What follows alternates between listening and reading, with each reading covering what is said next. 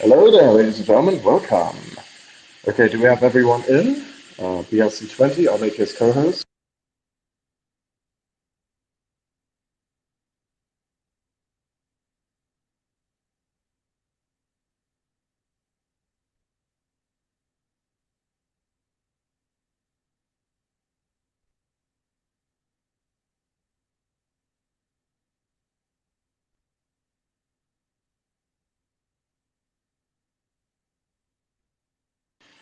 BLC, you there? Yep, it was loading up. Perfect, perfect, perfect. Right, do we have everyone in? 8-bit, you may need to request.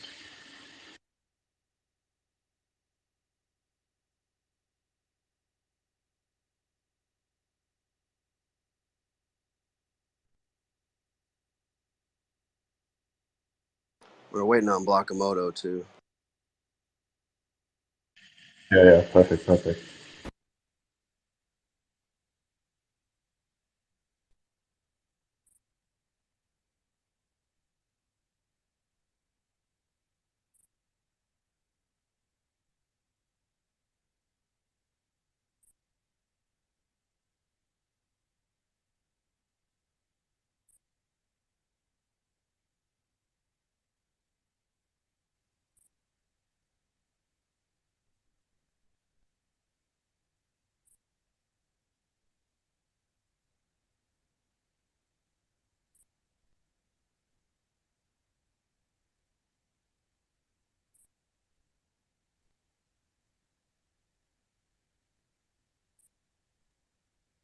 All right, it's time to get the casters coming together. Perfect. So as you've probably noticed, is there anyone else who needs to come, or do we have everyone? Maybe Tom and Chris. I'll shoot him a message. Yeah, time to come in here. Because we need all those PFPs up here. So just a little background explanation. We're talking about bitmaps today. Everything about them. We're going to drop some serious alpha. And I've brought the people together who are actually the ones who have not only created this, but who have also built it in a sense, right? As well as not only utilizing new concepts, but also building upon the old and analyzing what has come before. Hence why I say the dawn of Bitcoin, right? Because there's still messages from the minds hidden, and those can be deciphered and they can be, read. And it's so beautiful because it is an immutable timeline. The problem with history is often that it is written by the victors and not by the people who actually made it. So what happens is that basically you have history and it changes over time.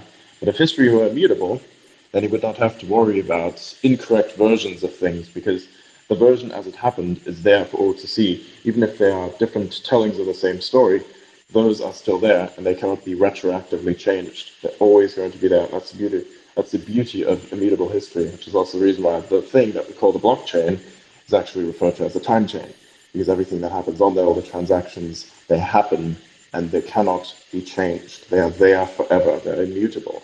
That's what it means, right? And so gathered here today to basically explain this concept, how we are building on this, and what it is that we're doing exactly. And part of this movement, as you can see these various PFPs, I have created a specific type of format where basically the issues usually when you want to support a concept is that you have to change your PFP into something that it wasn't before, right? And to me, that's an issue because, well, I mean, you want to keep your identity. So basically, I thought, okay, how do we do this? You basically are the bitmap. Be the bitmap. So basically, it starts with this type of block, just like what Tom Olson has, right? This block is just like this color. This is just the same that you see in all these bitmaps, right? They're all these beautiful blocks. And so what I've done is, okay, if you wanted to truly become the bitmap, I created a format which basically all PFPs can fit into, and they're all just like blocks on chain. They're all there. So you basically are the bitmap. So if you want me to do this to your PFPs, just send me a message with an HD version of your PFP, and then I shall turn it into the bitmap format. And if you wanted to put that on your profile to show support for the concept. So that's why you can easily define anyone who is into this. You do not even need to put an emoji in your handle. Nothing about you changes. It is just that you have become the bitmap. You see? So that's what that is. I like it, Adrian, because it's kind of like this blank canvas. You definitely pioneered the idea of this like block as a PFP. And I just, I had the orange block representing one of my bitmaps that I have, right? Just a one transaction block. And it's so representative of the blank canvas. And I know we're going to get into this in a little bit, but the blank canvas that we all have with this opportunity, right? Like right now, they're just, sure, as many people want to point out, and just full disclaimer, right? They're just text inscriptions. But it's truly a blank canvas that enables anyone.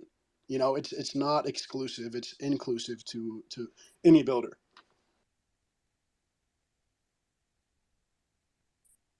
Yeah, and I mean, you yourself have kind of triggered this idea within me because I looked at your PFP and I said, okay, I'm going to make an HD version of that just to make it look better. And then I just took that, did that, and then all of a sudden I sat there and realized, wait a minute. I just looked at one of those images with the bitmaps, right? I looked at all those little blocks and I was like, yeah, if I wanted to represent this, I wanted to become this. And if I am to become this, how can I best integrate this into everyone?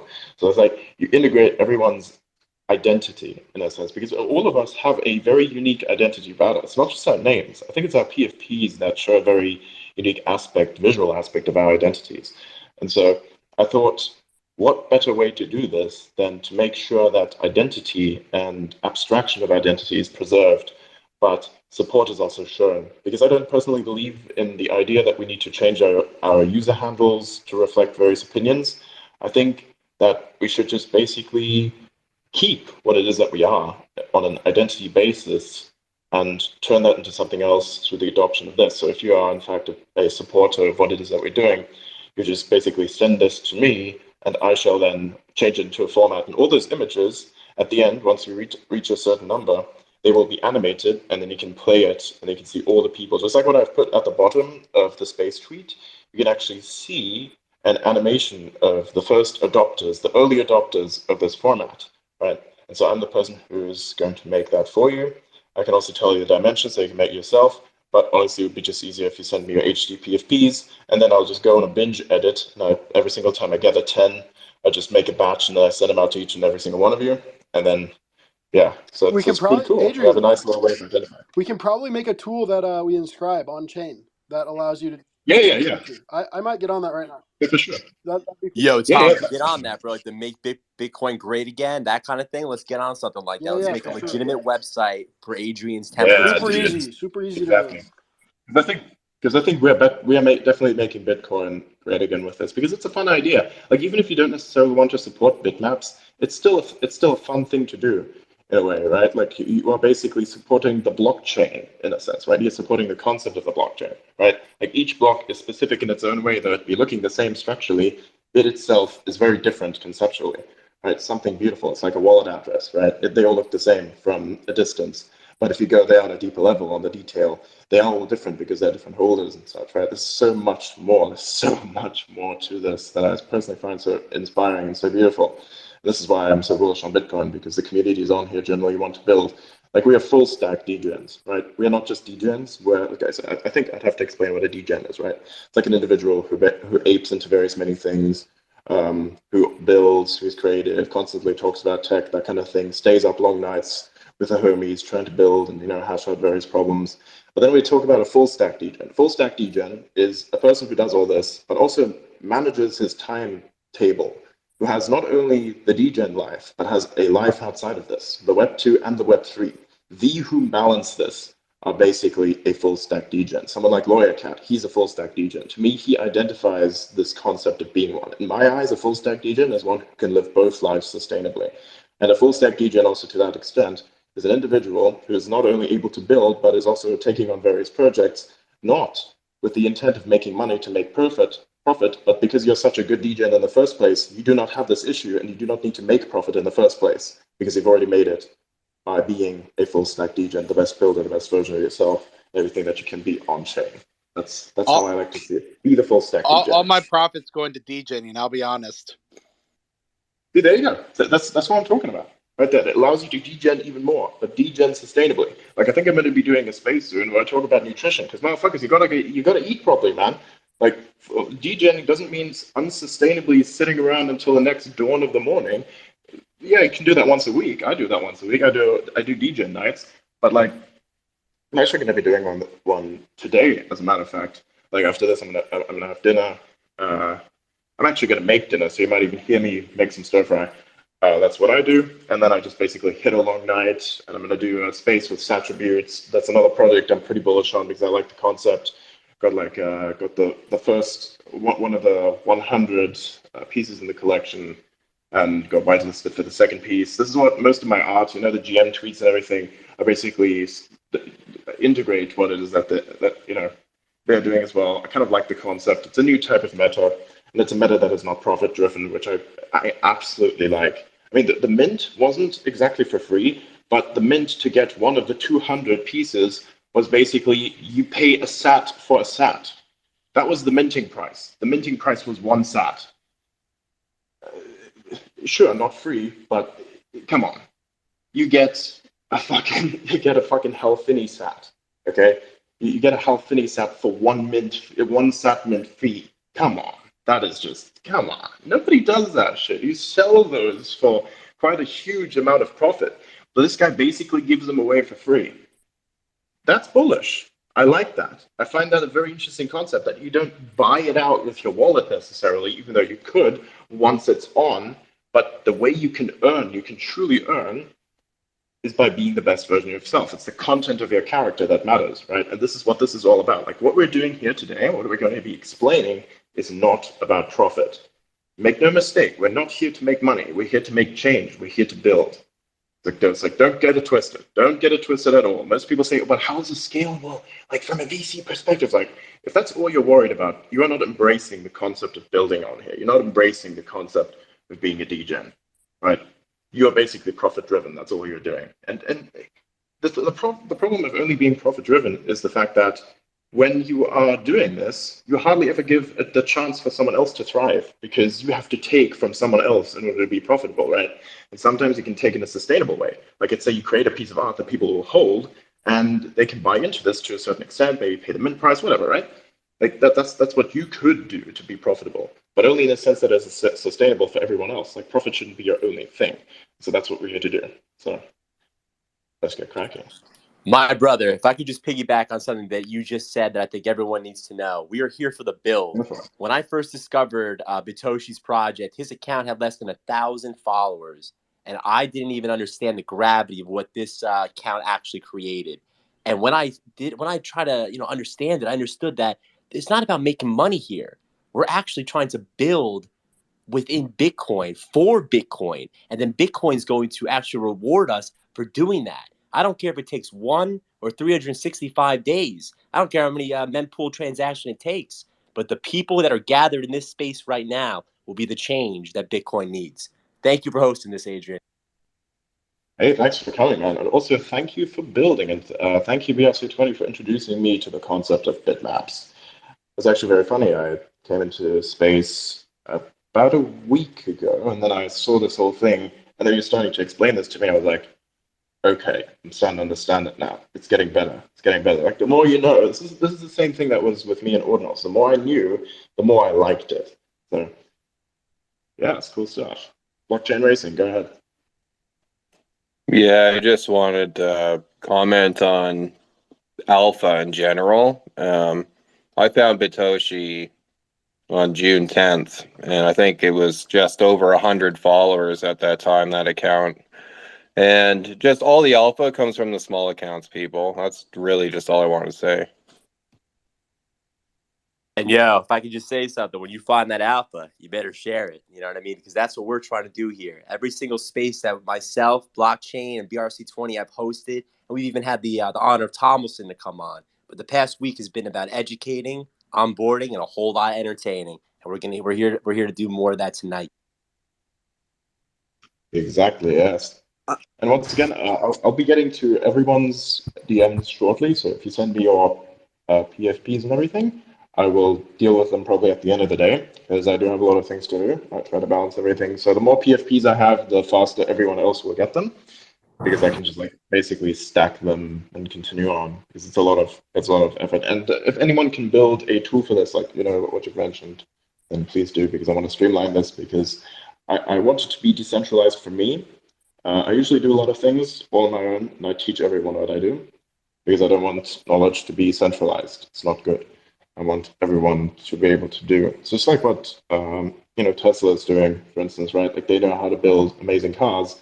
So what they do is they make their patents available for others to use as well. Because what is the point if you wanted to change the world that you gatekeep that change? There's no point to it. Then you're not really changing the world. You're just making profit for the sake of making profit. It doesn't make you a good person. It just means that you're driven by incentives beyond everyone else's gain. So yeah, that's what I'd like. So if anyone can build this, please, because I don't know how.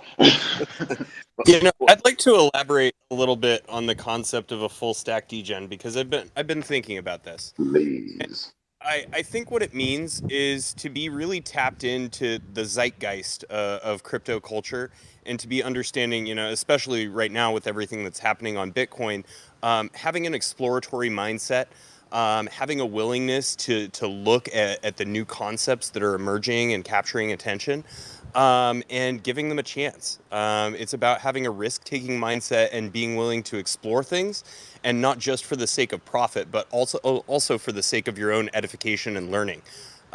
Because it's only by learning and developing additional skills beyond whatever you're starting with. You don't have to be a super professional to be a full stack degen. But what you do need to do is be willing to develop your skills, whatever they might be. Look for new skills that are interesting to you, work on those, and find new ways to add value. And as was said earlier, be here for the build alongside us, because that's what we really want. Yeah, for sure. I mean, this is what it's all about. You stay on all. I'm really excited about this concept of us taking our PFPs, many of which are on other networks, but inscribing them to the Bitcoin network, because this is just going to show some of the future to where we can take projects and all these different chains can live harmoniously. Everybody gets so tribal where it's my chain versus your chain or my project versus your project.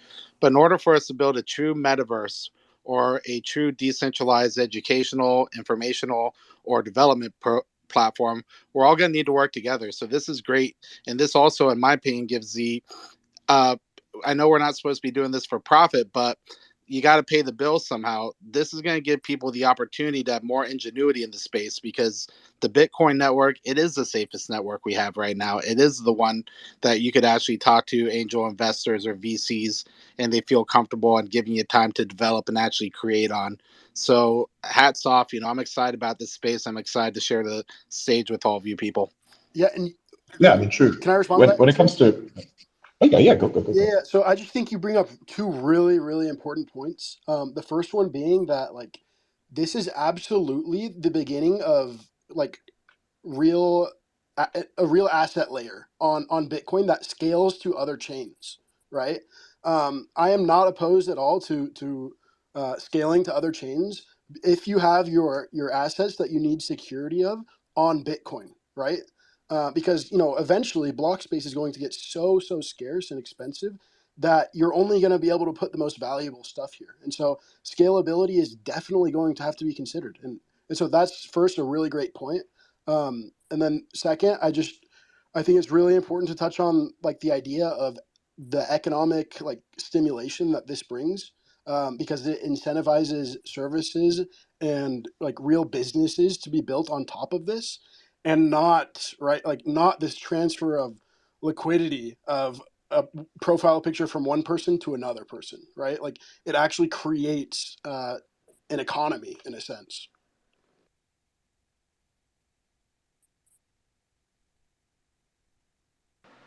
Love it. Also, additionally, I would like to say, I mean, what I also said about profit is you can, of course, make it, but you have to do it in such a way that both parties gain.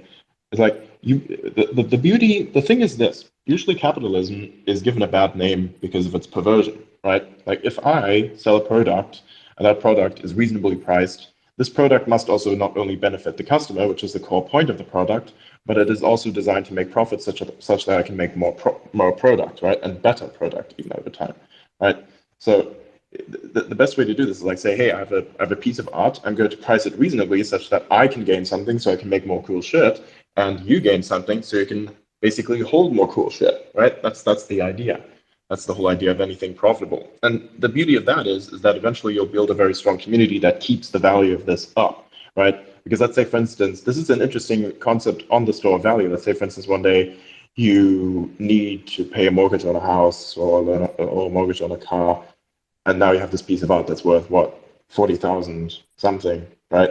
Like its valuation is about at about one BTC, like the floor is one BTC, right? Some art pieces do have this. They say, hey, I can sell it for just under the floor, and basically you can pay off all your debts. So if you ever get into an emergency, then you can just basically sell it off, and you can pay off the things that hold more value in your life beyond just the art. So there's something beautiful about this too, in terms of value storage, and that profitability can be ensured, but in a way such that it is sustainable to everyone involved. Because the true idea of capitalism, if you wanted to incentivize gain, that gain is across all parts of the equation, right? It's not just about making money. It's about making sure that the customer is happy, because if the customer is happy, the customer will give you more money. And then if you can improve upon that, you can give the customer more of what the customer wants.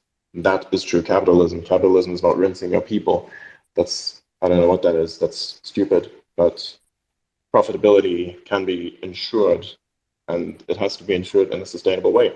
But like right now, what we are doing is we're basically doing this out of our own pockets. We're doing this out of our own heads, and we're using our own resources to build whatever it is that we're building. So the profitability is ensured by ourselves, by the builders, not by any venture capitalists. So it is completely decentralized and relies off of no one and no dependencies anywhere, right? So to those who say, hey, we're only doing this for profit, take a look at yourself real quick and apply that to some of your projects. I bet that the ones who are the first to criticize our profitability are the ones who themselves hold various projects whose only point was to generate profit by way of utilizing community utility. But hey, that's a talk for another day. Right. But right here, we're here to build. So let's talk about this. What is it that we have discovered, right? So the concept. What is the concept? Lay it on me. Hey, Adrian, I would, since you said that, I'm thinking everyone might want to hear from the man himself that created this protocol, Mr. Bitoshi. Of course, Bitoshi. Yo, how's it going, everybody? I suppose Really it's doing very well. Good. my silence.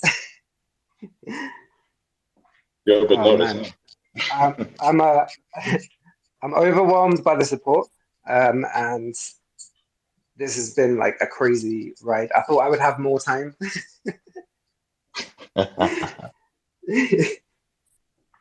Like I saw what I knew where this is all going, and like the numbers have really surprised me. But like you know, it kind of made sense that this was going to happen.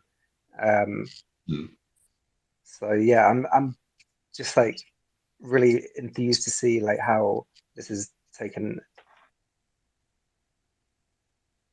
All this taking shape, right? This right here is the voice of a person who's created something that's become much bigger than they have intended. So you might be quite fresh to something like this. So it's very interesting. I know the feeling all too well. So yeah, this is pretty cool. Basically, Yeah. It's very it's a bit of a shock to the system. I'm not gonna lie, but I've been sitting back and I've been watching and like listening to spaces. Like, yeah, the excitement has like really got me gassed up. I'm not gonna lie, and yeah, I'm here to answer any questions. And it really it was a long. It did take me a long time to get to like .bitmap as a concept. Like it wasn't just like a.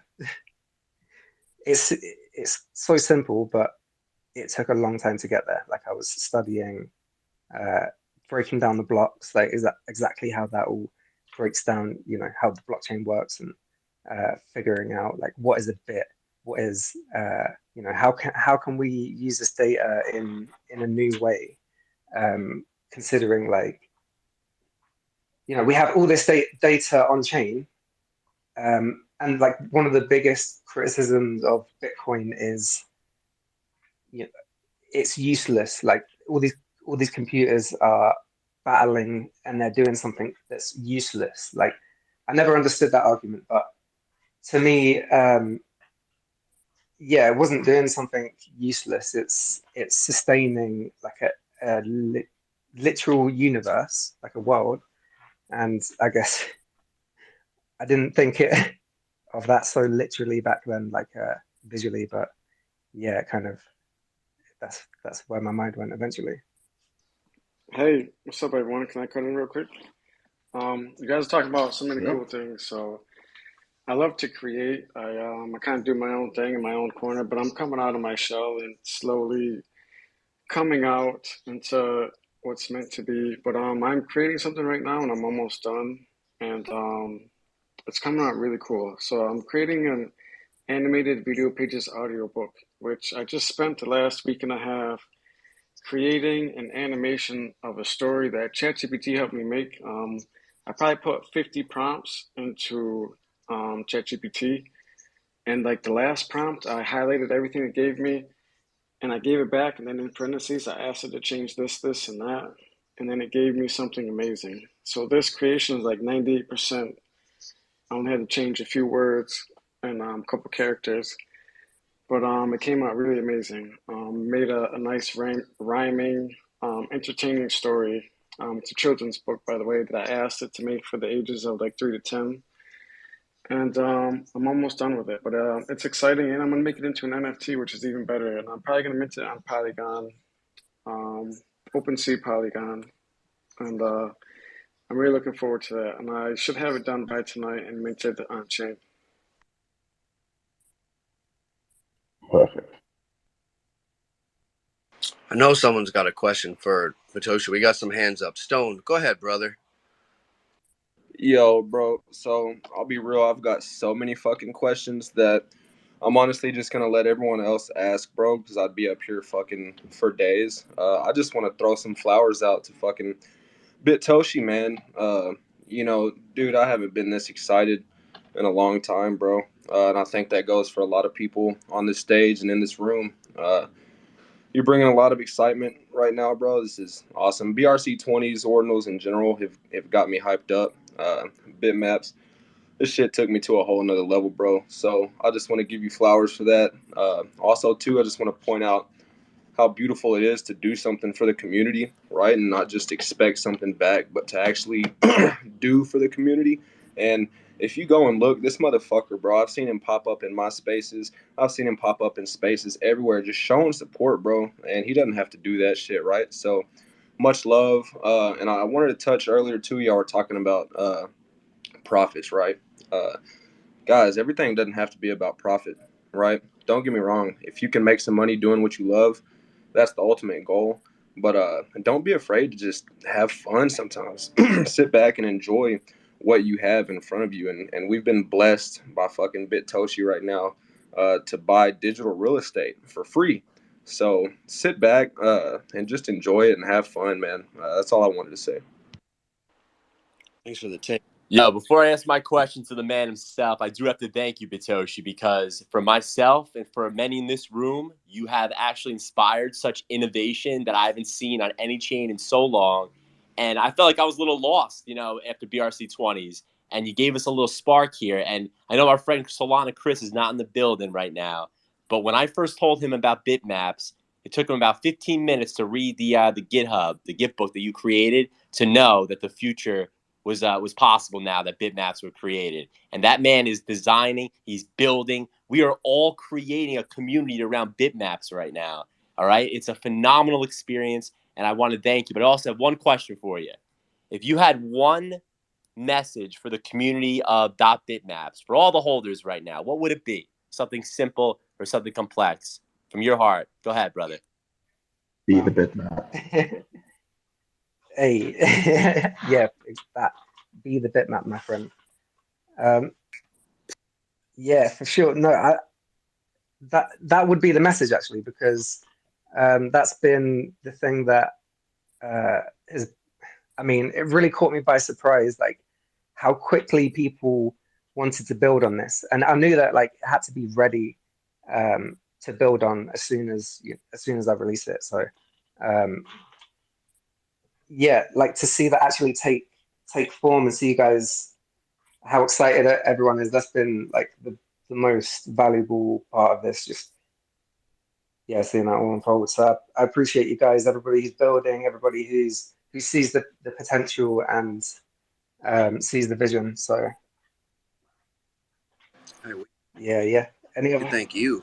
You've given everyone, making Bitcoin fun again in a bear market. So, hats off to you, sir. So let's get to some more hands. We got a bunch. Gorilla, go ahead. I think you were next. Just wanted to say to Bitoshi, thank you for coming up here. It took me a while to wrap my head around this, but it's because I had the idea of the ledger, which I view it as kind of like reading the obituaries. It's a dead ledger, to where now with Bitmaps, it's come alive. And I'm trying to wrap my head around more of this metaverse concept, where, as far as I've gotten so far, is I feel like that with the limited amount of satoshis are going to be available, it's a finite number, that this is creating the demand for the real estate. But because of this, it's also creating this stabilization that we can actually build off of as we enter into a 3D or another physical dimension of doing business and or just living our lives. Want to ask you, what initially made you conceptualize that this would be the way to take it to the metaverse, and what are some of the, if there's anything you could just kind of explain for us, because this is a brand new concept for many of us in here. Just go ahead and give us some thoughts. Yeah, sure. Okay, so I used to build quite a lot on crypto voxels and other metaverse platforms. So I have quite a lot of experience in those worlds, and that's kind of, I built quite good, brands off of that and worked with a lot of cool people. Um, so I would say those metaverses, they had a lot of problems, and the biggest problem is like you can't guarantee that what you're building is going to last forever. Like essentially, the thing that drives me is building something that's going to last forever. Like putting your legacy down in like the same way like the Egyptians left their legacy on the pyramids, for example. Um, so the the Bitcoin blockchain gives us kind of that opportunity to do that in the virtual space in a way that could reasonably be like picked up in the future. So yeah, that's kind of one of the things that drives me. All right, Batoshi, I have a question for you. I think I'm already, this is the first time I've talked to you, but I think I'm already getting my answer just through your demeanor, and some of the answers that you've given. But my question is, what type of involvement do you foresee yourself having with Bitmap? Right, like if there are decisions about protocol or the community, is that a split? What type of involvement are you going to assume? Are you hands off and you've put the idea out there, or are you involved? That's a good question. Okay, so where I'm at, I'll tell you where I'm at now. In fact, I'll tell you sort of the journey to get that got me to, you know, um, figure that this was the best model that would work, because that's kind of important to the story. Basically, what happened is I was looking at all the token models, and the fact that they were all competing against each other and they weren't on the same world really bugged me. Like you've got all these different platforms, this metaverse, but yet they're all like competing against each other for like mind share. So that was the first thing that drove me um, to do that. So that got me thinking like, what would be the best way to do this in a way that was fair? And I went through so many different iterations of it. Like anybody, I was thinking, how could this be profitable? How could I make money out of this? but it was like every single design version of that I could come up with just didn't work in my head. Like it just didn't play out. So it led me to the only way that this would work is if it's grassroots, and if I basically just inscribed a few, sent some to my friends, and then said that I'm going to inscribe like one a day to keep the pressure on, and that's that. That was my plan. And how many are we at now? So How many are we at now? Just share with the audience. I think okay, so let's check. let's get a live check on this because it's getting pretty close to a milestone. Maybe not on actual bitmaps, but dot bitmap inscriptions. Some duplicates in there for sure. Okay, I'll just get on now. Yeah, it's like inconceivable to me to think about like this number. Like it doesn't make sense. It doesn't compute, to be honest. We're close to 500,000 right now. Yep, 493,000. 400. Been an Wow. honor, sir, to DJ on this with you, and I cannot wait to build the future with you. I'm going to say that right fucking now. Let's go. Yo, and for context, like just Hell yeah. for people that don't understand how big that number is in inscriptions, like we're approaching 5% of all inscriptions ever. And Tom, say that again. we're approaching 5% of all inscriptions ever. And this is all, 95% of this is in the last week, right? And how many So holders now, we Tom? got, Do you know? I think, like 12, almost 13K, I think. But another number, just while we're speaking stats, another number I looked up is how many BRC20 inscriptions have there been, right? Like just I typed in BRC-20, and there are 1.2 million, right? And that is that is the biggest protocol over the span of like 2 months now, or maybe 3 months now. And so the fact that like we've been able to incentivize people to like do almost half as many of all BRC20 inscriptions and interact with the network that much is absolutely mind blowing. Like it is actually inconceivable. Yeah, it's crazy. I'm blown away, man.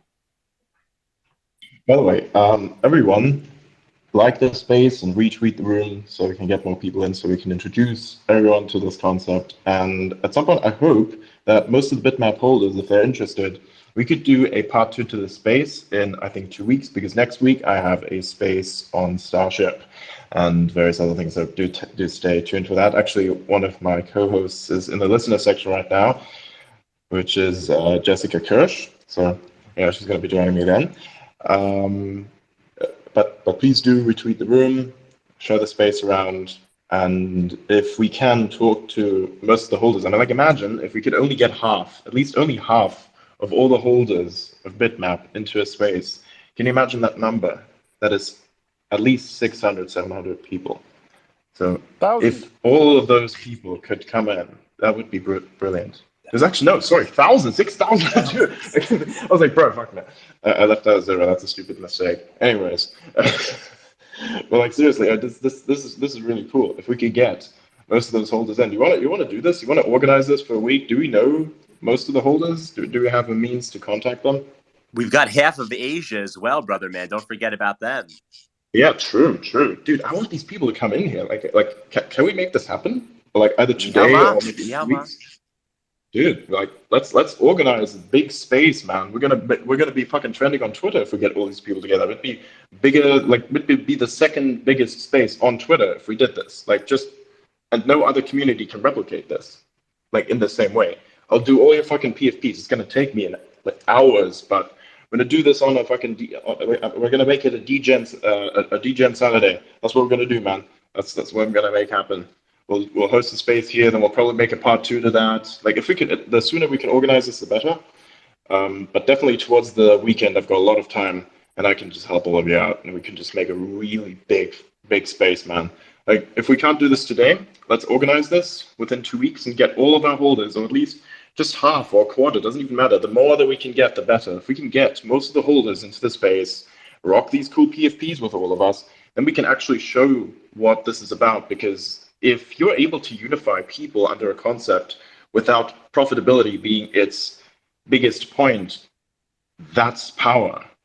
That's real power. That's real progress. That's real. Like, we're not here to shill our positions. We're just here because we love the concept. Like, I think personally, Bitcoin should not just be a currency. For me, it's never been this way. For me, it's just a means of getting people together. And all roads lead to Rome, which is very indicative of all the chains. And I personally believe that no matter what chain you're on, even if you're on ETH or anywhere really, even if your PFP is an NFT on Ethereum and you rock this in the Bitmap format, that is just kind of part of the point that you're trying to unify both places. Like, for instance, take my PFP, right? This thing is basically an ordinal that is wrapped to ETH. That is what that is. I'm basically unifying both those chains in a sense because we all came from there and each have their own place. And I think that most of the builders in here even are from other chains or are currently even operating on other chains. Some people even from Sol, from Ethereum, from Cardano, and like so many people. And it's so good that we're bringing this talent back together again and focusing on what truly matters, and that is to build upon the chain, the time chain that is everywhere. I mean, you forked Bitcoin. That's just what it is, you know. That's just what it is. Just another road. That's just a road we can all travel together. Hey, Bitoshi, touche. the phenom, creator of the phenomenon. I got one question for you, man. Why Bitmap? Maybe that's a total noob question, but like, why Bitmap and not some other word? Why Bitmap? Bitcoin, man. Okay. That's a good question. So that was a Bitmap was a code name for a while, and when I first put out the white paper, I kind of shortened it to BMP 101 because I was thinking maybe I'd follow the BRC20 kind of formula in a similar way. That's like the early version of what became Bitmap. And that stood for the Bitcoin Metaverse Protocol, so BMP. So it's kind of funny that it's BMP considering it's Bitmap. But yeah, so there was a conversation between me and Indelible, and he mentioned I don't know. Some of you guys might know Indelible. He's from the fake rare sort of community. He essentially said he threw out the word bitmap, and it was staring at me. And at this point, I'd already inscribed like 6 or 7 like early versions, and yeah, as soon as I saw bitmap, I knew that I had to start from scratch.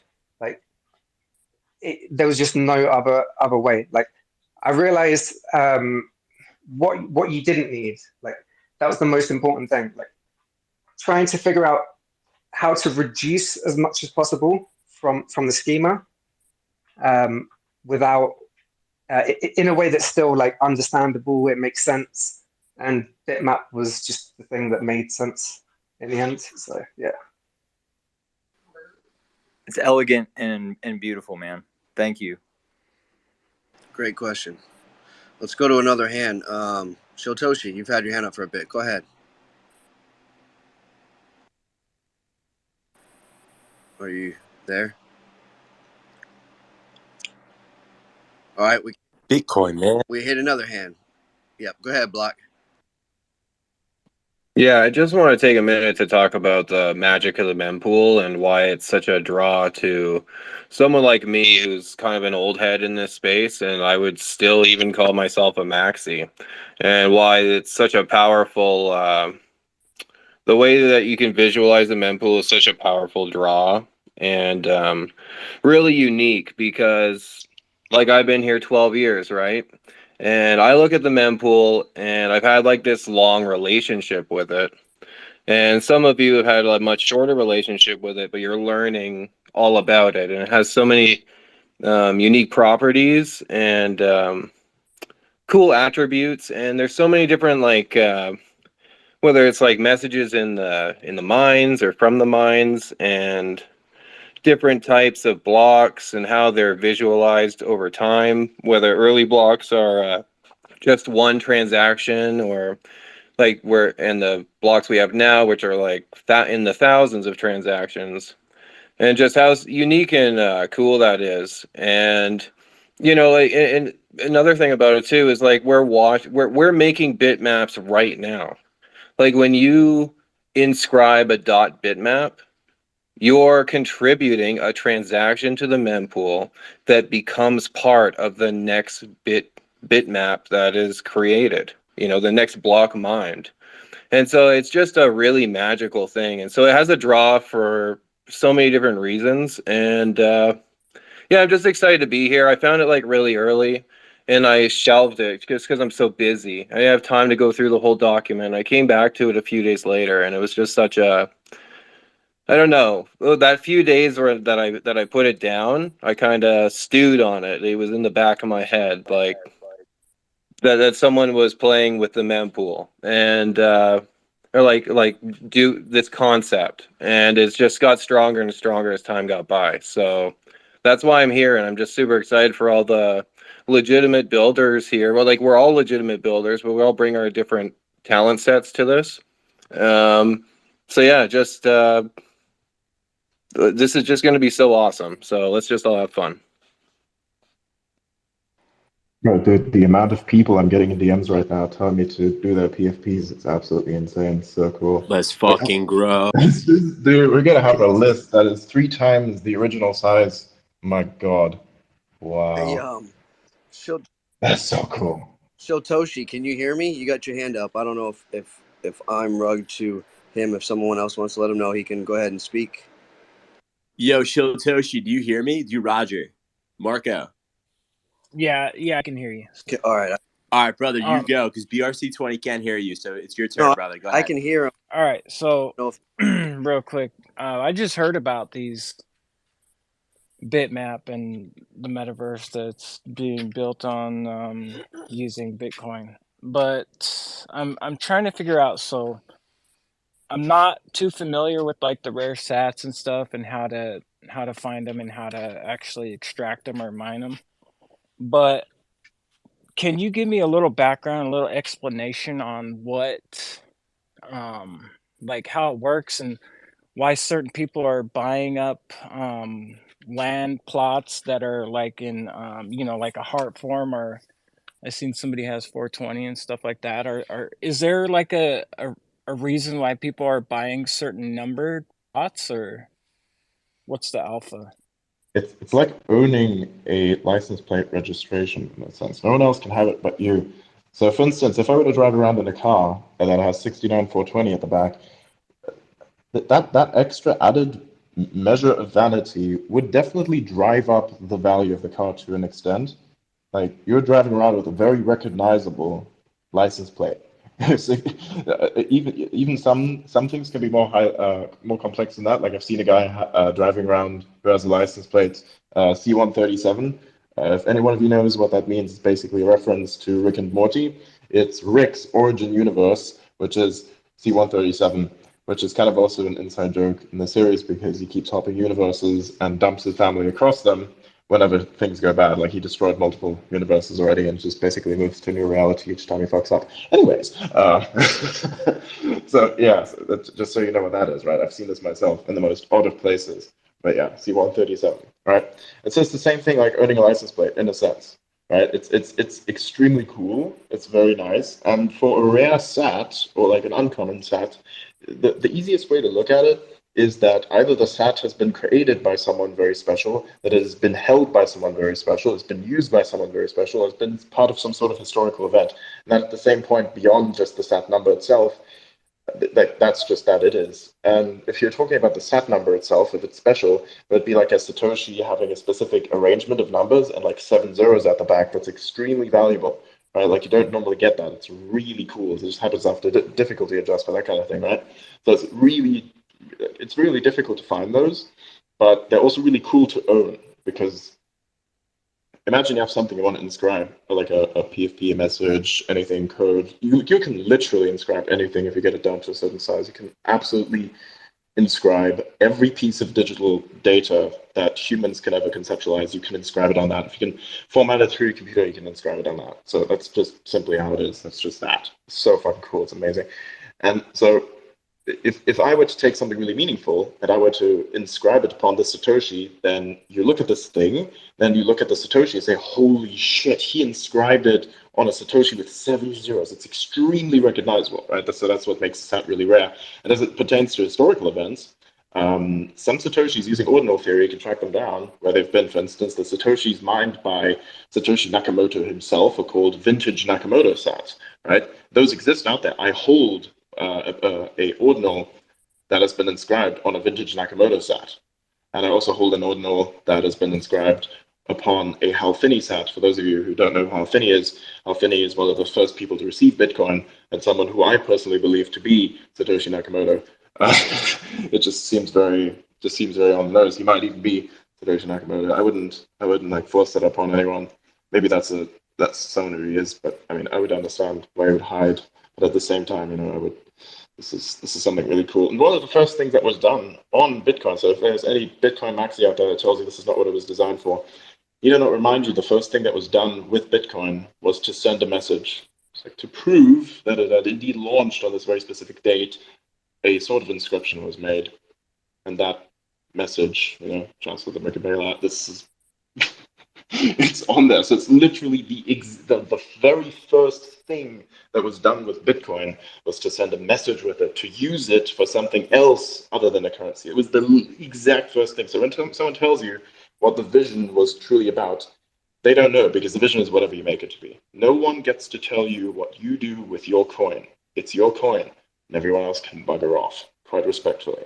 So it's like, that is what it is. And you can do so much cool stuff with this. And this is the explanation of why certain Satoshis are pretty rare. Like, for instance, you have notorious Satoshis, which would be the Satoshis from Ross Ulbricht. If anyone knows who Ross Ulbricht is, he's the guy who basically created Silk Road, which is a huge illegal trading website. Basically, he used Bitcoin to pay off a bunch of hitmen, which never really came to fruition because the hitmen were just scammers. In the most basic sense is what it is, but I won't get into that now. And so those Satoshis are out there somewhere. Oh, also, the Satoshis of the first pizza sale, they also exist. And the first sale of anything, and okay, so there were 2 pizzas bought with Bitcoin, with 10,000 Bitcoin, and so that's a lot of Sats. That's a lot of Sats. So each Satoshi is also not only valued like based on its rarity as its number, but also based on its supply as it pertains to it being connected to a historical event. Like, for instance, there are a lot less Satoshis out there from Satoshi Nakamoto, and there are also a lot less Halfini Sats out there than something like pizza Sats, right? So yeah, those sats would be valued more than the pizza sats. Pizza sats go for like $1 each, which is really interesting to me personally, which is quite cool because if you think about it, mathematically speaking, about 100 million sats per Bitcoin. And so basically the concept is that you are selling the smallest denomination of the coin for a value that is higher than the coin itself. Okay, let me get this through you real quick. Bitcoin is worth 30,000 US. There are 100 million sats within one Bitcoin. And you can have instances where one of those sats is sold at $1 and sometimes even 30K. Rare sats can be sold for 30K or 100K, depending on how cool it looks. More. Imagine the tiniest denomination of the coin is worth more than itself. If that doesn't make you feel bullish on ordinals, I don't know what else does. That just tickles my brain, man. On-chain economy. Like, that's pretty cool. Isn't this fucking crazy? Like, this is crazy. That is crazy. Like, when someone tells you you're polluting the blockchain, there's no utility to this. I mean, bro, if you're buying the smallest, it's like buying the cents on a dollar for more than the dollar's even worth by a factor of 1,000. I mean, if you're selling a Satoshi for $1, what do you got if you had a full Bitcoin of those? You are holding $100 million. You understand this mathematically? It's bullshit. Arbitrage. That's pretty cool.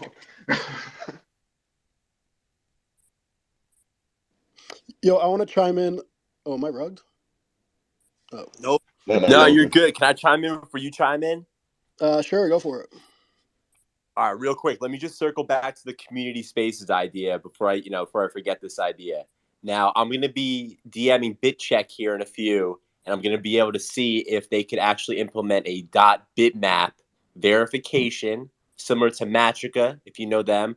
I'm going to try to get in touch with them as well. But that would be a great way to gather up the community in a Discord if the community wanted to and arrange a Twitter Spaces. Adrian, I'm going to work on it. Yo, Yes. 8-bit, 8-bit, Yes. loop me in on that because I have a pretty good relationship with some of the people there. So just Let's do maybe it we'll together, group chat or brother. We something. make it together, Perfect. not at Yeah. all. The mic's yours. Yeah, but Shiltoshi, just going back a little to, your question about why are people buying them, like in a plot of land, like these squares that are all bunched up together, and the real answer is it goes back to the idea that like a lot of people are mistaking Bitmap as a metaverse, and it's really not. It's more of a meta asset, and that what that does is it enables like a multiverse, and so you have an infinite amount of utility and applications and tools that can be built on top of it. And so like that's an important distinction. And so I think what we saw from Ordinal's wallet, which is where most people have been interacting with Bitmap and minting them and trading them. I think what we saw is really like the first iteration of what I like to call like a Bitverse, right? And so like that's what's really cool about it is these different applications or services or interfaces that choose to build on this are going to drive value to different parts of the bitmap, right? Like maybe in this iteration it's about having a huge block altogether, but in a different interface it won't be shown as a full block. Maybe it's like a spiral, and they don't actually show up next to each other. And so that's what's really cool about this is when there isn't someone behind it, right? Like some company that raised a bunch of money and now they have this agenda and vision. They are centralized and focusing on one outcome. But this is an expansive idea that enables an infinite amount of outcomes. So yeah, it's just like it's just one rendition and the beginning of many, many, many bit verses. Love it. Love it, Tom. Go ahead, Block Runner. You got your hand up, brother. Hey guys, Will here from the Block Runner podcast. Nice to connect with everyone here, and finally good to hear Bitoshi speak. Just to give a quick history of Bitmap, because I think it's interesting just to kind of rehash this 2 week long history. Bitoshi tweeted at us back when he had around 20 followers, and he was asking us to take a look at Bitmap because we like to focus on the metaverse, Web3, ordinals, and we looked at Unisat. It had roughly around 120 inscriptions at the time. And when we did our video on Bitmap, it had about 300 or so. When we were learning about Bitmap, though, we knew instantly it was a hit. It got us extremely, extremely excited. It really makes the metaverse and Bitcoin like fun again, and it captures the imagination of everyone who's not even in crypto. I have family who are no coiners, but they hold bitmaps, right? So I guess I'll sum everything up with a question to Bitoshi. What's the timeline for the GitHub so we can all start collaborating on the next phase of the standard, which is the inscription of the parcels? Thank you, guys. Hey, yeah, that's a good question. Yeah, thanks, Will. I appreciate like everything you've done. Like you've been there from pretty much ground zero. So it's been, we've been riding this roller coaster together. You've seen the whole thing. Like obviously, we've spoken together. You guys are building. Like, man, it's been a hell of a ride. But yeah, in terms of the GitHub, so I'll tell you what the plan is for the rollout of what we're building on our side. Just so yeah, and then everybody can kind of plan around that. So we're going to release the indexer with the map pretty soon. The indexer and validator for like our own for our website is basically done. It's ready. I actually like it being in this space. I could plug it in right now and put it on the website. So yeah, it will probably go live after the space at some point. The actual map itself that we're building, it's smooth as hell. It's beautiful, and it's it's broken down in Bitcoin terms. So I've spoken to others about this, like Thomson, and it's going to be broken down in the halving adjustment periods and the difficulty adjustment curves. So every 2 weeks, roughly, 2016 blocks and 210,000 blocks is how it will be divided. And it's got it's a really smooth Zoom interface, and that will be out fairly soon. For the parcel, being able to sort of divide into parcels and things like that. So I wanted to get opinions from experts, people who are smarter than me, before putting that out, because there could be. I don't want to make any mistakes at this point at the scale we're at, putting something out and then having to fork it later because we overlooked something. So yeah, that will be out. We're going to work together and put that out essentially when we open source the GitHub, the map, and everything, and that's all going to come together. Yeah. Anyway, that's the plan from my end. So, Okay. You're just gonna drop that? It will happen. You're dropping that on us? Just out of nowhere. Dude, if the listener, I got a little bit of other alpha for you. If the listener count essentially doubles, or at least goes up to 300 or 400, we will be giving away a free 420.bitmap. So anyone who wants one, come up here. We'll choose something. That's a grab. It'll be amazing. This is some great questions. So we've got, just so people know, we've got some requests. So if we rotate you off the stage, don't get upset. We just want to bring some other people up. So if you're up here and you haven't asked your question yet, go ahead and let's get our questions in so we can rotate the speakers, please. Thanks, everybody. Go ahead. Bitoshi, I actually had another question for you. You just announced here that you're going to be releasing your indexing platform. One of the things about decentralized blockchain is at some point you got to centralize in order to index. It seems to be until there comes out a better use case or way to do it. That's a great responsibility you're taking on for the community.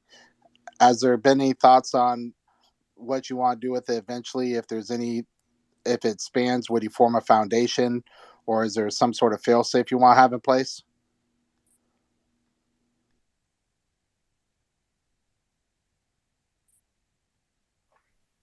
Sorry, I was in a different app. Yeah. So the plan essentially is when we launch the sort of on the Bitmap website, the platform that we're building, anything that comes from the fees from that is going to go towards the Bitmap Foundation, which is essentially going to be the Builders Fund. So we'll start some initiatives from that, and at the same time, essentially, what I want to do is the same time that we drop, the map and everything is the same time the open source code will be released, and everybody can play with what we've built and then build on it, and then I hope that answers your question. No, thank you very much for answering my question. I'll go ahead and relinquish my seat for somebody else. And everybody from the CEO Network wants to say thank you for coming up here and answering our questions. You have a good evening. Someone else up next. I gotta hop off. I'm gonna jump in real quick if that's okay to ask one last question. I'm just interested to know what you've been doing in working with Track, because I'm not super familiar with them, but they are making efforts to decentralize these indexing efforts, and I'll definitely be running my own indexer that's accessible as soon as that code is released, so that I can follow the same standard. But I'd love to know what your plans are working with Track, and yeah, I thought that was a cool announcement. Yeah, for sure. Yeah, so essentially, I mean, how to put this? Um, so I didn't know how to build an indexer myself, um, and I tried to figure it out through learning through like ChatGPT and asking, how to. And the thing is, I just wanted to put it out and then learn as bootstrap as I go. So the plan was to essentially build it all myself and kind of learn all the steps as I go. But the problem with that is it took off really fast, um, like a lot faster than I expected. So yeah, so essentially what I did is just sort of put the feelers out for builders who can help quickly to bootstrap something together and get a proper indexer going, and that was when I was approached by the SMB Ordinals team and Track, and yeah, and that's the way that they offered to help out. So yeah, but I know there's other indexes. There are other people. Kind of everybody seems to be keeping their cards quite close to their chest right now. Um, so yeah, it's fun watching everybody build and all the different. I know that there were some problems with indexing yesterday as well. I don't know if anybody else had experienced that. Um, Things weren't appearing in wallets, and there was a lot of issues that people were having. So I don't know what the update on that is, but yeah, we're trying to get everything sort of airtight before we put it out. Awesome. Thanks for the answer, and I'm really excited and hope I can, if you guys need anyone else to jump in, and when the code is out there and the GitHub is open, happy to jump in and contribute. So thanks again for all the answers. Seems like, dude, your demeanor it really it shows something about your intentions, and your curiosity to learn and just grow this organically is everything to me. So I really appreciate it. Hey, Tom, before you leave, brother, Yeah, man, we're thanks. going to be working on this Discord tonight. And Bitoshi, with your blessing, I just got the verification from BitCheck Me, and they said we can do this. So if the community wants to do it, we can do a verified Discord for all the .bitmap holders, every single one of them. Yo, let's go. That'd be Dude, sick. that'd be perfect. Even if they can't come in on speakers, you can always come in as a listener from the browser version of Twitter. But like, we need to get a really cool Twitter space going. We'll do a prep time, 2 weeks, because I have something important coming up this week as well. Because I'm trying to cover all fronts simultaneously, but we have then 2 weeks to prepare ahead of time. So we really need to get the community together and show what it is truly all about. And even we can do a little test as well, because since we have Discord, then we can add. I don't know. We can basically all go live at the same time. We'll set a point. You don't even have to speak or anything. We'll just set a point at which we can all go live, and then we'll have all our PFPs there, and we'll just screenshot that and then put it out here on Twitter to show who it is that has been the early adopter of the concept. Because I think Yeah. we need to honor the people who came first. So. And we also will need to honor the people who are here to stay and who have truly committed to this. Because commitment doesn't just like go to owning a bitmap. You don't need to own a bitmap. You don't need to buy one. You don't even need to inscribe one in order to be part of this. Just build with us. That's all. Like we do not need you to buy anything from us. We just need you guys to build. That's all. So anyone can be a part of this. It's about change. It's not about profit entirely.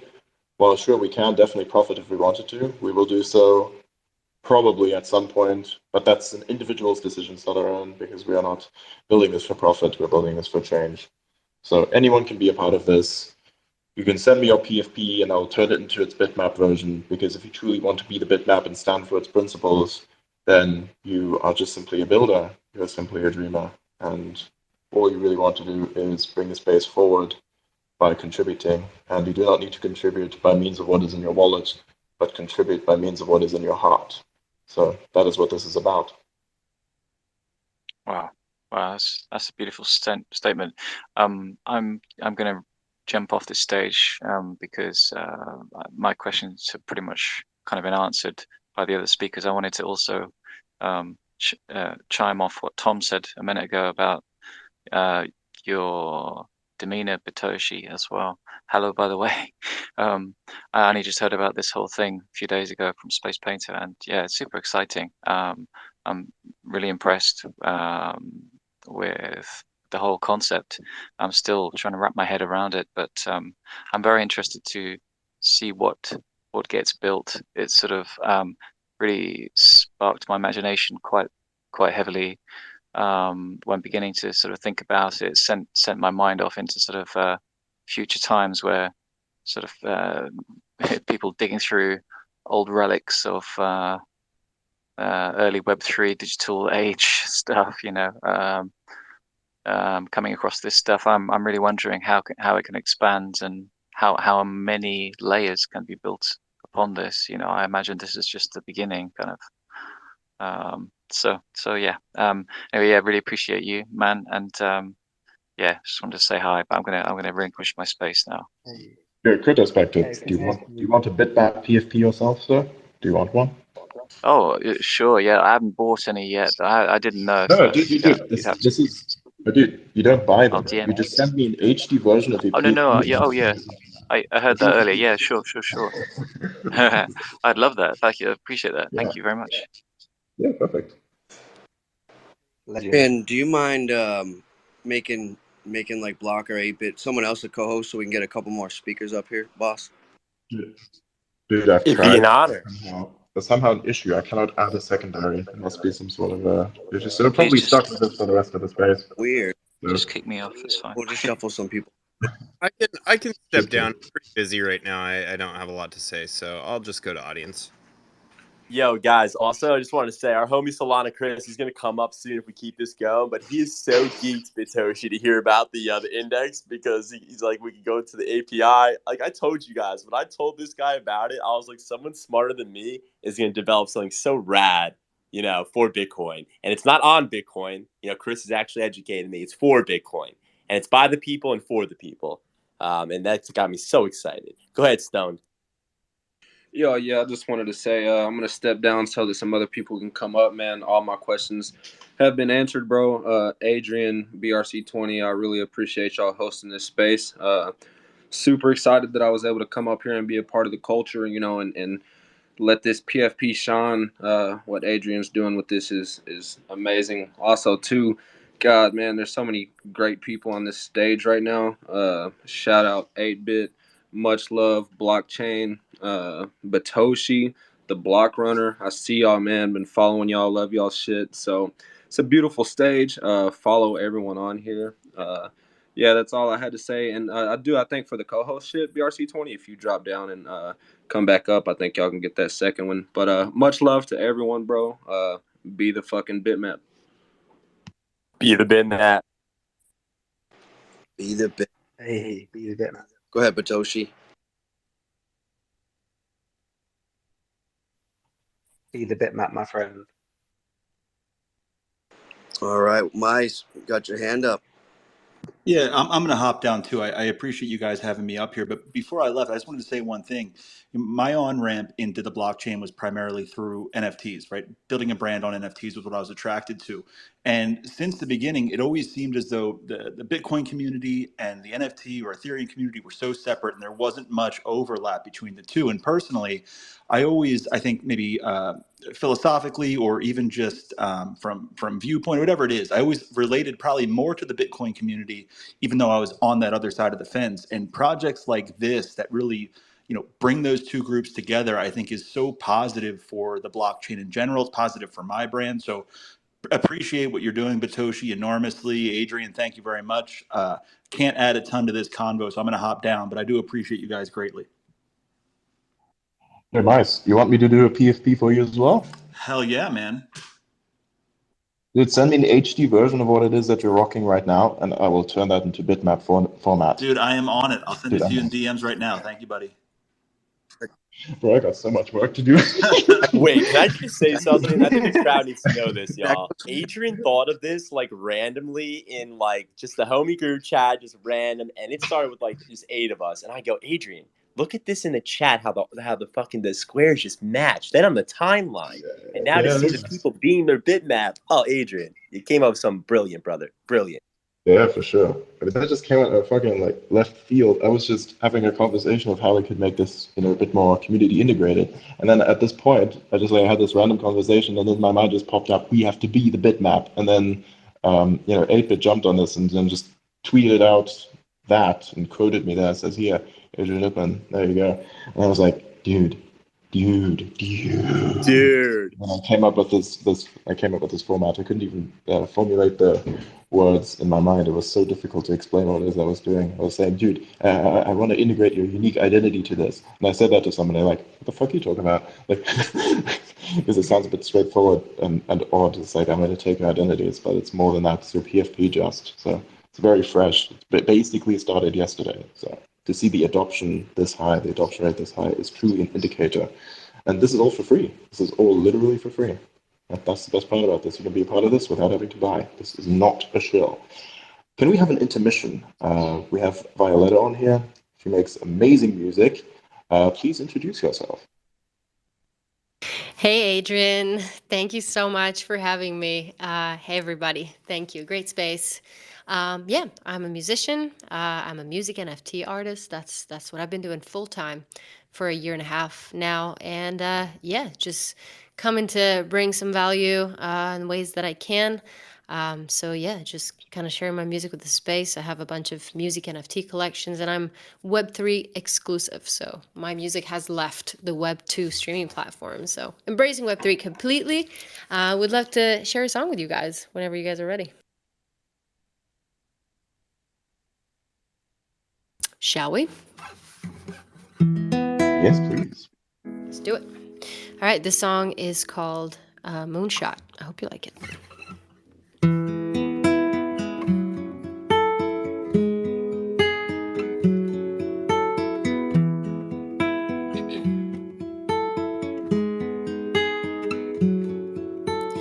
I would cross the universe and circle around the sun to find that little part of my heart I've never known. And I would give up everything. I would defy gravity, 'cause something's out there telling me I am not alone. And I would travel far and wide to reach my destination, fly among the stardust, realigning constellations. So fire up my rocket ship, I'm ready to risk it all. 'Cause you and me are meant to be the moonshot of them all. Watching out the window as the planets pass me by, sending out a signal, waiting your reply. I'm not afraid of loneliness, but you're the only thing I miss. So if you're there in the abyss, send me back a sign. I would travel far and wide to reach my destination, fly among the stardust, realigning constellations. So fire up my rocket ship, I'm ready to risk it all. 'Cause you and me are meant to be the moonshot of them all.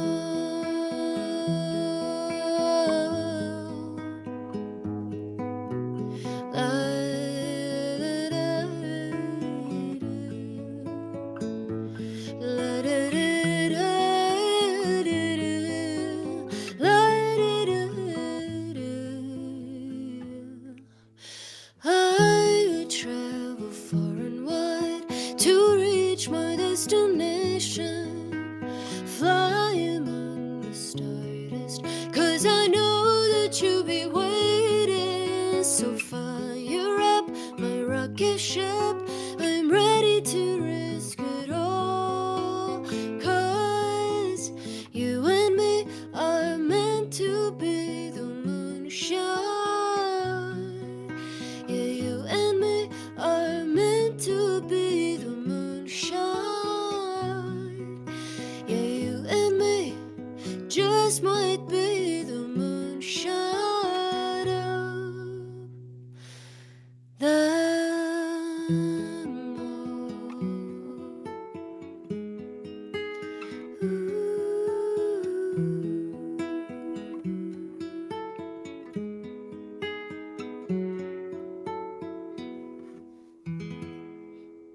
Thank you.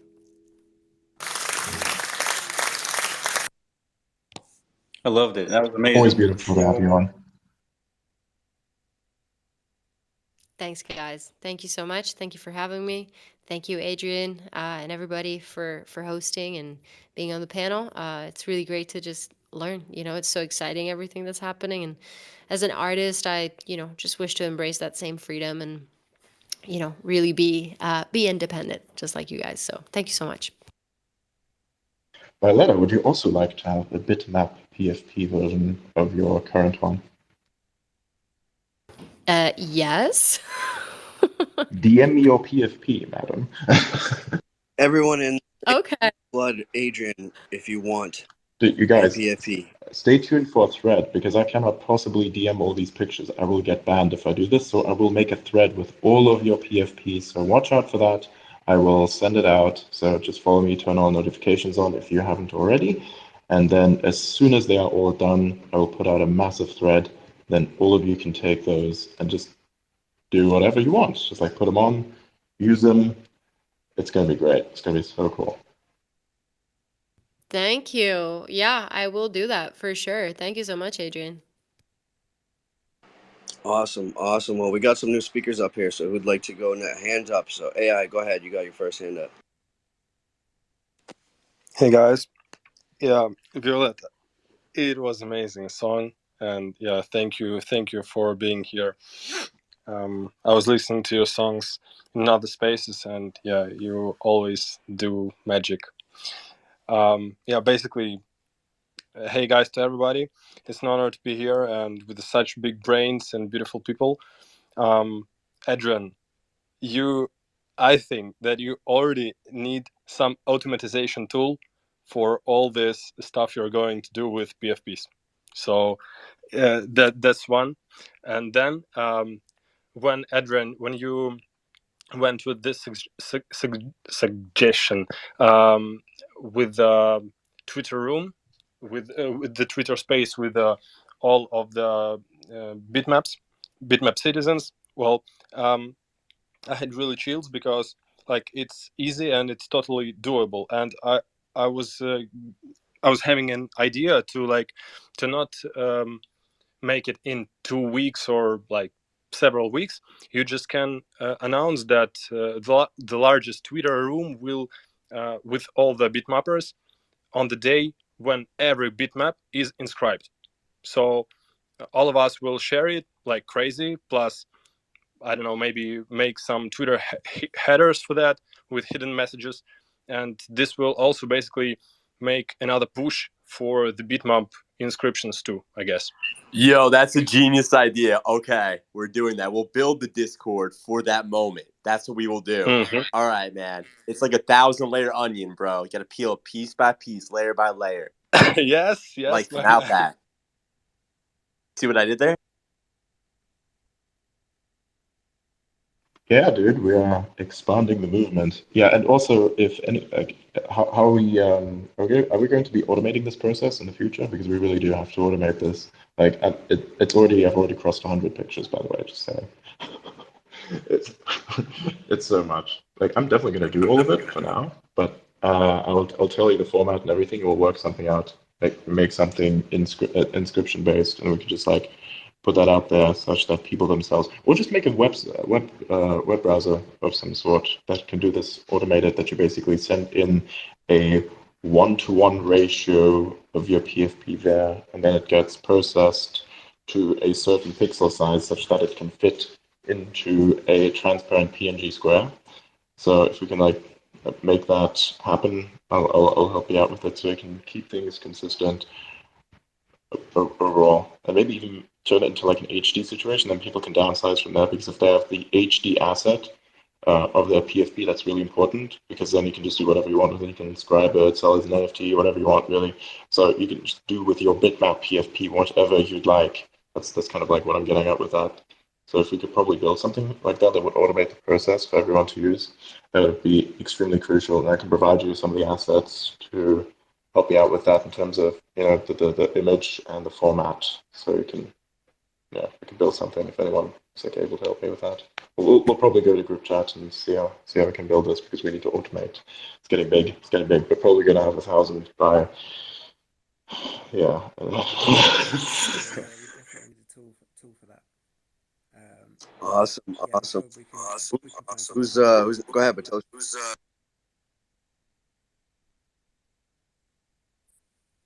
No, I was just saying, yeah, we could definitely. I'm sure we can find someone who can help build this tool. It shouldn't be too difficult, right?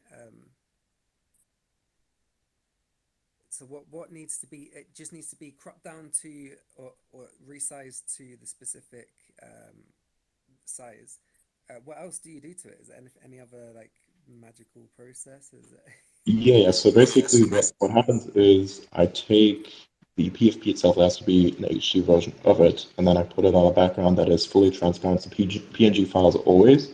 And so basically, what you can do with that is you can take that file and then downsize it into 400 by 400 pixels, and then you could probably use it as transparent, or you can just take the HD version, rock that as your PFP. It doesn't even matter if it's transparent or not. The visual effect will still stay consistent.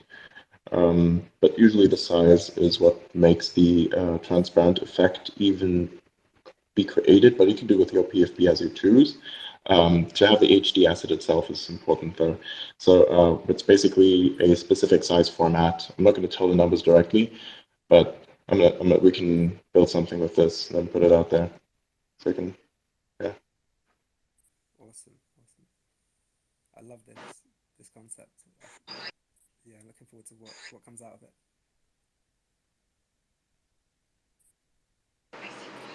Hey, go ahead, Batoshi. If not, I'll hit the hand. Yeah, let's go to the hands.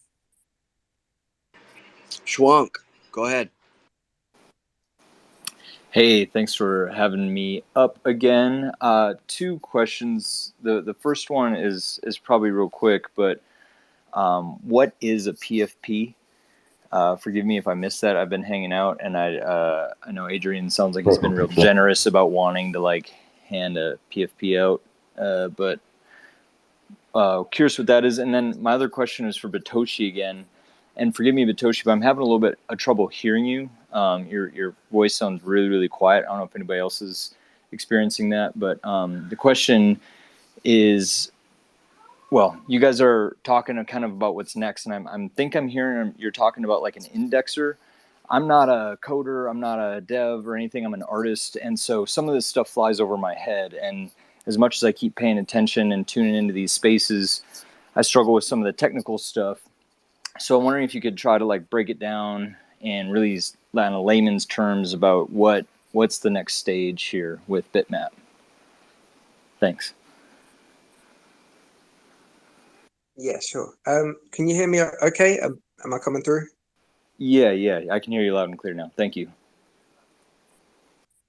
Okay, cool. Yeah, so the next stage really is everybody who has gravitated towards this project is they're interested in it because they see that they can build on it with existing technology, and you can kind of trace that forwards into the future. Like, how is that going to map out going forwards? So yeah, the next step is essentially we all just build together and we experiment and we figure out what works, what doesn't. We flesh out the idea of block space to block space to physical space. Like, instead of block time, we unravel that into block space. That's kind of the natural progression that I see. Like if you think about like one way to execute this is a Minecraft style world, but instead of using like generative algorithms, you just plug in the data from the from the transactions. So you've got inputs, outputs. Maybe they can generate the caves or the paths, things like that. Like yeah, there's so many ways you can take this from here. It's all just a matter of everybody coming together and seeing what we can build, really. Nice. That's amazing. Do you foresee any potential issues with the 4 MB size? And do you think everything's going to be able to be on chain, or do you envision there being like off chain stuff that connects? Or I know we have like the recursive stuff that I understand a little bit of, but curious your thoughts about on chain versus off chain with this moving forward, and kind of how you're imagining things being like. Yeah, I think it would be a mix. There's benefits to doing, the computation and the majority of the heavy lifting off chain. But let's say, for example, save states or positioning of items within a space. It's quite You can do that on chain without too much data. Like if you look at like a good example is crypto voxels and the way that they handle positioning of parcels and JSON files and stuff like that. So yeah, it's just at this point it's just a matter of fleshing out the framework really and working together to see what is possible in that regard. Awesome. Thanks so much. Thanks for having me up again, everybody. Peace. Oh yeah, and just in case you wanted to know what I was talking about as it pertains to PFP, profile picture. Basically, you take whatever unique profile picture that it is that you would like to rock, and I just simply take that and format it in such a way that it represents the bitmap, which is what you are seeing. Those funny squares that you're seeing right now. That is basically this format as it's like. The bitmap is basically a bunch of such squares, right? Each bitmap is basically unique in its own right by the person who occupies it or inscribes it and such, right? And so basically that idea is to take your PFP and to simply turn it into its own bitmap in a sense, right? So like you have this format, and the beauty of that is you don't necessarily need to own a bitmap, you don't need to ape into this project at all. But if you like what we're doing, and if you like to help build this, and if you support the concept of decentralization, what it is that we're trying to achieve, then you just simply send me your HTPFP, I turn it into that, then you use it, and that's that. You can do with it whatever you want. You can even inscribe it yourself or sell it. Or, I don't know. Do whatever you want. That's like. I see. Yeah. Thanks for explaining that. Appreciate you very much, and thanks for hosting the space. Brother. It's been amazing. Thank you. No problem. Thanks for coming up. All right, Kyrie, I think you had your hand up next. If that's how I said your name, sorry if I mispronounced it. But go ahead. Yeah, hi. I have an idea about bitmaps being used as GPS coordinates. So I was trying to get Bitoshi's attention for some time. I would like to hear his opinion about whether this is going to be indexed, or rather, I'm asking about the possibility of other forms of applications being built on the Bitmap protocol. And that's my question. What do you have in mind?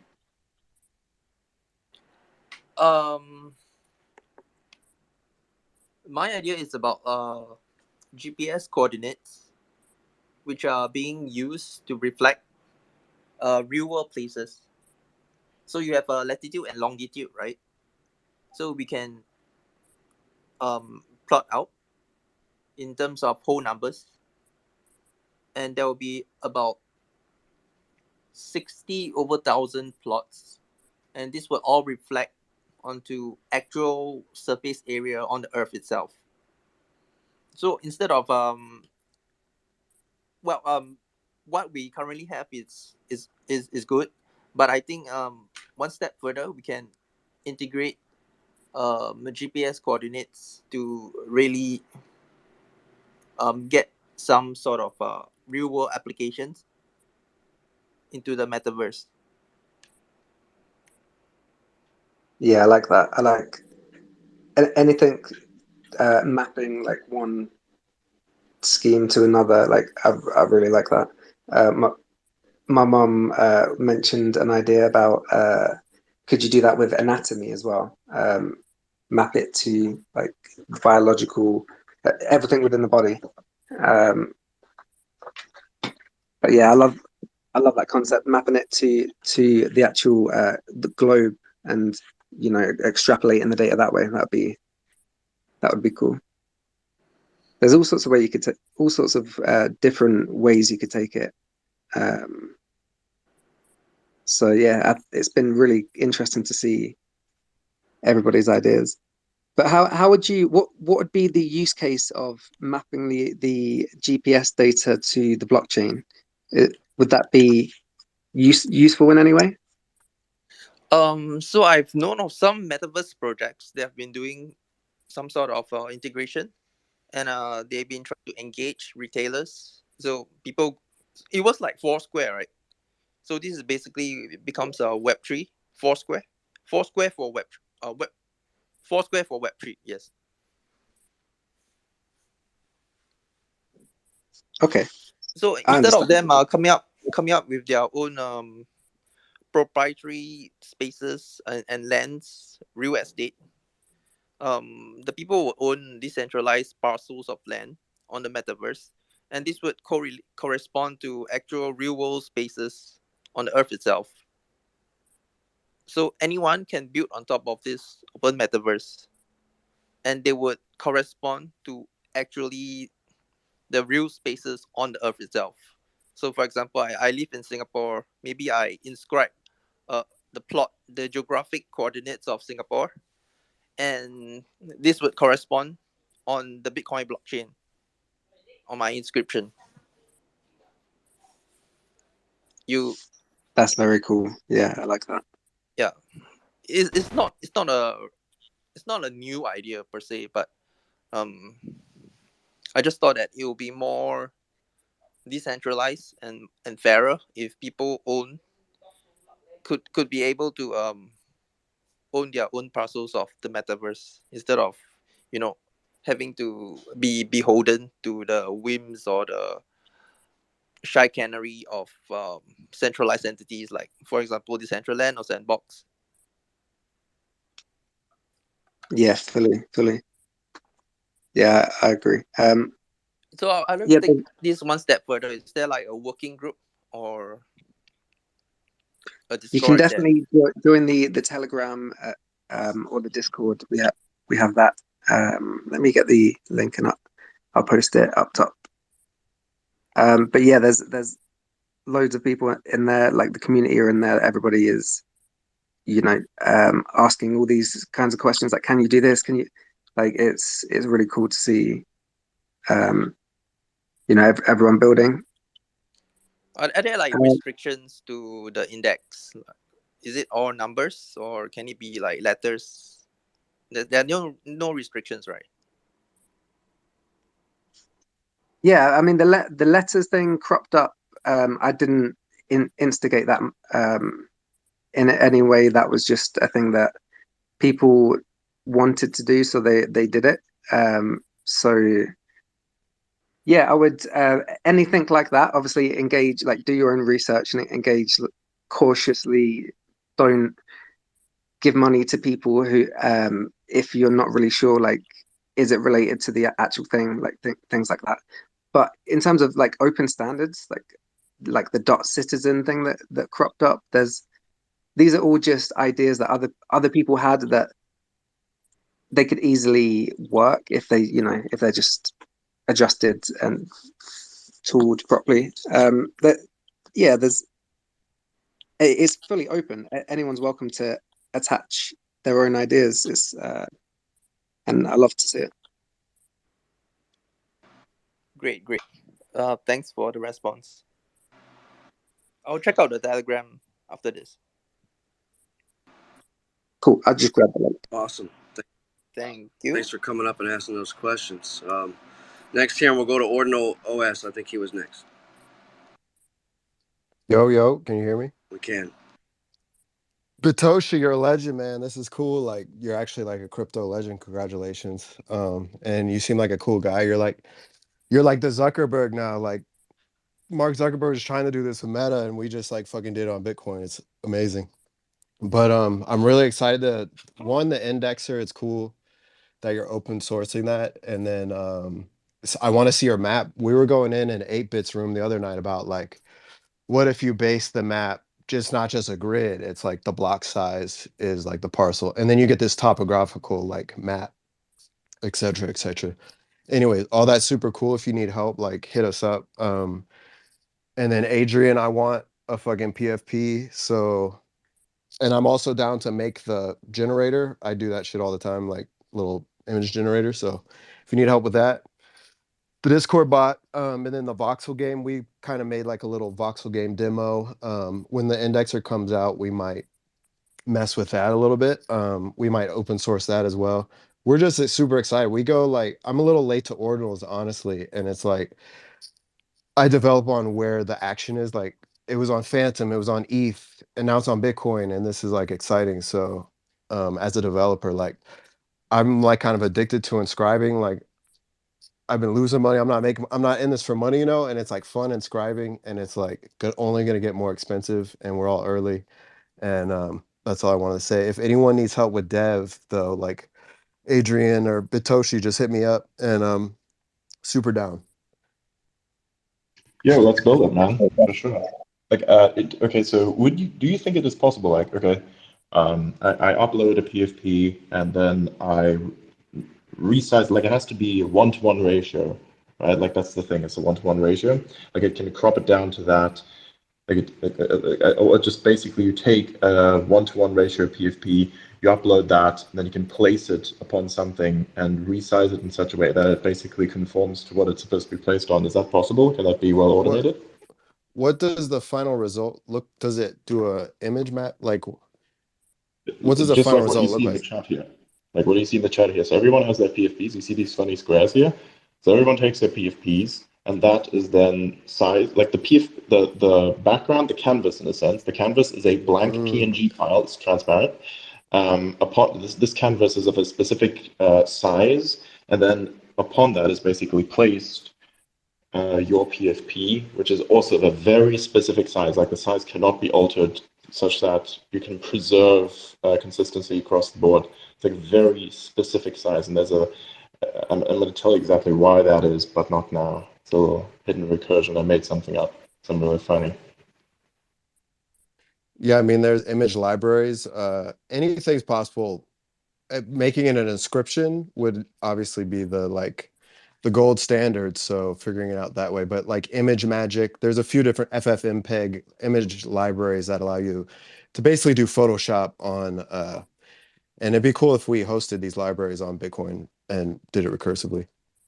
Yeah, for sure. Like, I think if we can somehow integrate this tool in such a way, like preserve it as an inscription, like we could just basically create the tool as an inscription and then have that tool just like, you can do, like, I think the thing that is really important is usually what people don't realize is you can take stuff that is off chain and control it on chain. Like the controls are all on chain and you control the things that are off chain. It's like being God and moving around parts of the universe. That's how I see it. Like you imagine that basically the blockchain is something that's outside of the universe and you are the creator of the universe, and you want to move around very specific molecules and things like that, right? So you need this kind of guided hand, and I think that guided hand could be the tool on the blockchain, and then that could reach down and control various elements down below, right? Like if you think about it that way.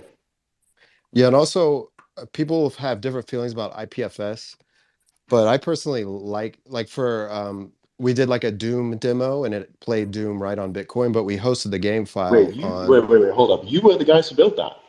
Yeah, we did recursive Doom, which Yo! I wanted to talk to you. Fucking cool stuff, dude. I liked it. I really liked it, yeah, dude. because the meme is can it play Doom? Like nerds just they'll get a calculator, they'll put Doom on it.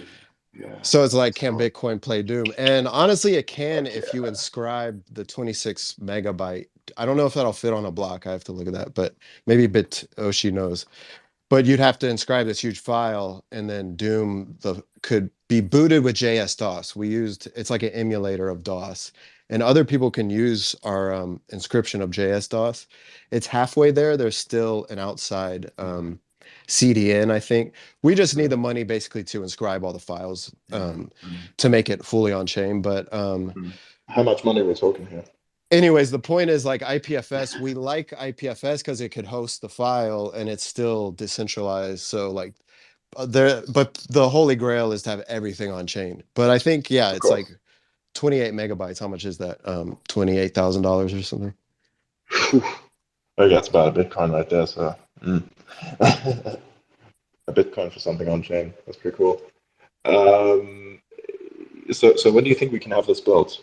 The tool for shaping the PFPs. When do you think we can have this built? I just have to understand it if you DM me, and then like a 12-hour session or something like that, 10-hour session.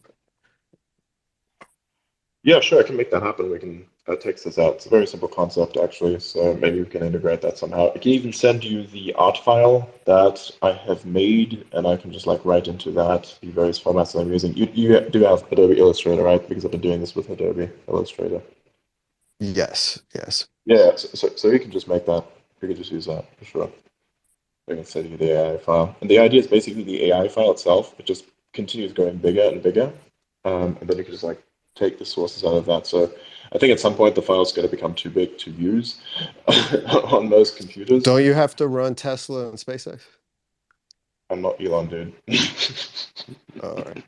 And even if I was, I think I'm really fucking myself here because automation is the first thing I would do if I were to do that. Anyways, no more psyops for today. Okay, that's enough psyops for the internet. I've got Ben North and another DM. Just kidding. Okay, before I go though, I want to just ask Bitoshi something. I don't know what I want to ask, but I just really want to see your map. When will that drop? Dude. That's a good question. We're pretty damn close. A shout out to my dev who's helping with that in the audience. Sid, he's down below. Do And you think you everything. can have it in? Oh dear, I'm really fucking myself here because automation is the first thing I would do if I were to do that. Anyways, no more psyops for today. Okay, that's enough psyops for the internet. I've got Ben North and another DM. Just kidding. Okay, before I go though, I want to just ask Bitoshi something. I don't know what I want to ask, but I just really want to see your map. When will that drop? Do you think? Dude. That's a good question. We're pretty damn close. A shout out to my dev who's helping with that in the audience. Sid, he's down below. Maybe you can give like a little wave or thumbs up. But yeah, it's ready. We're just plugging the ports together. Like that USB Type C didn't quite fit into the USB Type B kind of situation. So we're just So do getting you think you everything. can have it? Do you think we can have it done in like 2 weeks or? Oh, it'll be much sooner than that. The map will be ready. I was hoping the map will be ready like today, but we're going to have the index ready today. I need to jump off in a bit to sort of tie those ends up and get that Because sorted. But yeah. we could just announce that on the space. We can actually, I think we could announce that the map itself, like fully put it out there. Probably in 2 weeks, maybe. What do you guys think? We do that. What do you think? Shall we do it in like 2 weeks? We organize a massive space, have everyone come in here. We launch the bitmap with the people who are the bitmap. What do you think? People may want Sound 2 good? weeks. Yeah, I'm thinking that's quite a long time. 2 weeks. True, yeah, that's a long time. 2 days, man. 2 days. We can do it whenever you want, Bitoshi. Bitcoin after Yeah, dark. You sure. already know. Yeah, we're ready to put out the map like ASAP, ASAP Rocky. But it's all down Oh, to more bullish on Bitoshi than ever. ASAP like Rocky. Sorry, Bitoshi. Go ahead.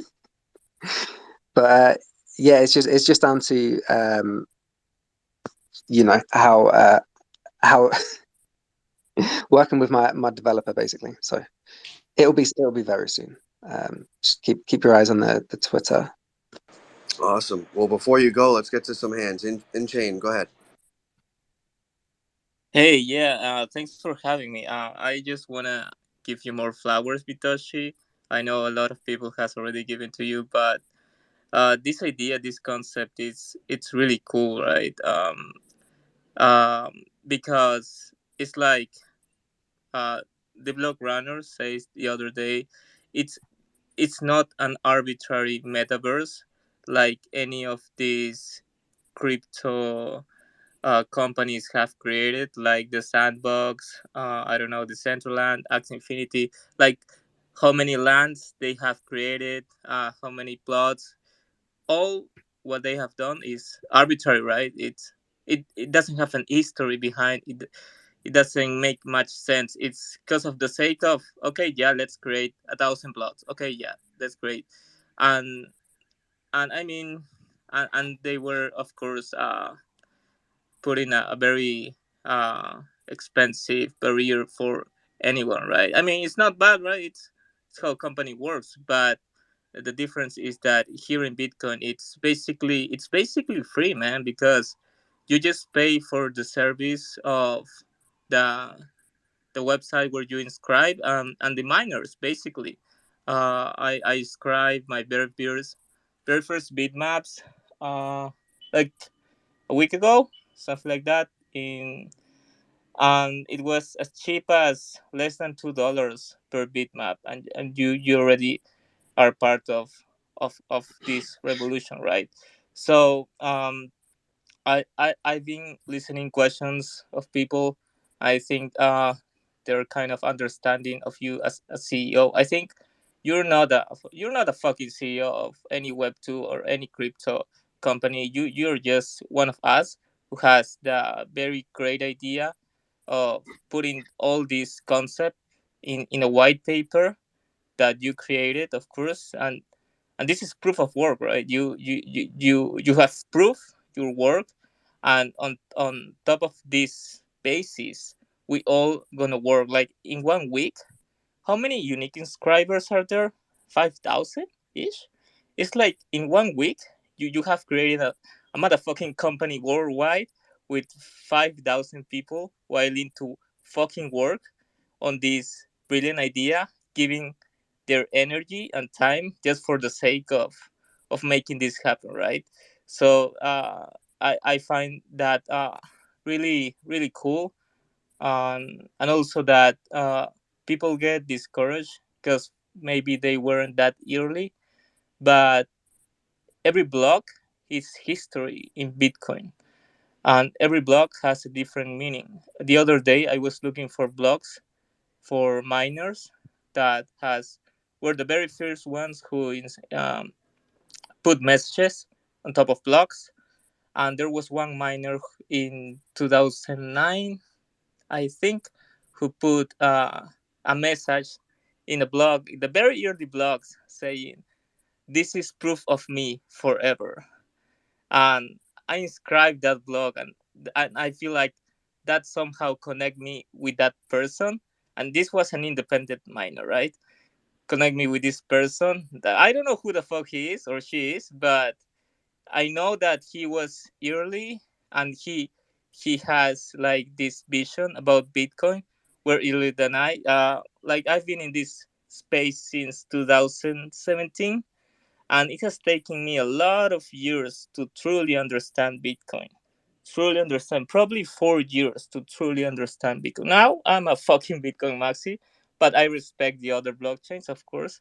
Uh, but yeah, I think it's this shit is just different. This is not other metaverse thing. This concept is another level. So shout out to you, Bitoshi, and I want to give like I inscribed probably, I don't know, probably $10 of Bitmap. That was like 7 Bitmaps. I don't know.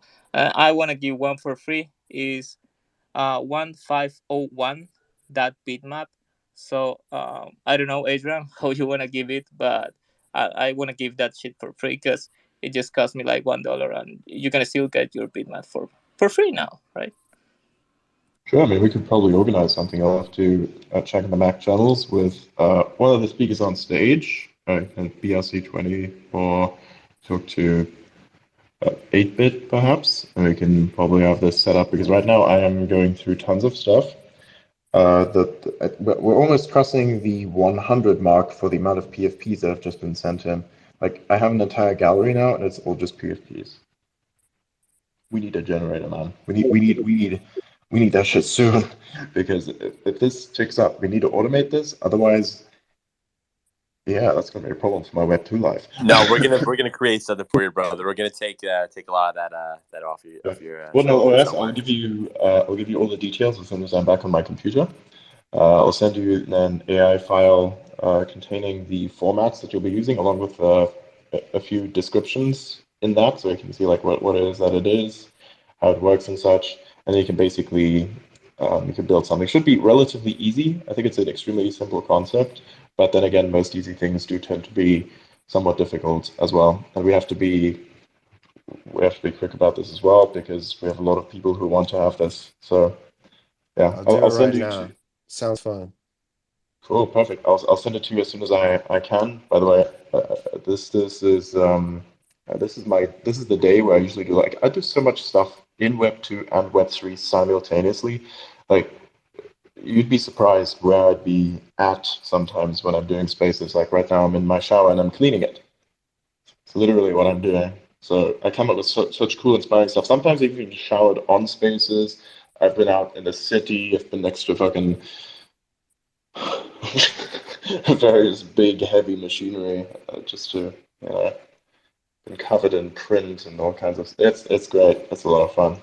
It really shows you how much you can broaden yourself and how general you can become if you just did rather than to simply try. One must do more than try. One must do simply. 100%. Yeah, awesome. I'm gonna drop off, but I think after creating the Discord and having all of us onboarded, I don't know if it makes sense to give it to someone who already has a bitmap or to someone who doesn't have a bitmap. But I don't know. Let's organize something. I'm wanna give that. Also, you have to tell them. Yeah, also you have to tell them, if you haven't already, you'll have to use a specific wallet for this because some wallets do not support bitmaps, right? So you have to, yeah. Oh, gotcha. Okay, Yeah, that's cool. I think Ordinal's wallet supports it, so you have to get Ordinal's wallet for that. It's very easy. It's basically browser based, and you can like run it anywhere. And of course, as usual, when creating your seed phrases, do not lose them. Place them somewhere where no one can. Yeah, I'm there. Dude, are you going to break the internet and give me a follow back, please, sir? Who are you? Adrian? Dude, this guy just joined the space and he sounded exactly like That's you. great. We're like, no way. Yeah, dude, that's fucking epic. I can't tell if the real one is talking or. Like, Yo, this is a fully recursive psyop. That's what this is. We live in Oh, a he loves that. simulation. Yeah, we are the simulation. I mean, I literally put out a tweet saying, hey, we are the Matrix. Like, we make our own things real. And my idea is like saying, hey, I don't want to break the Matrix. I want to reshape it such that it agrees with us. Like, No, he just this has is like multiple full. devices. I can tell you exactly. I am married, and my wife says the same shit to me. It's like she watches a clip of you and says, I don't hear him speaking. I hear you speaking. I'm like, yeah, welcome to my life. Beautiful. Why? Why is that funny? What's going on there? What, do you have some issues with Gibraltarians? yeah, cool. I think that's pretty stout. You can find them, probably even use steganography to hide those, and do not tell anyone ever where you're hiding those things. Best of all, you could like fractionalize them so that you don't even know, no one else even knows, but everyone together knows. You can do a lot of cool stuff. But yeah, it's a little bit. And for wallet discipline, if somebody wants to get you to click on something, do not just simply read. and have multiple wallets if you're doing big projects, because you can never go wrong. Because if you do, you get fucked up to a massive extent. Just a little heads up on that. Yo, ladies and gentlemen, I just want to report that originally when this space started, we were at 493,000. During this space alone, over 5,000 inscriptions were inscribed .bitmap. Chris, how you doing this evening? Well, I kind of lost what I was going to say and some of the beautiful thoughts that were shared here, but I know there was something someone mentioned that mattered. And then I got distracted because I figured, you know what, fuck it. I haven't done TA in a while. I think I'm going to do TA. I think I'm going to play some of our games. I think I'm going to talk Bitmap ideologies because I think my community needs to engage more in this. But I'll tell you a general statement that I would like everyone to hear. Let's stop pretending we're building stuff on Bitcoin and let's actually face that we're building stuff for Bitcoin. Bitcoin's an interoperable blockchain by the means that its programming languages can easily be written to. You can basically write interpreters to talk to the Bitcoin blockchain from like any major programming language. Satoshi is very clear in the white paper that the scalability of Bitcoin would probably always be hindered in order for it to be decentralized and trustable, right? Trustless. Let's say trustless because that's actually the true term. But it would be interoperable through its code base so that it could be scalable through other applications and software. We find that gaming is one of the best ways to really engage blockchain in a meaningful way. May not be the projects that make the most funds as founders, and this is why a lot of people shy away from it. But I believe it does produce the most entertainment value and help people in this space. When we see Bitcoin, we want to build things for Bitcoin users because it's a verification layer that is unfuckwithable.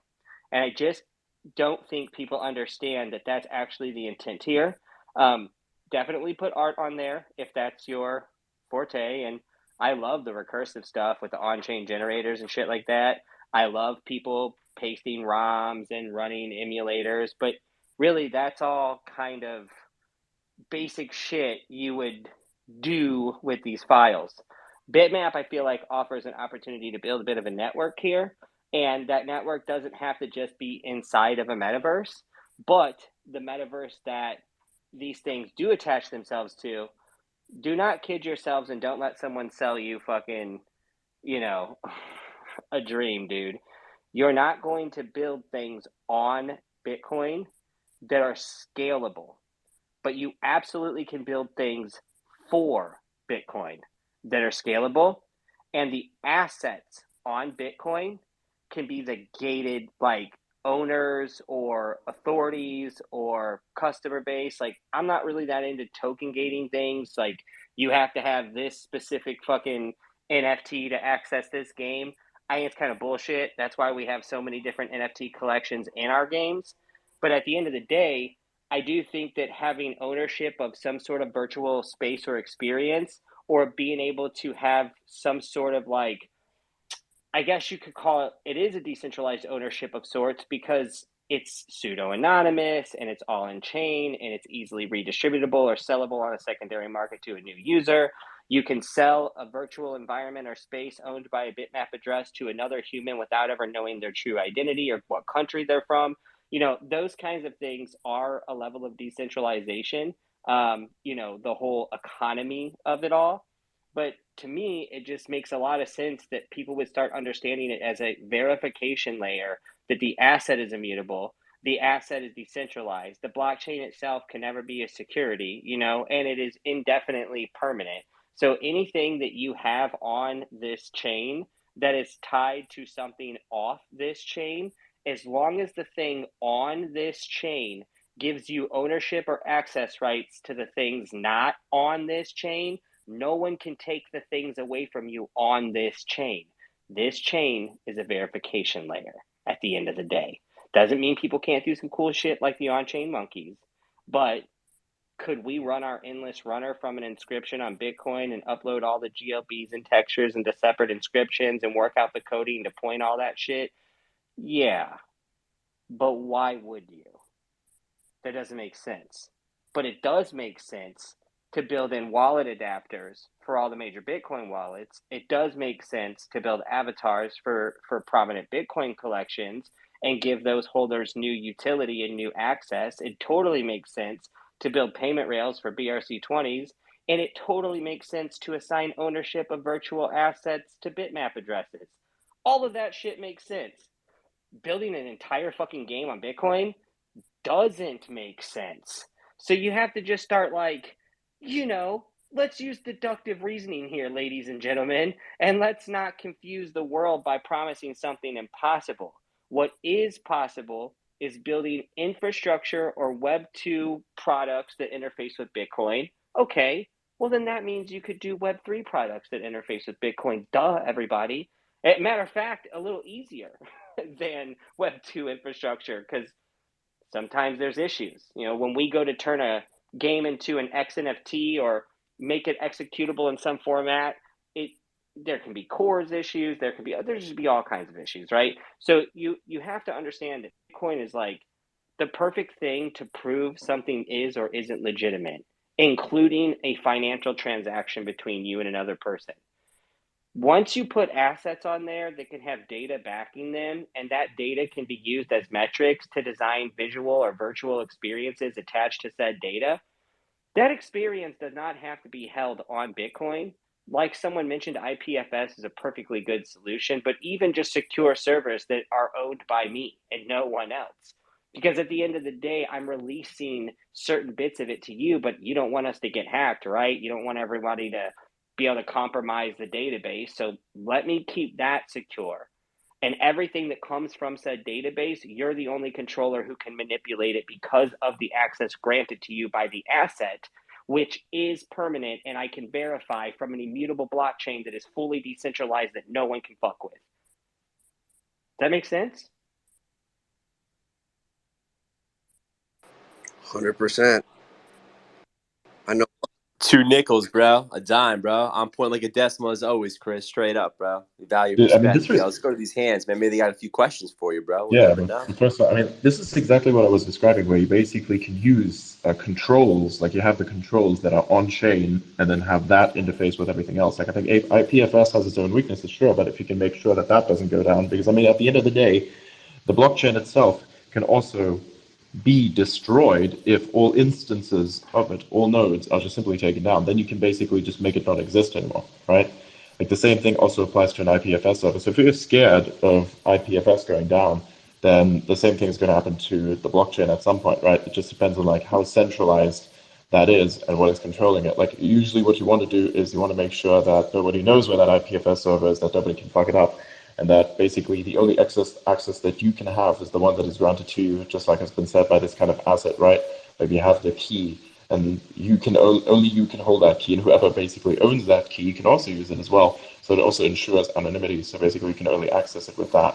You basically use blockchain-based controls on that. If that's really easy way to No, that makes conceptualize sense, it. Adrian. Yeah. And you know what people don't realize about most IPFS, like Arweave or Shadow Drive, is they are fully decentralized and fully immutable. The only thing that can be removed is the image, and that image is holds it like okay. So when you do it on Solana and you upload things to Arweave, you pay like 0.01 Solana, it was like 15 cents per image to put on Arweave, and then there's a URI for the metadata in the image on Arweave that you then embed into your token data, which is how you get the image on Magic Eden inside of your Phantom wallet. Same thing for Ethereum.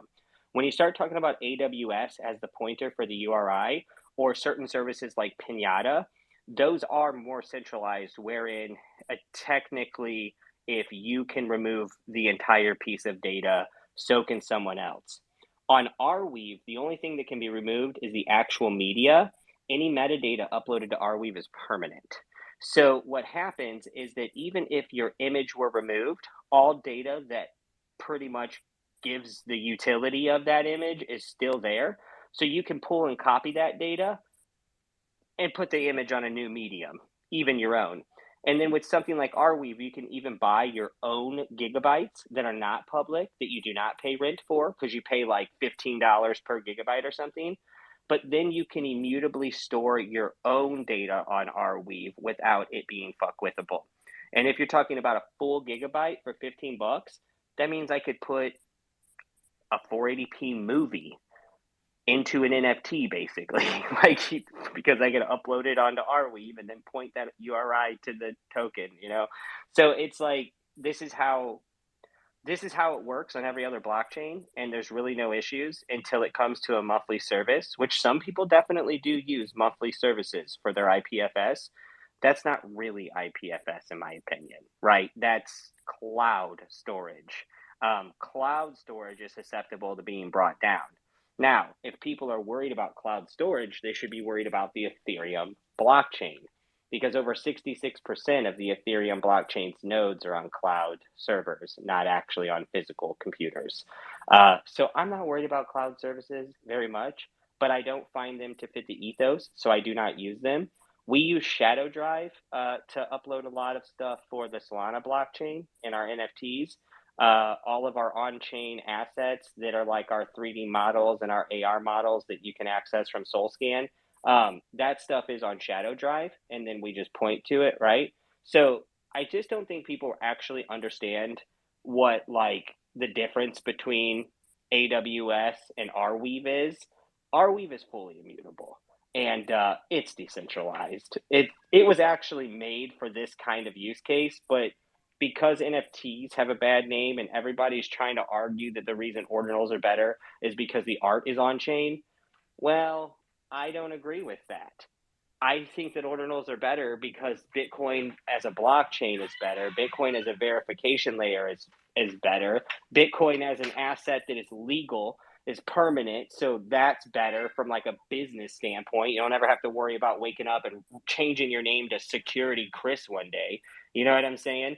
So like at the end of the day, to me, I just don't think people understand it very well.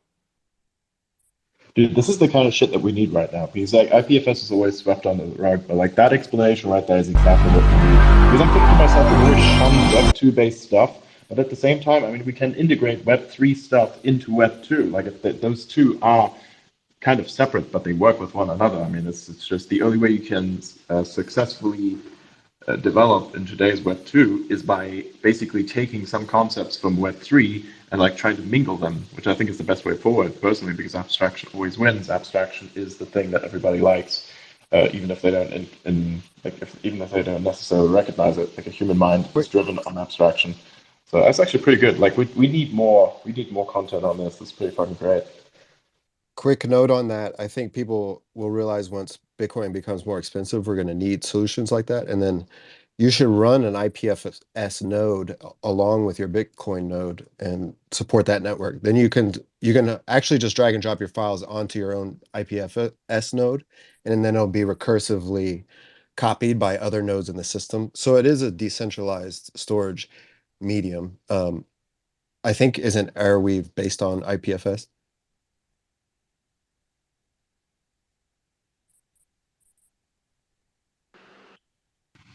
I think it's basically IPFS. Yeah. I want to get to some more of these hands here. Architecture, you've had it up for a bit. Go ahead, brother.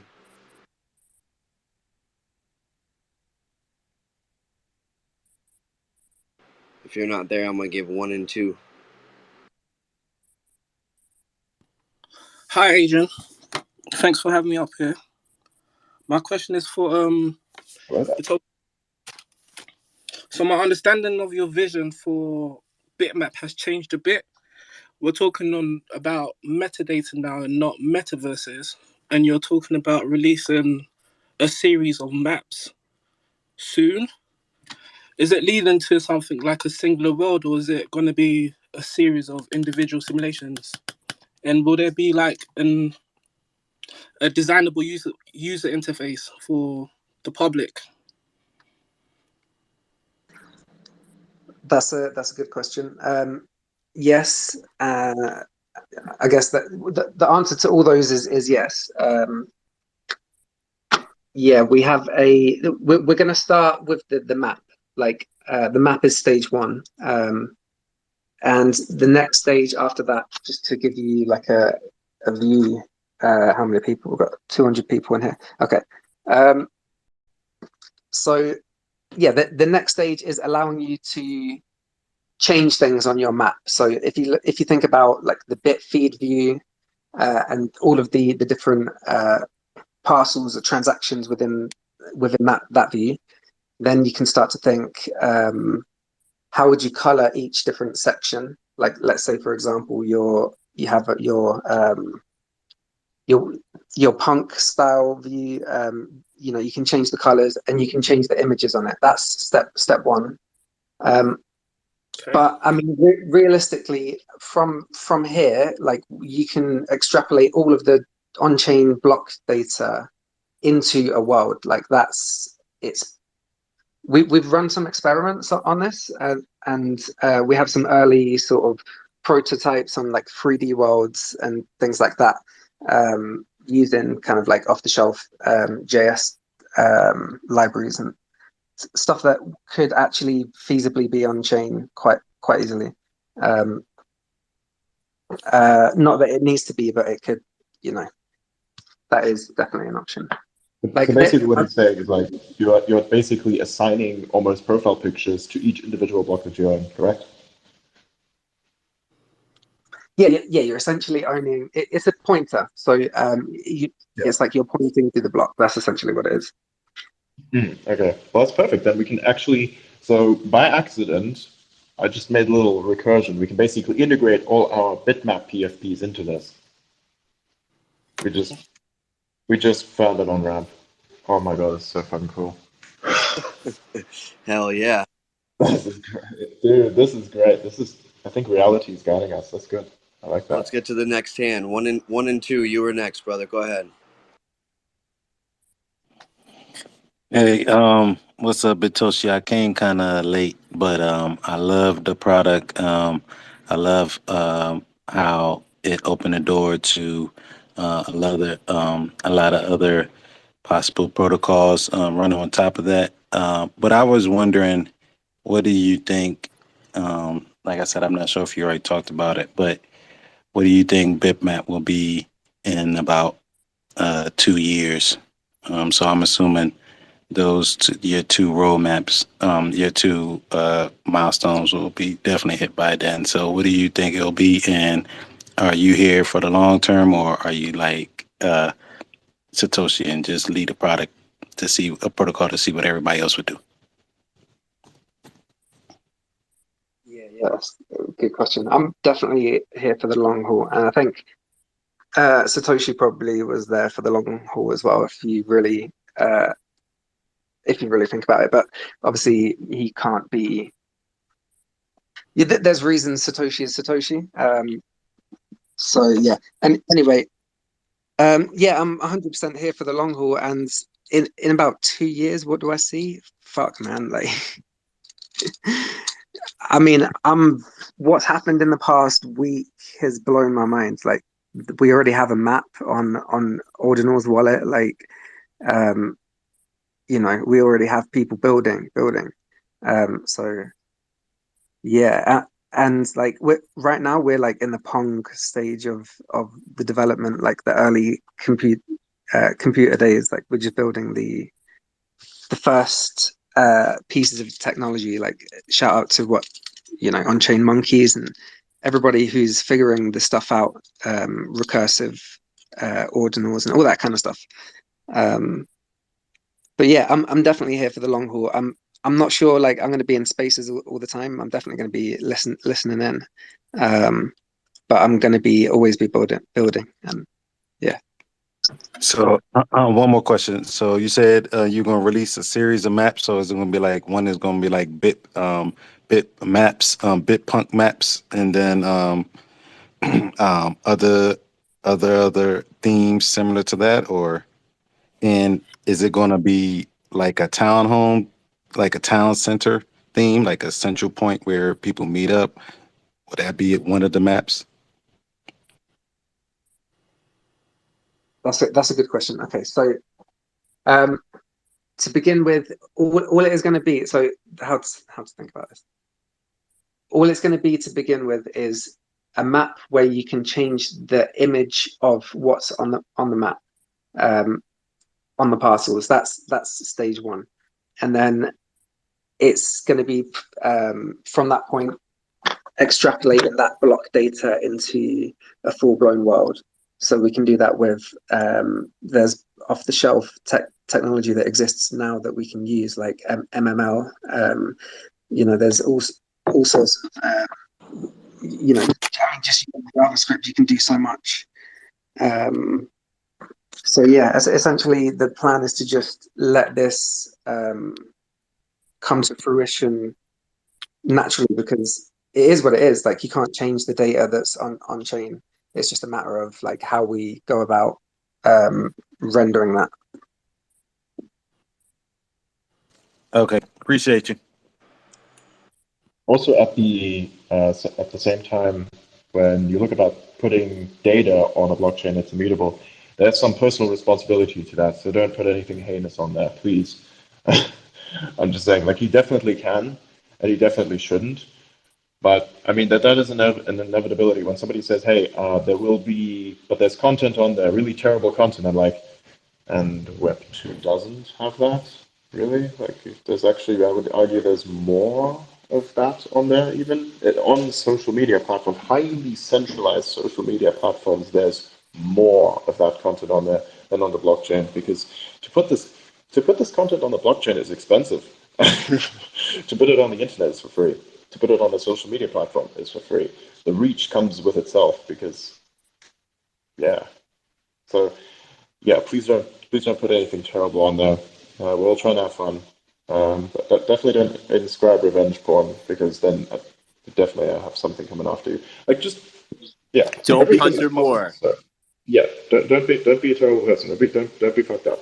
Just do good consistently, always, please. David, Yeah. David, you got your hands up. Go ahead, man.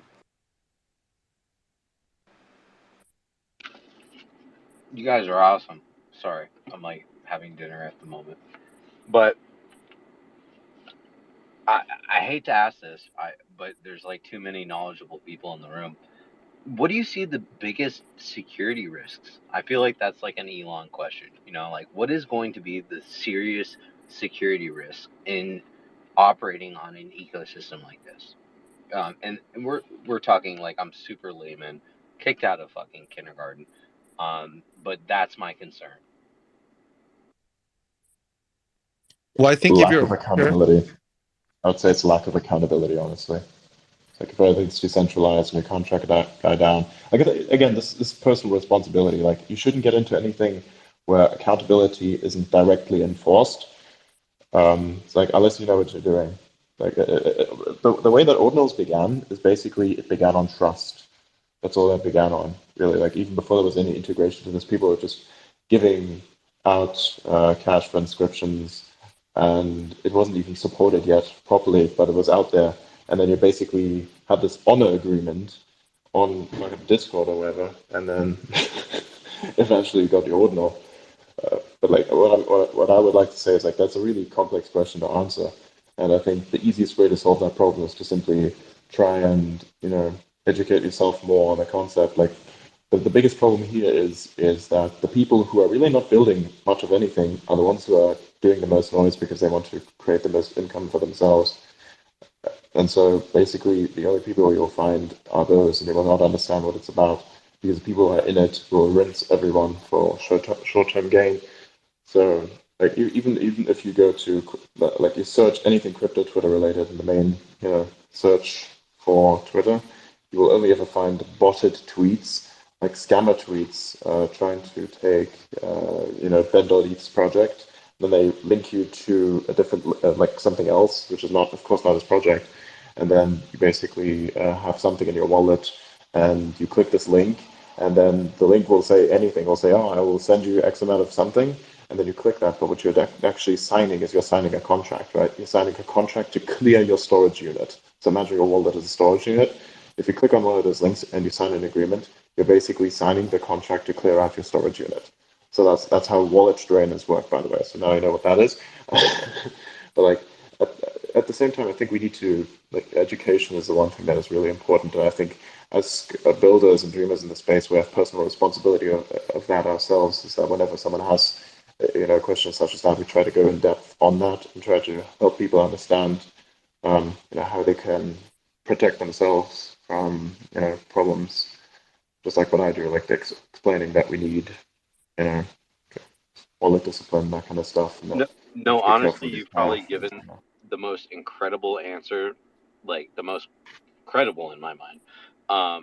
Like basically, like if you're a fool and your money is falling out of your pocket, you should probably already accept that you're going to lose it. Otherwise, you should care about it and do something about Yeah.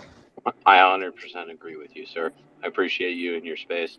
Yeah, thanks, man. Retweet the room, or yeah, I'm just not going to say the next phrase. Maybe a family member you does not like you, but just retweet the space. Like just get it done. Yeah, sure. Thank you. Appreciate that. Go ahead, Jack. Go ahead. Oh yeah, I was gonna say it's not exactly a security risk, but like obviously when you own a piece of land in a different country in a physical world, you're governed by the politics of that country. So some people prefer the rule of law in the United States over the rule of law in Sudan, right? If you end up like renting from like landlords in Bitmap, like if they lose their private keys and someone else hacks them, then the new host could like kick you out, like in theory. So there's been all these conventions for how people organize inside this Bitverse. So I think what's going to happen is the people who don't see what this is, they're going to continue to have every reason not to see what this is because they're like, oh, there's just words.bitmap, letters.bitmap. I don't see it. And they're always going to draw parallels to these gaming companies. Like, look at this gaming company. They spent like $785 million building this just one game. And you think you can make an entire like metaverse. That is the equivalent of look at New York Stock Exchange. They can handle 777,000 transactions per second trades. And like they've been doing this business for 45 years. What do you mean you guys at like Coinbase can like replace us? Or what do you mean you guys at like Bitstamp can replace us? So the progress will be different than the progress inside a centralized game or centralized 3D game. The progress will be far widespread. But it's like gradual steps up the ladder to a future that the other people cannot match because of the dynamics. Just as the things that I said was a risk, there are other ways that this is a benefit where you can now like different game developers from different places. So it's like there's like game developers that's drowning or something like that. Or the analogy is like this: it's like the biggest game developers is going to think they're too cool for school, too cool for this, right? But the hippie like indie game developer who doesn't really care about just like there's a guy who likes to change the world of finance but does not care about starting a company like PayPal or Cash App. They're going to be the ones who like build on this, and you're going to poo-poo them because they're not supposedly the top talent, but you'll realize that these people actually are the top talent and that these actual gaming companies, the reason why it costs so much money is they're filled with like HR department, accounting, investors, CFOs, managers, and like the actual talent are going to be tinkering days and night, maybe outside of their job to build this ecosystem up. So it's like one of those things that like happens slowly. And once the crossover happens, no one now thinks of like, I prefer the New York Stock Exchange to make me my crypto exchange. No one will prefer these centralized big gaming companies to build you the metaverse. Just give it some time. And time took a decade maybe for crypto. It'll take less than 2 years for this. Also, be very well informed and have confidence as well. Like, one thing that I cannot stress enough is don't let anyone tell you what you do with your coin. If anyone does that, they're full of shit. I'm going to be plain simple here. No one will ever tell you what to do with your coin. They will try and convince you, maybe, or they will just try and onboard you into something, and then maybe if you then, by your own will, do something with your coin. That is what it is about. It's about your own free will doing what it is that you want, not what it is that we want, right? Like if you want to be part of this, you can. If you don't, you don't. Like it's all perfect. You don't even have to buy anything to be part of this community. That's another beautiful thing, right? You could just like rock a PFP or just drop in from time to time, drop some alpha, give some thoughts, give some questions. It helps people think about other stuff and approach this from a different perspective. Because like if we sit in our own echo chambers, we're not going to get anywhere because we're in an echo chamber. That's the problem. And so my point has always been to basically break echo chambers and go beyond them and to see if we can bring other perspectives in, because that is truly how development works. We need difference. We need diversity, and this is the best way to do it. This is why I like Web3 so much, specifically the good people who are the actual builders in Web3, like what they're doing, because what they're doing is basically they are introducing this diversity. We don't even care about who we are. I don't care about what your race is. I don't care about what kind of accent you have. I'll ask you where you're from, maybe, like, if it's something really funny, or to try to guess it, because, it's a little cordial thing that you do. But other than that, it's highly irrelevant. Look at us. We all got PFPs looking like strange stuff. And it's beautiful. It's abstraction. I love it. And so that's really what this is all about. Like, I think Web3 is the very thing, like, it's so diverse. Everyone's here, literally. You have the best people and you have the worst people. Everyone is here. There is no discrimination. So that's pretty cool for me personally. Sure, there's this discrimination at some points, but there are those people there because they are here as well. Right? You have people who support you and you have people who tear you down. You'll have people who say, here's what you can do with your coin, but you don't need to. And there's people who say, do this with your coin or you miss out on generational wealth. Anyone who uses generational wealth as an excuse to do anything is just trying to get you to ape into something. It's like, don't. This is like not financial advice, but one thing you also have to understand is don't put your month's rent into anything, hoping it goes up into 10x, or don't spend anything on anything if you're not willing to lose it. Like, I mean, sure, you could both probably say, hey, I have expenses, I have surplus income, or you can say, hey, I have I spend money on a video game. Instead, you could probably spend it on ordinal and maybe build something else. Like, I'm not telling you to give up games, but I'm just saying, maybe you could see higher value of utility in other things, right? That's all possible. But at the end of the day, don't let anyone tell you what to do with your coin. It's like your right to do whatever the fuck you want. That's it. And we try to embrace that here. It's the reason for Bitcoin, right? Financial freedom. Go ahead, Block. That's not bullish. Yeah, I just wanted to comment on that because, yeah, it's truly about freedom and being able to do whatever you want, or else it's not decentralized. Because decentralization equals indifference, in my view, which means anybody can do whatever they want at any given time, and there's no middleman to stand in your way. So that's part of the beauty of Bitcoin, and that's why I've always loved it so much. Yeah, Block, I couldn't agree more, man. I truly feel like I was lost on so many other chains, for the past 2 or 3 years, and I feel like I found myself on Bitcoin, and I found a lot of cool people, a lot of people that are cooler than me and smarter than me, and I'm learning so much. We even got Jack up here with Bitoshi, with Solana Chris, who's building for Bitcoin now, y'all. Come on, everybody. If you're not bullish on the community and the unity that is happening right now in Bitcoin, then what are you doing? For real. Let's go, baby. And Mr. J, fellow Bitfluencer. What's good? Yo, what's up, man? Uh, How we doing, fam? to be honest, 8-bit, I found out about bitmaps from you, and it totally changed my perspective on how these things works. It's not just about the metaverse. It's really about this bringing the community together. Everyone's being genuine, right? And the fact that we are not focusing our attention towards one big corporation or game, like Decentraland, is the beauty of it. It's not a negative. Everyone has their own thing to build, and that's the freedom of Web3.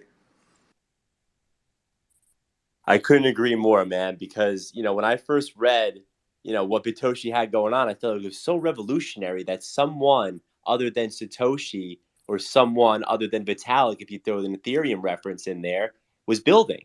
And everyone that's listening in the audience right now, you can utilize ChatGPT to learn a lot of things right now that could do a lot of the hard work for you. Let me give you an example real quick. Because of the protocol that Bitoshi actually, presented to us, I did a little more research with my friends, and we found messages from the miners. And when I found that, and we found that together, what I did was I took a piece of code that was embedded in a block mined in 2013. When I took that code into ChatGPT and executed into Visual Code, it allowed us to now embed on future blocks. I uploaded that instantly to GitHub. It's free information. It's out there. That is the innovation and the level of community and sharing of free open That's source fucking information that Bitoshi has inspired from Satoshi. Sorry, I had to get that out. Go ahead, David. No, I had to get And I this is had to also get the that out. exact. That's fucking sick. You just turned me up like Dude, 11. right? 11. This is also the exact same reason why a lot of people are calling for the regulation of AI, because this also is a tool to freedom. It's like, You don't need to regulate AI. Like you need to educate people on how to use it properly. That's how you stop various terrible things from happening. Like the same way you would educate people on the dangers of taking certain drugs, like cigarettes or weed or anything like that. You tell them to do things in moderation or don't do them at all if you want to live a good life. Right? It's all about education. More regulation doesn't solve the problem. More regulation will create more chaos, and the power hungry will always be power hungry. But like I think we don't need to regulate AI. We just need to make it better, and we just need to use it better. Like it depends on us. It's individual responsibility. That's what it is. It's nothing more than that. Like it's all on you, man. It's like self confidence, man. Believe in yourself and just begin. And you're never too dumb to know anything.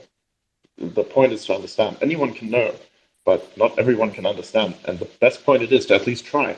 Like don't just look at something and say, "I'll never understand it." Fucking try it. Like you know what else you got to do?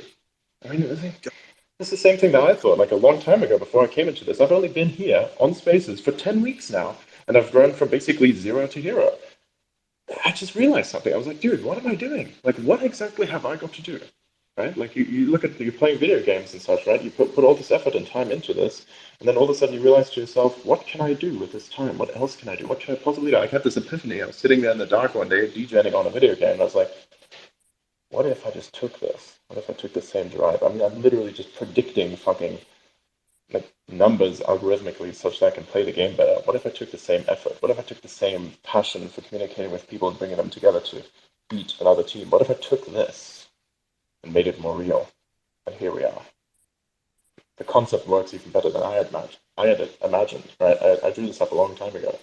And I've been on here since on Twitter since 2021, right? I never started anything because I didn't have any ambitions, but I had wanted to do this. I drew up the plans for this like all those years ago, and now I made it real in less than 10 weeks. I might even break 10K this week. Who fucking knows? Imagine if I break the 10K follower limit within just 10 weeks of being on Spaces, because all those spaces that I host are numbered. So you can see each space I've hosted has a number on it. To keep track, it's like a personal thing I do for myself and also for others. So you can see this is the 10th space, it's the 10th week I've been here, the 10th week I've done this, 10th week I've hung out. I mean, Adrian, honestly, I think everybody honestly just respects that you're willing to put in the work to receive the knowledge and build as a person and as a space, and that's why I'm here. I think you're dope. Like Yeah. Like, dude, I just got no man, financial keep going. ability. Like I got no financial ability to offer, and I'm kind of the concept of many people, right? Like I want to try and do this without financial incentive. That's my thing. Like the entire drive has been without financial incentive. None of this is profitable. It's all for passion, and so this will make me very different from everyone else. This is why I'm so abstract. This is why I work. Right? This is why this whole concept works because it's different. I'm not doing things for profit. I'm not trying to show you anything. It's like, what's the point? So, yeah, I'll show you people and concepts, but not tokens or art. I'll just tell you what's cool about it and what I think is cool about it, and you can draw your own conclusions from there. Because whatever that is, whatever those conclusions are, that is on you and always should be on you, right? I have my own individual responsibility to try and present what it is that I think and want to present in such a way that people can understand it, but also it's your own individual responsibility to do with that as you please. Like I have no control over you, nor should I. So yeah, well, I'll add it to that. And all I can do is basically just like take an information, rehash it in the most coolest way possible, and come up with something like be the bitmap, and like drive advancement forward in the best way possible, always continuously. Awesome. Hell yeah. Before I get to you, 8-Bit, I just want to let everyone know that's been joining in or on stage that hasn't heard. If you do want one of these cool PFPs done by Adrian, that's Bitmap. I do want to throw some flowers over to Yeah. I'm so that MFer knows his shit too. Y'all do. Thank you guys very much for the knowledge. Hey, no problem, man. No problem. Thanks for coming up, David. Yeah, thanks for coming, bro. Brother, Yeah, by it's with a Gimbalist, great David can't honor hear and a you. great heart. Chris, let me just say this before you go on a crazy, amazing fucking rant that we're going to love real quick. Dog, we just hit fucking 500,000 bitmap. 500,000. I'm going to send out a tweet right now that's kind of got me, I'm just like humbled, bro, to say this to you, Batoshi. I was there for, under 20,000 inscriptions, and we really saw an early vision of what was happening, bro. And I'm very humbled to be here with you, and I cannot wait to help you build brick by brick, or how we say, block by block. Hell yeah, block by block. Let's go. We are Yeah. the founders. I feel like we're on a treasure hunt, and we're all Yeah, like wolves. We're all wolves, and now we're like a wolf pack. Is that what's happening right now? Dude, I don't know what's happening, man. Like, we all just kind of find each other, and now we're just basically accelerating this into infinity. Like, here's something you'll get if you have holders of a specific, uh, artifact, digital artifact. There are two types of people in the world. There are the people who will say, "Oh, I'm using this to boost my statistics," and then those who cannot do the same say it's just a vanity measure. But dude, it's just a cool fact. Like, that's all that it is. If you are trying to base the value of what it is that you hold on just a statistic alone, then you're really just fucking yourself over, because what you should be basing that statistic on is the value that the community holds. Like, the community holds value in this, and that's what makes it, indeed valuable, right? That's why people are doing this. And you can find that we are basically, in terms of holder count, we are flipping basically everything that is out there. No collection is this big. Okay, that's one thing. No one does this. We'd be one of the first. And so people are probably very scared about us, right? Like, I mean, imagine a guy who's just sitting here and who's just doing shit for free. That's fucking dangerous. That's fucking dangerous to shillers, man. So you're gonna get a lot of comments. Like, even if you put a PFP on with a square, probably people are gonna tell you, "Oh, you better be careful about this." And like, yeah, you'll only hear that from the youth maxis. I'll be honest with you. Like, don't be a maxi. Be a maxi on people, maybe, but be a good person. That's it. Like, I don't carry hate to any chain or anyone really, but like, don't spoil the fun for everyone. Just enjoy what's happening. Right? Go with the flow. Go ahead, Chris. You had your hand up first. Go ahead. I don't think David can hear BRC20, and if he can, then there must have been a communication thing there. Bitoshi, you should add 8-Bit as your community I manager if you're cannot like, hear him. I right, apologize. that's what I figured. You're good, dude. He's a good dude. And thank you for the kind words, by the way. I But love you, Bitoshi, BRC20. if you need a community manager, you really should hire 8-Bit, because about 5 days ago, maybe 6, I don't even know how many days ago it was. I've been fucking nonstop focused on Bitmap Valley since. But he basically told me check out Bitmaps and tried to explain it to me. I literally said I don't even understand why I would do that. I came into your space with you and Block Runner. The only reason I came into that space to hear you guys out was because of him. And after you helped me understand the why, I knew how. And then you helped me understand how on your end, and I knew why. So like it kind of came full circle, because I respect 8-Bit enough that when I saw you holding a space, I thought, you know what? Instead of writing him off, let me go talk to the people who built this shit and figure out why he would even give a fuck in the first place. And it made me give a fuck. So like he's in. I heard someone else say that. Dude, there's like 2 full group chats, because this dude is like literally putting people on to the ideology and the low barrier to entry.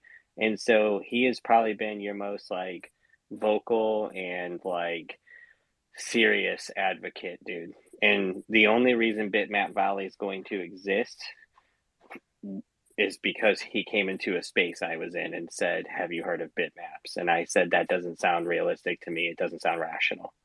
So, and now I'm on here explaining to people why I actually find it more attractive, and I'm actually doing something sick. So, dude, talk about stranger things could happen. You know what I mean? Like, it's just crazy that we're all here now, 500K of these things inscribed. You got 10 or 12,000 holder count or some shit like that. It's like, dude, it, I would be a fool to say that. I mean, especially a person who builds Web3 games, for me to look at this and be like, I don't know, resistant because I didn't come up with it. Like, that's what it seems like. It seems like people in this space get really resistant to things that they don't directly have their hand in, or like they didn't get first, or whatever it might be. But in this instance, it's such a fair distribution on something that, and there's such a nice holder base and such like a commitment of belief behind it, that it makes me think, you would be a fool to not want to build something for the holders of bitmaps. It's like, fuck how you feel about the tech, or I was preaching earlier today that I assumed you and Track would figure out the indexing by the time that the virtual lands were ready, because I expect to have the demo for everyone next week, and then we'll start constructing the engine, finish. We've got like 250 spots left for pre-sale, and that basically builds this metaverse. And people don't even understand how it's so cheap, because we're not making money. We're literally just like letting you guys fundraise what it costs to create an engine that can produce 400 virtual spaces with APIs and tools to let you build your own social hub and stream things like YouTube and shit into your virtual space. Like, if you want more than that built, or there's a demand, well, then we can charge money to allow other people to add virtual spaces, and we can connect the virtual spaces. And that's why I'm building Bitmap Valley to show you guys next week, because that will be your town square. So, like, there is so much motivation that I have because you're putting in this effort and you're creating the indexing, and the blocks have data that is immutable that I can use to reference metrics to build virtual spaces or games out of. It's absolutely awesome. I know that it's rudimentary in its form, but the indexing makes it, like, obviously less rudimentary. The bit feed is a perfect way for people to visualize the 2D concept and help me pull data for metrics on that block simplistically, instead of me having to call Bitcoin and do all the logic to reverse engineer the time that this one and how many wallet. Dude, you're doing it for me. You're doing it for me. You're like, hey, these are the ones that were the first ones that actually minted after the block was mined. So these are the verified addresses. Chris, here you go. Okay, sick. Now I'm not going to give ownership to somebody that shouldn't have ownership. That was a problem I was worried about. And then if I want to create metrics based on data, or I want to allow you to build off of your land, I could use the metrics inside that block that they have inscribed to own from Bitfeed. I could create the geography to look like the fucking thing on Bitfeed, but that doesn't seem realistic. Seems more realistic if it's symmetrical, and then there's parcels that can come from the amount of transactions or whatever it might be that's there. But people don't understand, when you're building games for Web3, metadata is so fucking helpful. I'm looking at the block data from Bitfeed, kind of like I view metadata. And to me, it simplifies it. And I was arguing that you would have the indexer ready by the time I needed it. You got it 5 weeks before I need it, dude. It's like perfect. That means you'll flush it all out. And by the time I need it, it'll be exactly how it should be. And then all the concerns I had about, you got to make sure somebody who doesn't actually own that address doesn't take ownership of that land. That's a problem you've solved. And that's what we were expecting. Because if you don't solve that problem, then it's meaningless. So what people, I think, are missing here is how important indexing is for utility. Without indexing, there is no way to guarantee that I can make you special. But once that indexing exists, I can make you special. I can treat you like an individual. And I know that I'm not fucking that up. Dude, congratulations on everything that's happening here. And I swear to God, we will be here to work through this with you, because I'm actually excited, guys. Like, I don't feel this motivation But you understand, usually, you're just right? one of like dozens of people doing the exact same thing you're doing, right? Maybe, we'll see, won't we? Hopefully it's more than dozens, Jack. Hopefully it's tens of dozens, right? Hundreds of people doing the exact same thing.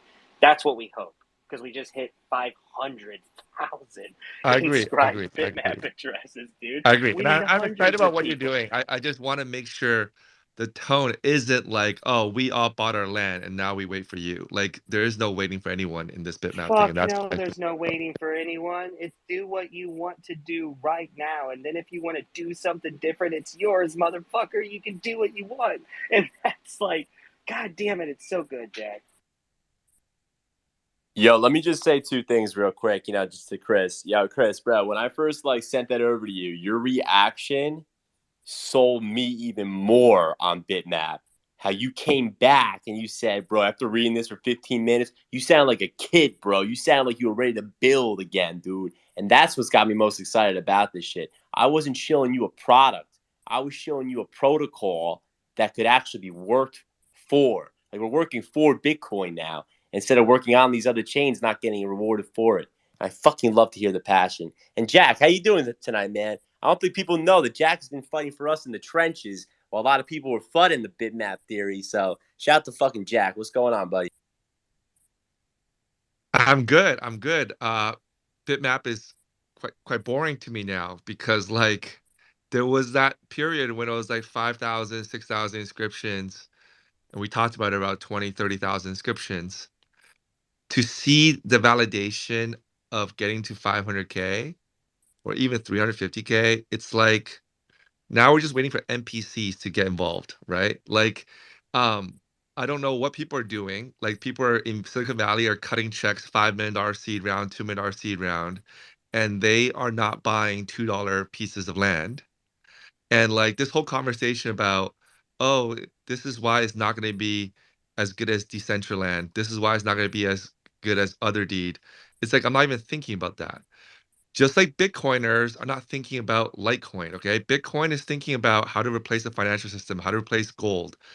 Um, what we should be thinking about on Bitmap is how to replace the entire online offline economy of the physical world.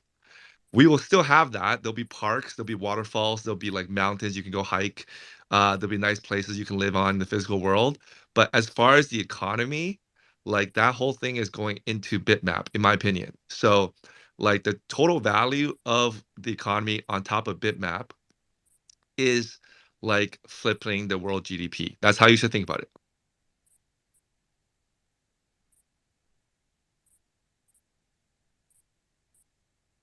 So where my mind is on, and I think I won't allude to exactly which part of the alpha Adrian was mentioning, but he mentioned some examples, some analogies to Bitmap early in the show, and I think people will have protocols like that.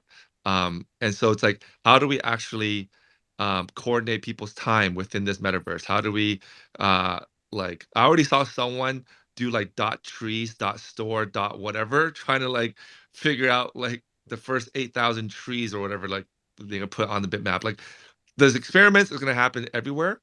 And so like this whole land sale and like is the floor going to $10 or $8? Like that part is like already very boring to me. And it's like we're looking for the next hit. Like if you look at ordinals, there's been like a hit every 2-3 weeks. I'm not saying sell bitmap and go fight for the next hit. I'm saying like get in early to everything so you don't have to sell anything. Good point, Jack. I always love your takes. Go ahead, Block. So what I'm hearing is Jack is bullish on dot bitter. Bro, I was buying mana at like 5 decimals. Four decimals. Dot bitter, by the way, is a JSON social media thing that was made up this morning. BITTER. And there's a GitHub for it. Real bitter about that one. Let's go to the hand though. Sean, how you doing today? My lady. I'm doing fantastic. Sorry, I hit the wrong button. I had a couple of questions. I am pretty damn bullish on this. Shout out to the DGen network. Kyle Riggins actually put me onto this, and it was, oh man, this is one of those situations where I my whole life wanted to create something. You know, there's two things I've wanted to do. One was create my own .com, which is just unfeasible, and number two, create my own game or my own land. And I think this one is going to be the one that actually fulfills that dream. And so I find that to be really cool. It's my biggest question is this going to be much like it is with the dot sets, where it's a first come, first serve on the actual registration? Because what I've noticed maybe this was answered earlier or somewhere else. I haven't received or I haven't listened, probably is what it is.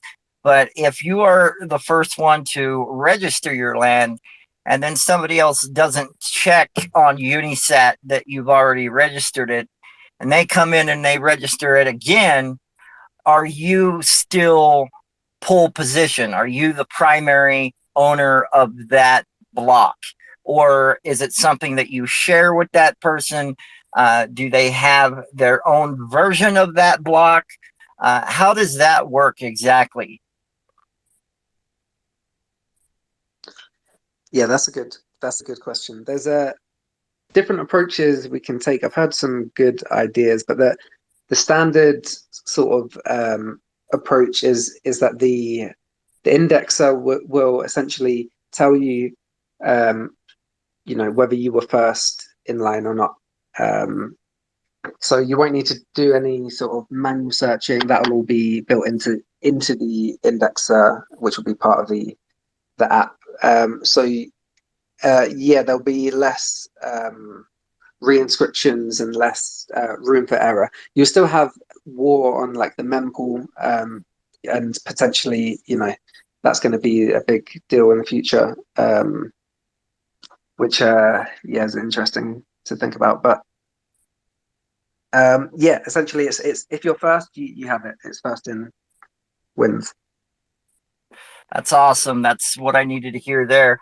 And secondly, the biggest thing is tie-in. So, is that going to be something on the development end where you can almost do tie-ins to the land, like loading screens? Like, let's say I own one inscription, and then I have like 10 more, and I want them part of the same game. Is that something that you could tie in uh, directly within your engine, or is that something that would have to be done a little different? Being that, at times you would have blocks that would be separated. Would it be better to buy your blocks in sequential, or what would be the programming standard there? I guess is my question.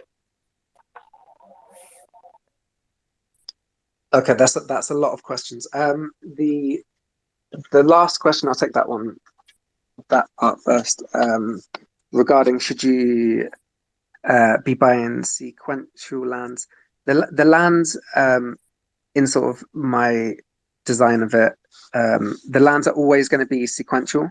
They might not line up horizontally the same as they do on the Ordinals wallet map right now because of the way we'll be updating it. But when that's going to be the whole board is going to be filled in pretty soon anyway, so that part shouldn't matter too much unless you were planning on building in the shape that you drew in. So that's definitely a consideration to take. The map might change, or the map will change.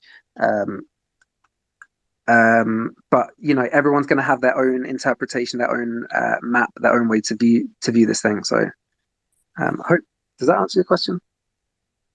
Yeah, that answers my question. That makes sense. Perfect. Awesome. Thanks so much for that answer, Batoshi. Thanks so much for that question there. Go ahead, Nomi. You got your hand up. How you doing today? Hey, what's up, guys? Hi, Adrian. Hi, BRC20. Nice to be here. Thank you so much for this educational space for all of us. Like I'm in my past, I was an architect. So for me, like buying a land and building on top of the land, it's something exciting that I'm like super happy to explore on the Bitcoin. And like Bitcoin is number one blockchain to do that. We have some limitations right now, with the like file sizes and with the like slow like transactions. So I'm wondering how, like, what kind of technology are you excited about to implement into Bitcoin to, make this system grow and to build like multiverses and universes we envision on top of Bitcoin, and to use this land in a proper way, because like that's the most exciting opportunity right now. So it's the question for the audience, like what kind of technology do you think it should be like implemented in the future so we can develop it further? And like one of the technology that is possible right now, of course, recursion, that helps us, to give like a bigger files and combine several inscriptions in one. So wondering what else would be really cool. You know how ordinals work, right? Like the concept of what inscriptions are supposed to do with the plot of land that is essentially the block space upon which you are putting the inscription, right? Yeah, 100%. Perfect. Because like that's what we should be doing. Like we should be building skyscrapers. That's what we should be doing because we have Bitcoin land is extremely limited. It's scarce. So basically build an amazing skyscraper on that. I think what something like OCM Dimensions has done is they have basically pioneered this exact thing. It's where you say, here's what is possible. Here's what crazy shit you can do if you do it right. Like you inscribe something that would probably be 60 megabytes big. Like if you were to render it directly and then inscribe it, like take that and inscribe it in such a way that you can condense it down and compress it into sub 1 kilobyte. That's fucking insane. Like damn. Basically, what it is, it's if you were to talk about it in terms of historic progress, and let's talk about it in terms of Manhattan, right? Basically, what they've done is they've built a 21st century skyscraper in 19th century Manhattan on plots of land that are currently being valued at a price which is reminiscent of 18th century Manhattan. Okay, so like we are at a point where we can do so much cool stuff because it's still cheap. It's very early. We are very early. Let's make use of it. We build New York. Let's build it better, by the way. So if we, I think at some point we'll have a kind of central park as well. And that central park will basically be some of the first and artistic inscriptions, that kind of thing. So if you look at what we're doing, is I think the first things that we're doing, more vanity-based things, that central park right there, it'll take up a very large portion of New York itself, but it's beautiful. It's art. So basically, this is how I'd like to envision it. Just imagine it to be New York, right? As the closer you get to Central Park, the more it would be valued, right? So build cool shit around it. And also you'll have re-inscription, which basically means you can take down an original building, but you don't necessarily really take it down. Like you can build a building on top of the building, right? It's like Roman ruins, right? You can build upon those, and eventually one day somebody unearths something and says, "Holy shit, we've built on ancient terracotta tiles. That's fucking amazing," right? Like that's what we're looking at. That's how I like to envision re-inscriptions. Like the information isn't gone; it's still there, but it's going to be better than just burying it, right? So I think the kinds of technologies we can integrate could be literally anything. And I mean, for me personally, I would like a kind of blockchain-based internet, right? Like where you'd say there's like it's not an internet for high frequency transactions where I say like video gaming. That's not what I want. What I would say would be very nice technology to integrate would be the concept of really fully materializing Web3. And so where you say Web1 was basically the ability to go on network, access the data and read it. Web2 was the ability to do that, but also to make the data. You can add to that, that it exists on a server somewhere, but you don't truly own it. Web3 would basically be the ability to do both those things, but then also to own it in a very literal sense. Like you own the space and what's on that space. Like if I generate a piece of content, that is not stored on someone else's server, not necessarily. It is stored on a piece of land that I own. It's like owning a storage space, like a storage unit, right? But you directly own it, and no one can ever do anything about that ownership. The ownership is a key. The ownership is identified through a key, and that key is a bitmap. You get it? I Think got about it. it. Wow. Like, dude, I only heard about this like a week ago, and I'm already starting to understand it to such an extent. This is fucking me up, man. So great, Adrian. You're putting in my head such a beautiful image. Like I not just envisioned the skyscraper, but as you told, like I envisioned the city. And then, like, I don't know if you read the book, there is a book about like building digital networks as a government. So we can start from digital and then move it into physical and create our own government system on the blockchain. It's amazing. I will send you the link. It's an amazing book. I recommend everyone really to, like, dive deeper, like how we can connect digital and physical. And also, like, really great point about like having a smaller files, like I like with the recursive inscriptions, like that allowed me to really have like size it down to 4 kilobytes instead of having 400 kilobytes.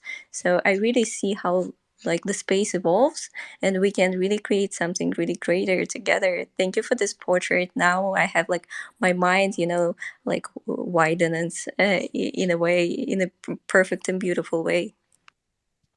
Yeah, for sure. I have I read mean, like that this book. this Are this you is talking really about good. network state?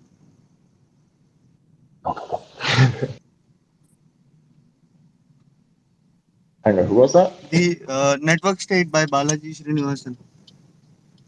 Okay. Yes, I think it's this one. Let me check the name. Yeah, it's that one. We think we should plan it that way using bitmaps.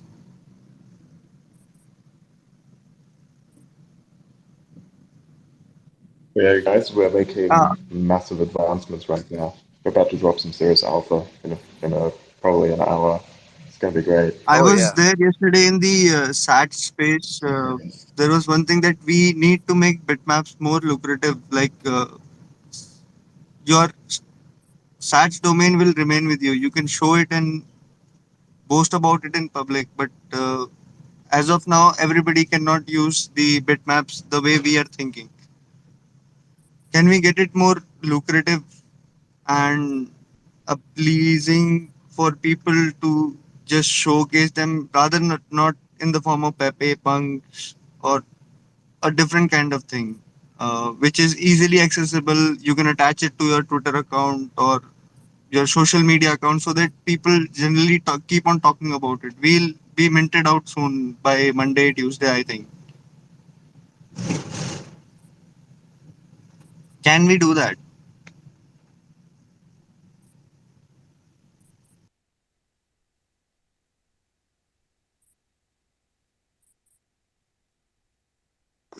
So the question was, can we get Bitmap to a more of a standard where it's looking good. It looks good. Like it's not just a .bitmap. You're not just looking at a text file. I think like so far it's been pretty fast moving on that front. Like um, the community have come together and built really been building. Like the map exists now. Like that's not something that I built. That's something that the community came together and built. Ordinal's wallet built that. Um, yeah, I think it's just going to take a little bit of time. So it's just a matter of everybody sort of wrapping our heads around what the tech is that we have and how we can push that forwards really. So yeah, I just give it a little bit of time. It's going to be faster than your typical development cycle, in my opinion. Thanks for that take, Patoshi. There. Arbitison, you got your hand up, brother. Go ahead. Yeah. Is there like a limit to like how long I can kind of talk for? I'm here to like have like at least a 10 minute like event session or like kind of get to understand or pick Bitoshi's brain as far as like what the metaverse is and like if he understands the concept of what Apple just did by announcing the like that's the biggest name in like the space. So like I want to ask like are you like fully aware like 5 to 10 years of like the implementations of Bitcoin and like a metaverse built on Bitcoin because when I get on Cash App, I do not see anything else but Bitcoin. When I go to like a Coinstar, like I don't see anything but Bitcoin.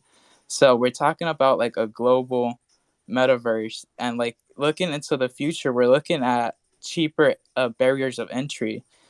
And I'm afraid, like, as like the space moves forward, like there's like these blocks, like people are saying it's like, oh, we're just gonna keep producing blocks, so like we're just gonna keep producing land, but like eventually those turn into timed auctions. As like I've seen people kind of comment on this.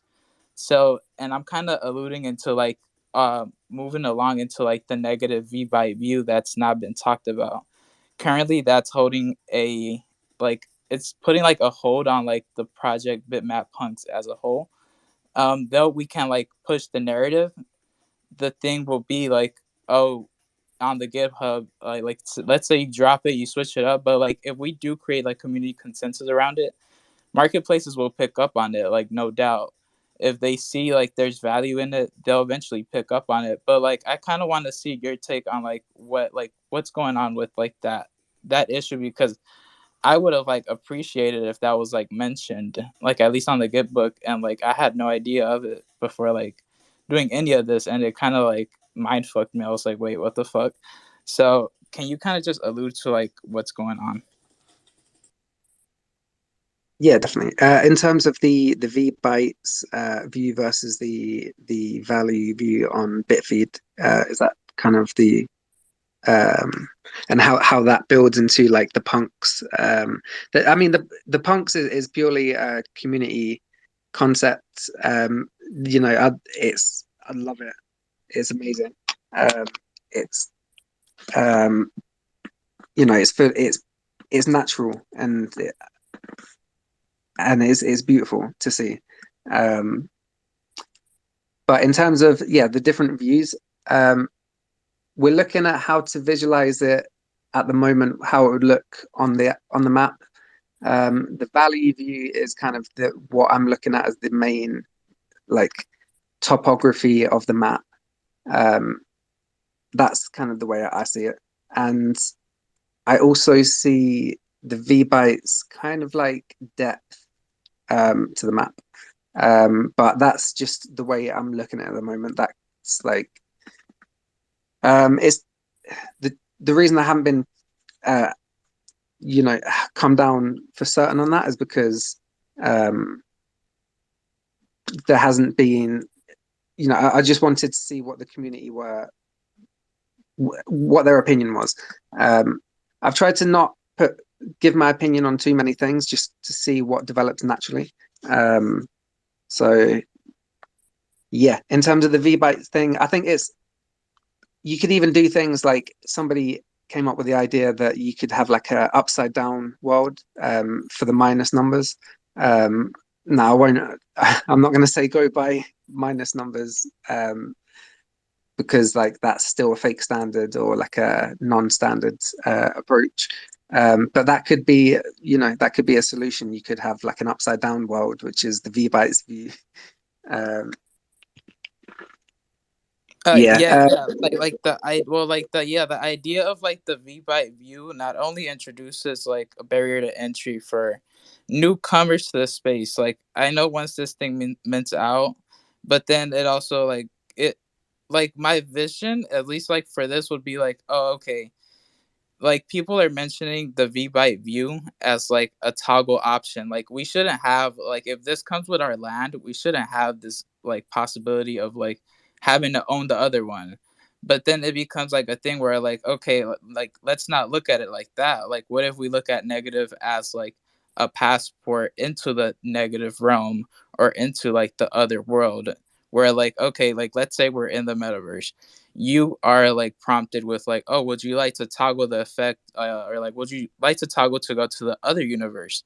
Now you can access it unless you have a negative, which then creates a balance of like trading. If you kind of understand like the concept here, now you're like creating a balance of like trading positives and negatives to access this world, and it kind of contributes other builders to build upon this world if it becomes like a thing. Now it's just like a concept in mind, but it's just something I wanted to speak on. yeah, I think it's cool. I think like when I first heard of negative numbers and all different ways of extrapolating, like There's other ideas like maybe if you were second to get the bitmap, you're like instead of you don't own anything, you're not happy, whatever. Like maybe you're just the next layer up.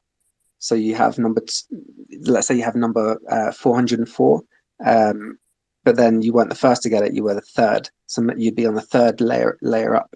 That's something that Rad suggested. I think it's cool to think about. I wouldn't, these are all just ways that you can approach making like accepting all the data that exists, because ultimately, as soon as you've put your stamp on the blockchain, it's there, whether it's verified by our indexer or not. So you can tap into that, but yeah, it's just a matter of the game itself will probably have a standard view, and then if you want to go out beyond the standard, um, there may be like a cheat code or like we can brainstorm on all this stuff, but yeah, I don't know. What do you think? Well, I like to kind of say like, okay, like now let's think about like the future and like the thought of like now Apple has introduced, like they made their biggest announcement. Now we're like, this is now a race for like everybody involved, like all the companies involved. We're talking Samsung, everybody. So as we move forward to the future, we're looking like 5 to 10 years where like everything, it's like these headsets are now cheap, where like low income homes can have this. And like I'm just thinking ahead, like even like 10 to 20 years where it's like, oh honey, like yeah, our son doesn't have to go to school, like our school is like in like these headsets. It's going to Eh, be available in 5 years. I know the guy who does it because he's making a yeah, computer right now and virtual integration. So it's going to happen. 5, 4 yeah, years, that kind of thing. yeah, So Wait, you figure it exactly. know out. And him like personally? No, I know a guy. I know a guy who's doing this. Yeah, I don't believe yeah, you. I like can't that's what say I'm much. trying Hey, to You'll get just Adrian, at. chew up my ass. throw me a follow. I love you, man. You're fucking awesome. I love you all. Fucking up with the BRC20. You guys fucking all rock. Retweet the space if you even care about your future. By the way, already just reached $8.50. Shit is happening. Let's fucking go. But like And now when we think about we're the getting really future, close. will we even have entry into the metaverse if people are hoarding dot bitmaps? If like there's like not like being in the Bitcoin metaverse, will that even be like a thing where it becomes like, oh, anybody's kind of welcome? Or you got like, I technically you would have like a dot bitmap to access this world. Now I'm like, okay, how can people just come in here? Like, No, it's you know, fine. You can just think of the bitmap number like a area code, like a zip code, like a postal code, and then all the people can own something very very little inside that postal code. So plenty of space to fit like 10 billion human beings, no problem. You know what's crazy A whole is, bitmap, but on a whole bitmap, yeah, that might be kind of hard. Which is fine. I mean, Egyptians had a whole like block of gold bar. I can't afford a gold bro, I bar, was so like, just thinking, go ahead, please. Oh my God. wait, but what if let's say I decide to just introduce a whole new spin to things and say, all right, let's start burning these bitmaps. Like, what happens then? yeah, then you're Solana. I You mean, can you start a guys new know how the new chain. internet was created, right? Like Yeah. like Al Gore was smoking a joint and they were trying to figure out like we need more area codes. How do we transmit data? And they're like, oh my god, this thing's awesome. Um, be real, like that's how DARPA kind of did it. Long story short, it was Al Gore made the internet, dude. bro. I'm not fucking with you. I talked with this dev that worked with DARPA. Al Gore's a pretty close friend, and he's like, yeah, we created the fucking internet smoking a bong and trying to figure out the solution to fucking area codes. And yeah, here we are. All right. Now I want to get into like what happens when like the nukes come and like we're like in the bunkers You and guys like just cruise now. up to my farm. Literally, like we're so deep Yo, up here. You Sirianni, wouldn't bro, even what? know anything happened. Right. What I'm saying is like Bitcoin eventually becomes like that place where you're gonna come to make your money at in the metaverse. You get what I'm saying? Yeah. We got Thomason up here. Tom, did Al Gore invent the internet? He came up here to verify. Very, very far fetched claim. He doesn't want to speak on it. Hi,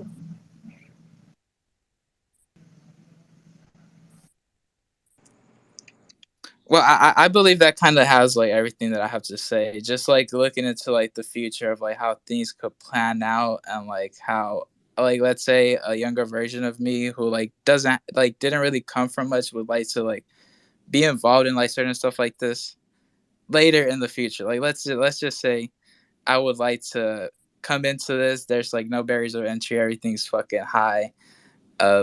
Like Bitcoin, the price is up on Bitcoin, the price is up on Bitmap land. This becomes like a whole thing. Fucking we're preparing to bunker down.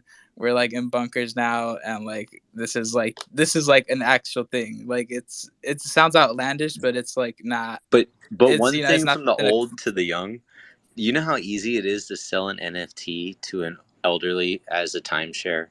The shift is going to come so sudden and so swift, like nobody's even going to realize it. They're just going to think it's digital paperwork.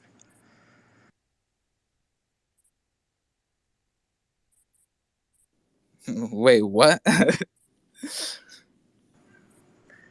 Trust me on that. Like a timeshare, for example, like your ownership in a timeshare, you pay like 15 grand a year or whatever.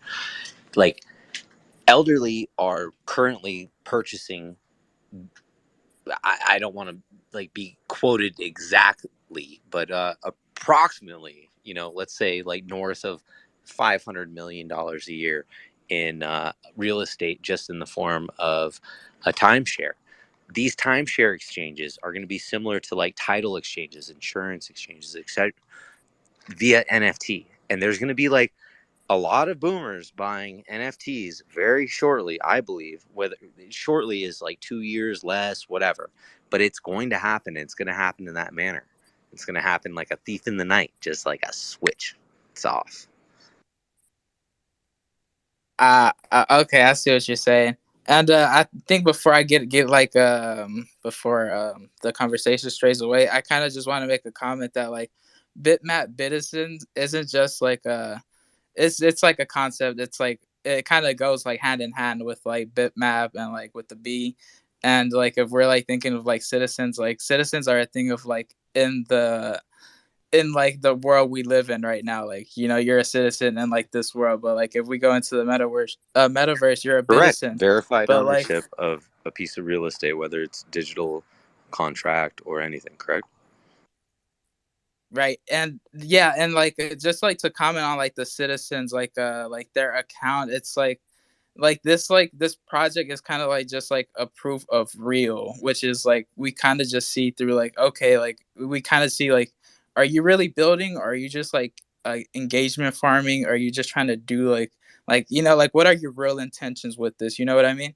And like that's like kind of like the concept behind bitmap bitticens. And like right now we have like the punks, and like within the punks there's like a little alpha here, but like there's like three collections that could kind of arise from like this, like just like this one bitmap. There's like a variety of like how these things could play, because we have like different formats to like look at these. And yeah, like oh, so like that's also one thing, like I'm currently working on that now. And like it's like it's a massive pain, like trying to like go through all of like checking like everybody's submission. That sometimes people are submitting like false, like I've seen like people submit like a false ID but like the right information. And like I'm pretty sure the indexer will come out. Like do you have like a timeline on that? Because as the time approaches on like Bitmaps being minted out. Like I don't know if like we're gonna close it right when it mints out, or like give like people a few days so they can sort out their collection and see what they have. But like They when can we already see what they have. the what? They already see what they have. No, yeah, that's what I'm saying. But like, let's say people are just kind of find out about it last minute and like, oh shit, wait, this is going on. You know what I mean? No, but who cares? You could have a metaverse done before they sold out. Like, there's no need to wait for that. Just like people drew a map before that, people made a exchange before that. And Pitoshi, I didn't know that you were looking for an indexer. If you need any help, DM us. We can give you our indexer.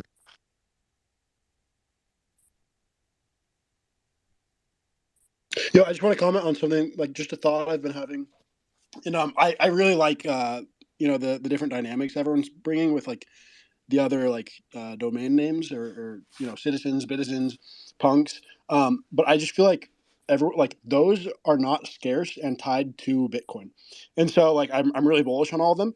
But like you are missing all of the alpha by choosing to mint something other than Bitmap right now, because if you think about like the time horizon on this, right?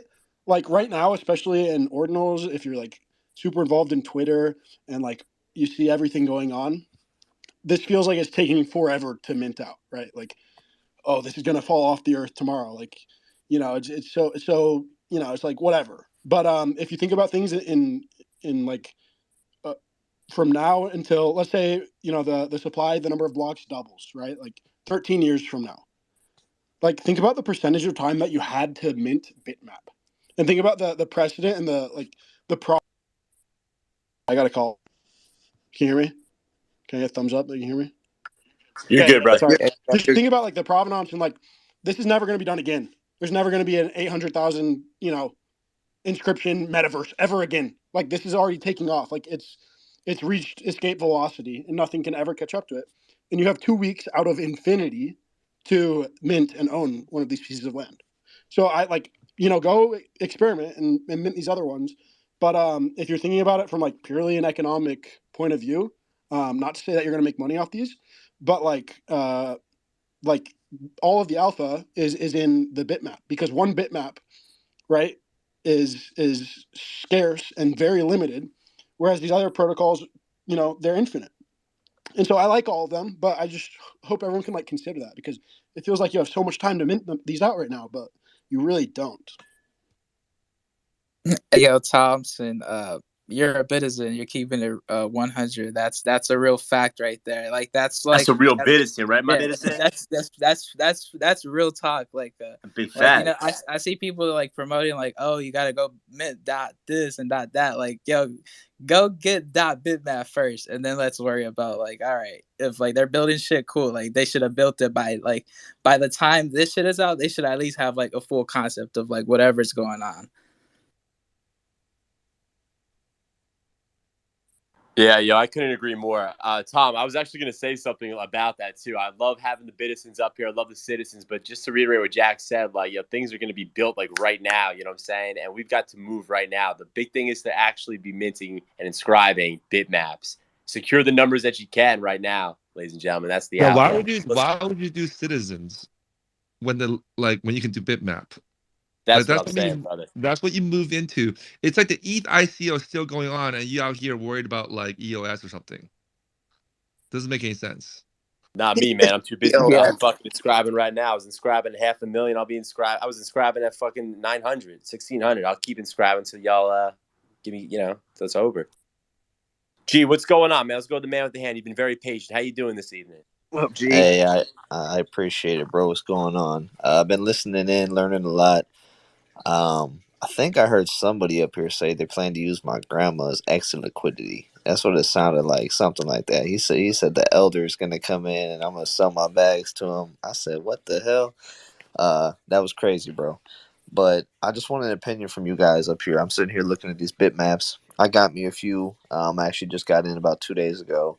But I'm big in like to like the ENS stuff. I don't know, like I'm sure you guys are familiar with ENS, and I was here for the digit craze. All right, like I was here when people were minting out 3 digits and 4 digits and forming clubs and stuff like that. And I faded because it didn't make sense.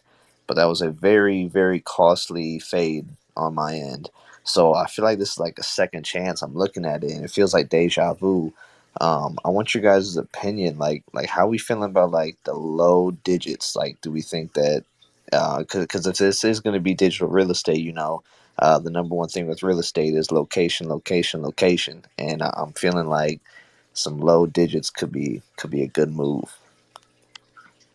Yeah, I kind of want to bring up a point about comparing this to ENS, right?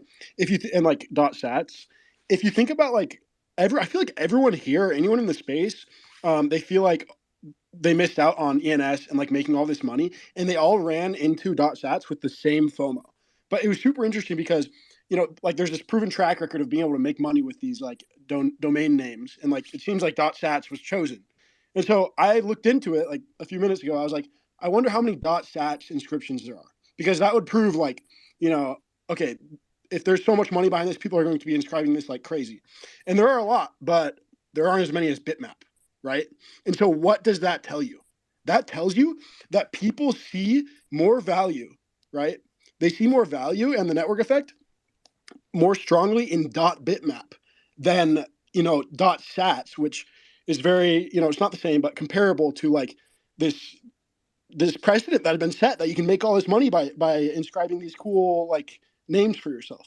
And so I just think that's so interesting to note that like the community and all of us have actually already found more value than things with proven track records, in Bitmap.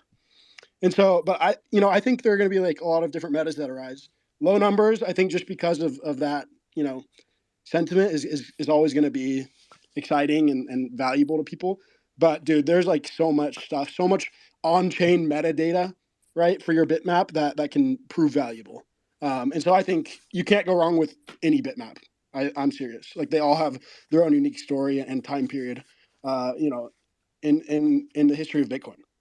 Yeah, let me piggyback on that too, bro, just to add a little bit more value to it because, the numbers aside, this is not like an ENS kind of play. For us, when we started really digging deep into this, G, it was more about the narrative, bro. Like, dude, I own the first block Binance ever mined ever for Bitcoin. You know what I'm saying? To me, that's humongous, right? I own one of the Silk Road transaction blocks where Ross sent the feds 40 fucking Bitcoin, bro. And there's a Forbes article attached to it. I'm gonna put that on my fucking wall, bro. Free Ross. You know what I mean? I'll Yo, give you him have that Euphoria bitmap. sats? You know what I'm saying? And I that let us I down threw some a few messages from the parties for miners. Ross. Fuck. The fucking legend, that guy, bro. The fucking, what's his name? Sam FTX is free and Ross is chilling, and the U.S. government is spending his Bitcoin. That's the argument for another day.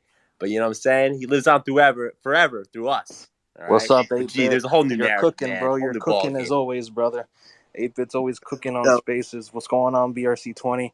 What's going on, yo, it's Adrian? good, bud. Adrian, I've been listening to you on spaces, bro. You cook all the time, man. Glad to be here on the panel. Jack, what's going on, man? Absolute legend in the space. Glad to be here, fellas. What's going on? Hope Bro, everyone's doing good. if you think, man, if you think I was cooking before, you just gotta wait and see what this turns into. Like this is different. This is not just cooking in general. This is like fucking gourmet chef, 3 Michelin stars shit. Like this is the level. Like this is Chef this is where I Ramsay, am at. Like, fucking shit. maybe a little bit of Chef Ramsay in there too. You gotta swear back. Yeah, probably it's more of like a Chef Little Ramsay dash of situation. Gordon.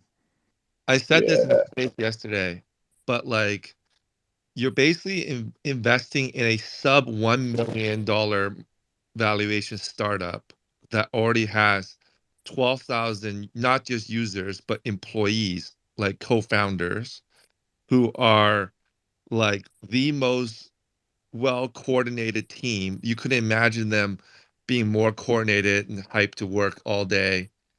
You don't have to have anyone manage them. If they want to quit, you have an automated HR department that will onboard the next person to take their spot. And you have an addressable market, which is the entire world GDP, entire world land. That's your addressable market. You have a reachable audience that's already ready to use, which is a $700 billion Bitcoin market cap that is already like has the Bitcoins to start using this, right? And it's global in nature, and your startup is 1 week old and it's achieved these metrics, and I'm asking you as a seed round investor, hey, we still have 40% left in this round, and it'll be the one and only round. There's no Series A, Series B, C, and I'm offering you instant liquidity, so you don't have to wait for IPO, you don't have to wait for acquisition.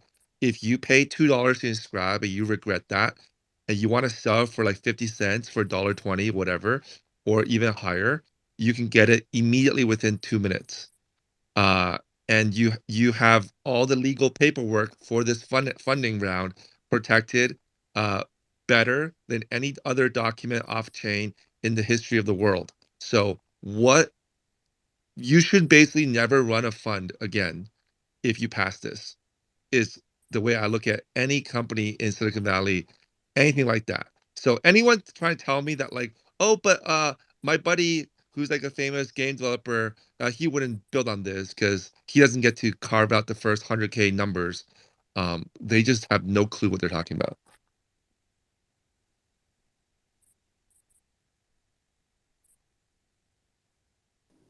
That's a fact. So you should be minting bitmaps right now, and like whenever you have your project, you can say we're giving out bitmaps because they're all minted out, and now people have to go buy them. So like that's like the real alpha, to be honest, and that's like what the citizens are doing right now, low key.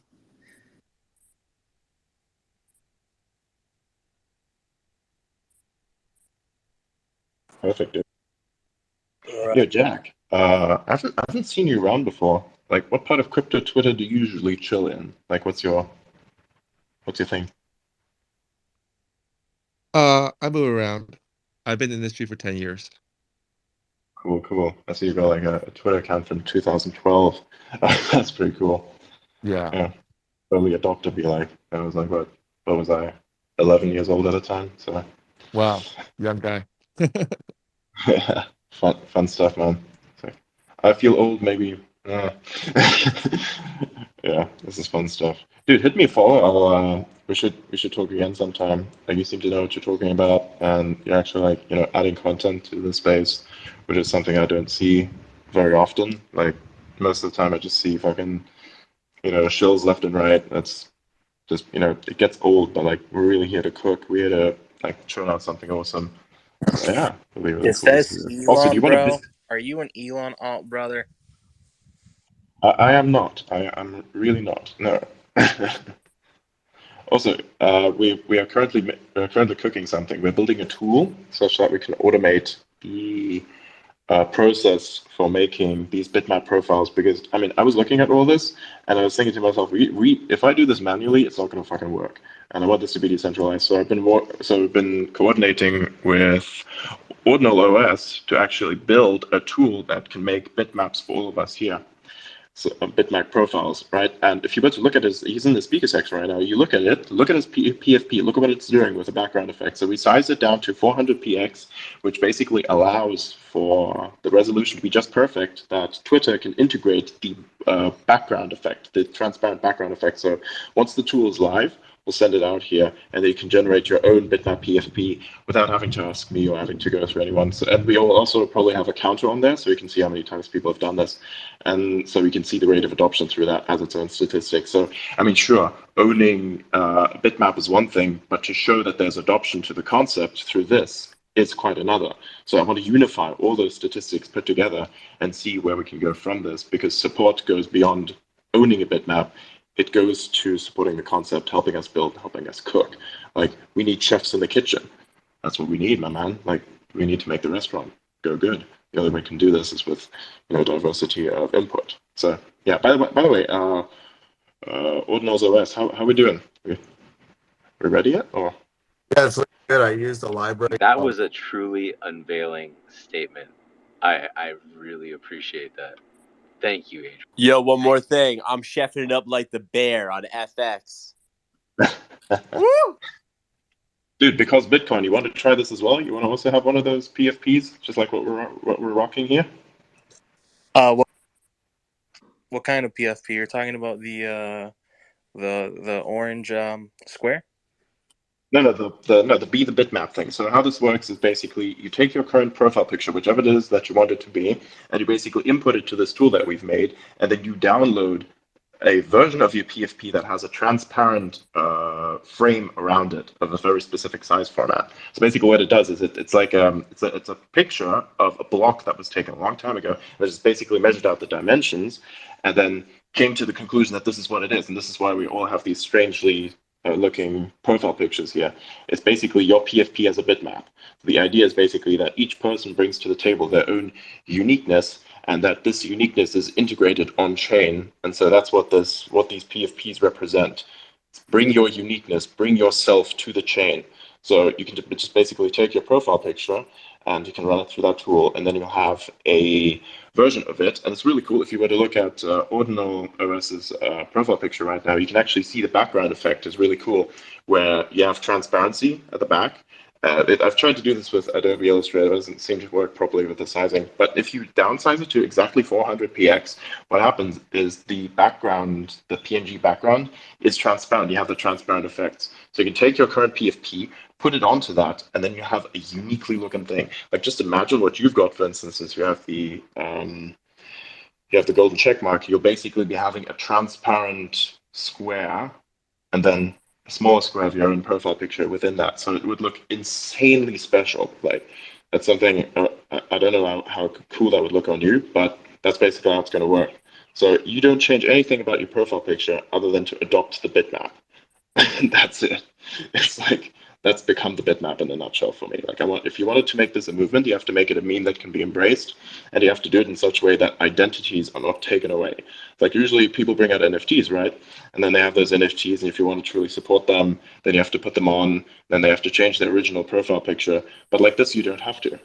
Right? Like this, you don't have to change your profile picture at all. You keep your original identity, but you can present what it is that you want to bring forth through basically being the bitmap.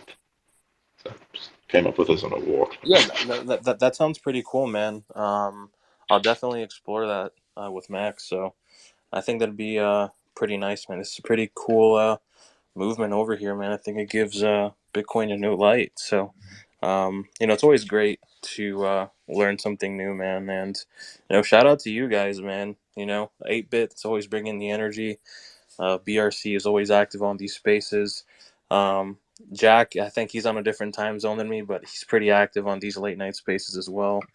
Like man, he was on one of our spaces like last week, so he's a cool dude as well. But yeah, it's great to meet all of you guys and get to learn more about this cool innovation side of Bitcoin, man. Hopefully, there can be some sort of like iOS or Google Play Store apps where people can explore more in tune to this ecosystem, man. I personally hope so, man. Because I do think that like the next cycle for cryptocurrency is gonna be led by like purely a mobile device, right?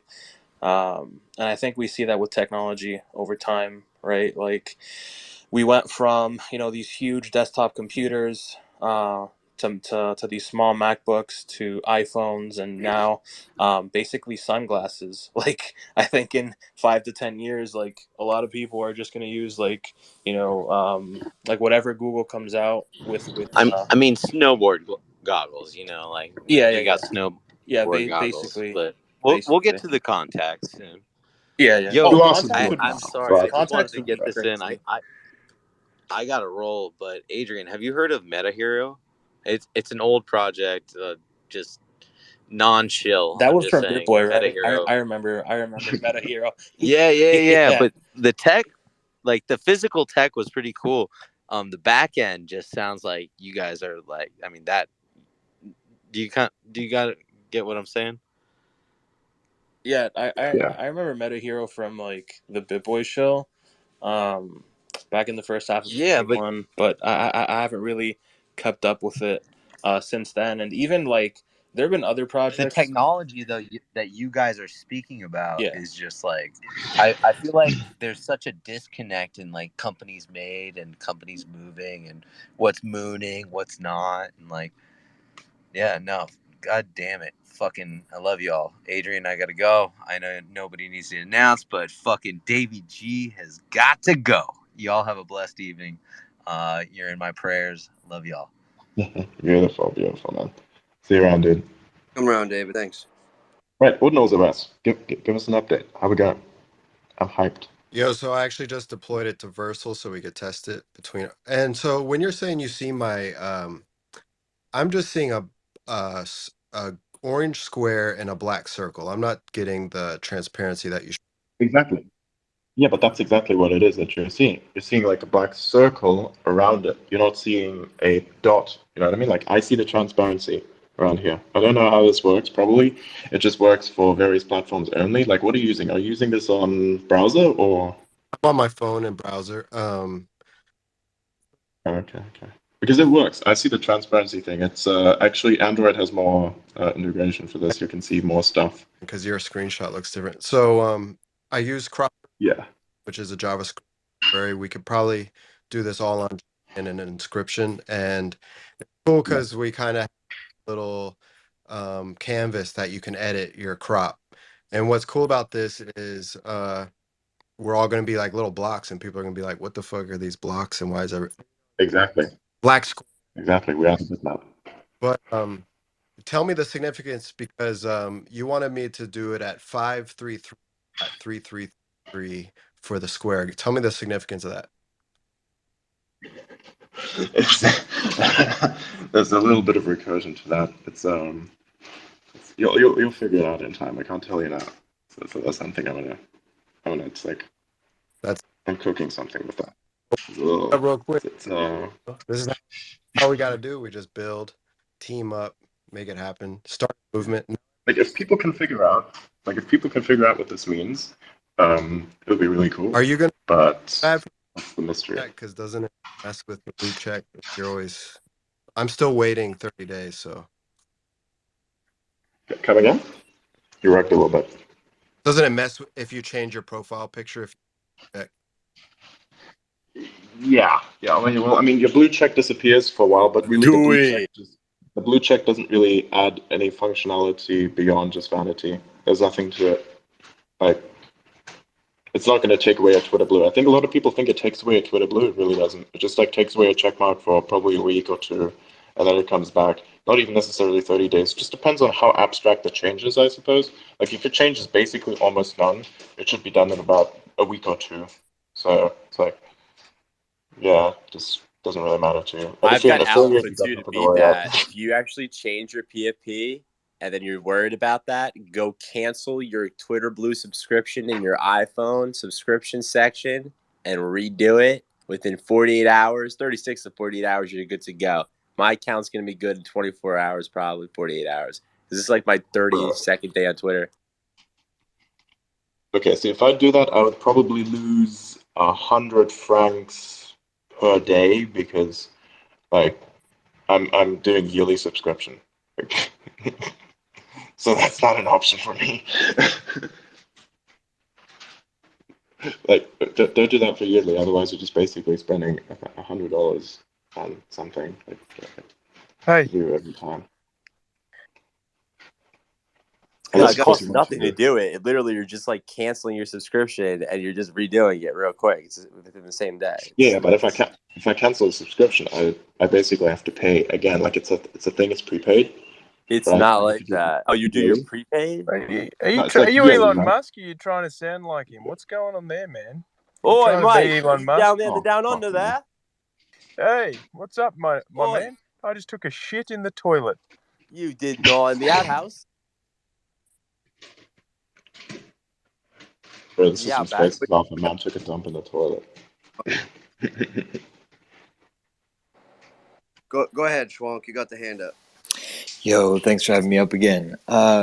So I gotta say shout out to Jack. I love listening to you and all you guys. It's phenomenal. But oftentimes when Jack starts talking, it's like there's like this leap ahead where I really start realizing like the implications when he's talking about the entire world GDP and it's happened 2 or 3 times and I've been listening to some spaces. One was talking with 8-bit. One night he had me up and asked him my like very first questions, but it's like this really intense like vibe, like dynamite everywhere, all at once, going a million miles an hour, and it's like this feeling of something that's coming, where all of a sudden it's like the gradually and then all of a sudden thing. And I'm sorry I sound like a crazy person right now, but I know a bunch of y'all like feel it as well. And what I'm getting at is hyper Bitcoinization. Is that like the explosive creativity that like I feel coming? Like it's already here. I hear you guys talk about it. I see it coming, but it's like okay, here's my question. Sorry for going off like that, but are we heading towards like a Ready Player One immersive virtual world that we can move between? Like what are like some of y'all's ideas about what this experientially is actually like when it really blossoms?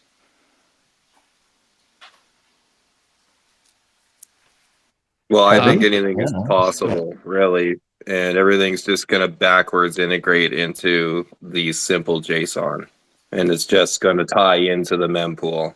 So it's all just like this unique coordination of these few things. I kind of think like with exchanges, right? If we're talking about Ready Player One, imagine if you're playing on leverage and there's like a cool animation before you get liquidated. Um, just some food for thought, right? Or maybe if you win a trade, you'll have like a Mario animation or something like that, um, like a Bitcoin Mario. You know, you cash out of your trade with 100%, 200% PNL, and you get a little avatar saying congratulations or something like that, like gamified, Is isn't right? that isn't that thinking like too small to where this can go? Like if this is just a Yeah. So verification layer, we're talking about like everything. Like yeah. I should be able to go climb Mount Everest and have like a total immersive experience. Like you could take the real world and like put it on to Bitcoin and then like walk around in it. And then you could be in the real world and in I mean like where this actually goes is kind of like uh there isn't a cap on it. I don't. Yeah. So for all you landowners here, or Bitcoin owners, or Ordi owners, or Bitcoin frog owners, you have exposure to what will happen in the future. Maybe you want more exposure. Maybe you want to get into the next thing, and next thing, and next thing after that. But if this world at all happens, you definitely have the choice of not being in the metaverse because you have already have exposure to the metaverse. It's like you own Amazon stock, you own Google stock, you own every single stock of internet companies. So if you don't want to use a computer, if you don't want to be online, you're fine. You're financially already tied to the birth of the internet economy. But what's going to happen is if you think about Elon Musk 30 years ago, he's actually poor. He's actually like a student at like Queen's University, at like Wharton University. Yeah, I'm not talking about his parents like owning like diamonds, whatever they own in South Africa. I'm just talking about like him individually, his own earning power is like zero, right? Close to zero, like any of us. But he could, in a span of 30 years or 20 years or so, become the richest person in the world. It wasn't like the descendant of some like Egyptian family or something like that. Obviously, there are people talk about like the royal family in the UK, whatever, and there's like Saudis and Putin and that kind of other wealth that we don't know of. But what took him like 20, 30 years? Now he's rubbing shoulders with CZ. It took CZ like 5, 6 years. Like of building Binance, right? And that's a centralized exchange where he has to like, work with regulators everywhere, open bank accounts everywhere, run a 5,000 person team, 8,000 person team, try and do that, uh, and deal with all these different blockchains and deposits and withdrawals, customer service. And despite that, 5, 6 years, he can make it there. When we're talking about like this kind of hyper Bitcoinization, I'm telling you, some people in this chat, like some people who are Bitmap owners or Ordi owners or something like that, um, it's possible for them to overtake Warren Buffett, Elon Musk, and CZ in the next 2, 3 years. Um, and that's not because we're amazing founders or anything like that. it's purely because of the concentration of the scope of the market that you can tap into. So like I'm sure someone had this Jeff Bezos managerial excellence for their restaurant in 1980, and they ran that restaurant extremely, extremely well. Staff likes them, super great margins, etc. But you just aren't able to serve from the physical location of a restaurant someone from across the world. And what Amazon did was they're able to provide you physical world services and goods from the internet. But then eventually, every single thing you buy on Amazon still needs to be shipped to your house immediately. And they're good for that because they're Amazon Prime. They can ship it like same day. But you can't just leave it online because you can't own anything online. So ultimately, um, the online layer is just like something for the offline. Um, to improve the offline economy. But now we're having a true on-chain economy, which we can own things on-chain, and you can do commerce with each other across the universe, across the planet. And this is the breakthrough that's happening. So what will happen is this. If you're a newborn into the world, like in the year 2030, and your parents do not give you any money, do not give you any Bitcoin, you can still go to a gas station and work in the physical world. I don't know what inflation will be like by then, but like let's say you're making $50 an hour. That job will still be there probably, okay? But what will happen is you could potentially make $50,000 an hour if you're willing to put on a headset and enter um, the metaverse, which is the Bitcoin metaverse, because that economy is going to happen really, really, really fast. So the physical world economy will be more like VHS. The online economy, if you're like an online influencer, TikTok, whatever, that will be more like DVD. And the on-chain economy will be more like streaming, like Spotify, that kind of stuff in terms of like the upgrade. So offline is like a Toyota car, the Toyota like Camry. Online economy and the crypto kind of exchanges is more like a Toyota hybrid, like a Prius. And then the on-chain economy is more like a Tesla. um, so I don't think you'll be thinking about margin trading in the metaverse with your exchange account because I think by then your bitcoins are no longer even held on the exchange account. So these exchanges, like OKX, is on a mad rush to do OKX Web3. Congrats to them. They've got like uh, ordinals trading now on their Web3 wallet.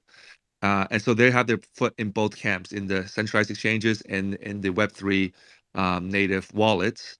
But over time, you will start to withdraw all your Bitcoins, all your Doge, all your Litecoin, all your BSV, whatever, into the on-chain products like a Unisat or Swap or Nose wallet.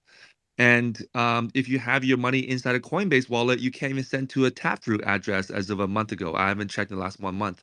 So like there is like just like in 2013 the traditional finance industry and even the fintech industry, like the Revoluts and the PayPals, were poo-pooing Bitcoin. And then new pioneers like Bitstamp, Poloniex, Coinbase took over finance and crypto. I think it's been about a decade in crypto now. I think those guys are going to continue to grow, but they're not at the center of the growth. They are more like dealing with regulations, SEC, uh, what are the rules to operate in this country, how to get bank accounts in that country. They're in this, who's going to fine us? What are the new standards for exchanges? They're in the same phase as like the JP Morgans, the Deutsche Banks, Barclays coming out of the 2008 financial crisis. So where 2022 was the crypto centralized financial crisis, the equivalent of 2008 for the traditional financial crisis, and 2007 was the traditional financial crisis peak, and 2021 was the crypto economy peak. So when the Fed prints back in the 1990s, it all goes into stocks, especially internet stocks, because that was like the frontier. And then when the Fed prints in like 2006, 2007, it goes into like real estate, right? And stocks, physical world real estate, physical world stocks. When the Fed prints for COVID in 2020, yes, physical world real estate went doubled. Yes, stocks doubled or tripled or went 5x, 10x. But crypto stuff like Dogecoin and NFTs went like 100x, right? 500x. So the next time there's printing, which could be happening anytime. When Balaji predicts that like BTC goes to a million, you didn't get that 40x in BTC. You got the 40x inside of things on BTC. You got even 400x, 4000x, because the new riskiest asset you could own that's kind of like reachable for liquidity is now this on-chain economy. So why would I keep my BTC inside Binance and have them show me like a new IEO every week or something, when I know that their founders are distracted with regulators and whatever they're dealing with right now, and they have a change of management to like Richard Tang, which is a compliance officer, like they're trying to hunker down and protect the business that they've built the last 10 years. Are they at the forefront of the BRC20s, ORC20s, bitmaps? They're not. So then, yeah, if you want to inscribe something, a bitmap, your BTCs cannot be sitting inside of Binance. So you guys are at the frontier, and every single cycle it takes less years, less people to reach brand new like wealth generation It's highs. gonna happen So the same way fast. that like yes, so the same way like Jerry Jones and these other people from the oil and gas industry and whatever they were doing, they owned the sports teams. And then there was Joe Tsai, the CFO of Alibaba, owns Brooklyn Nets, and like Mark Cuban sells a company to Yahoo. He didn't even have any users. He had like a stock that he sold to like Yahoo, and then he owns the Dallas Mavericks, right? And now you see like the OKXs and the Binance and the Coinbase sponsoring the NBA, sponsoring Cristiano Ronaldo, sponsoring Manchester City. It is not out of the question that like in 2 years some bitmap landowners are like sponsoring like or owning outright professional sports teams and maybe creating a space for those sports teams to be in the metaverse, to be in the Bitcoin metaverse. So like Adidas made NFTs. Well, at some point Adidas is going to have to open up a store uh, in the Bitcoin metaverse. And I don't even think they will be the number one shoe store in the Bitcoin metaverse, because I think a brand new brand that makes shoes, that makes coffees, that makes whatever inside of Bitmap will actually be so big from an attention economy, from an ecosystem, number of users perspective, early mover advantage, uh, Bitmap native, Apple Vision Pro native, that when you take your VR set off, you will want to see those brands in your physical world mall, in your physical world stores, in your online shopping or whatever it is. So there's like an inversion, there's like a triple flippening here from online to offline, from like crypto to the internet to now like on chain overtaking even just like the first 10 years of crypto. Like that's what's happening. It's not because I'm a special snowflake, you're a special snowflake. It's just you're kind of in the right place at the right time. There's a conversion of technologies. And yeah, like world GDP without the industrial revolution, without the internet, could not have possibly achieved $100 trillion today, mostly grown in the last 200, 300 years. Um, but a shared like hallucination, shared economy on chain can easily get to 100x of 100 trillion uh, in the next like 10, 20 years. So if you are able to capture 1% of that, then I guess you will be a trillionaire. So like it's not inconceivable for you to individually be worth more than Apple. So you just have to, when you fade some of these movements, realize you're not just fading, oh, I like this versus that. You're fading potentially like every decision you make from now here are potentially billion-dollar decisions is what I'll let you think about. Word. Jack, Is that that what that you're was saying, Juan? incredible, brother. That was wow, man. That's some like Andreas Antonopoulos macro view, brother. Uh, I'm left speechless. I don't know how I can react to that, man. Truly, you're a See, visionary, brother. see now you feel it. Now you feel this like there's this thing coming at all of us that if he's like tapping into what could happen with this, which is everybody sees it on some level, but if it's actually that big, it's like a 1,000-foot tidal wave coming like fast. It makes me just want to go mint or Bitmap. Yeah. So So and I think in some like social level, you can see it. Like I don't see Jeff Bezos trying to compete. I see him on a yacht with his girl. I don't see Zuckerberg trying to compete. His I girl see that has that and then working on his fitness. He's working on his uh BJJ, whatever it is. I don't see Elon Musk competing. Elon Musk is just like trolling on his Twitter account. Like I'm not hearing much about his Mars mission anymore. I'm hearing about how he has a pay-per-view fight talking to like um Dana White about fighting Mark Zuckerberg. So that entire class that you look up to as if they're like the biggest frontier innovator, whatever, even as early as recent as like 3, 4 years ago was the meta, right? You don't hear any of them in what we're doing. And so like don't discount what you're doing. What you're doing could legitimately be bigger than what they're doing today. Now, obviously, what they did back in the 90s, if I put you and me back in the 90s, we probably cannot compete with Jeff Bezos. You put me and you back in like Bridgewater running a hedge fund, we probably cannot compete with Ray Dalio. But I don't think it's because of age that they're like not doing this anymore. Some of these were, especially Zuckerberg, still in his like mid 30s, whatever. It's not because of age.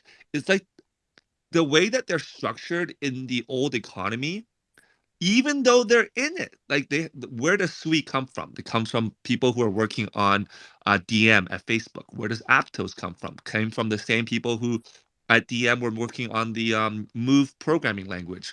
You already had Instagram integrating NFTs. You already had Twitter integrating NFTs. But how come Instagram is not taking the next step from Ethereum and now adding ordinals? Why did Instagram completely shut off NFTs and now they're going back to Web 2? It's because the way those organizations are structured, the cap table is structured, they can't. It's not because of capital, it's just the way the organization is structured. Like normally, in the old world pre-blockchain, a company gets to IPO, it means every competitor is dead because now they have access to public market that fundraising. But then how come Coinbase has public market fundraising on the New York Stock Exchange or NASDAQ? I don't know, I forgot where they listed, and yet they're not using that capital to be like, yo, I'm gonna be first to ordinals.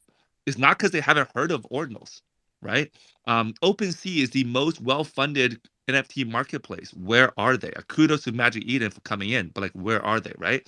So like, this is a massive, massive problem. Even like someone like a Michael Saylor, he's got this huge amount of BTC. Where is he? Like, I know he said good things about ordinals, but why can't he show all the stuff he owns? Well, you know why?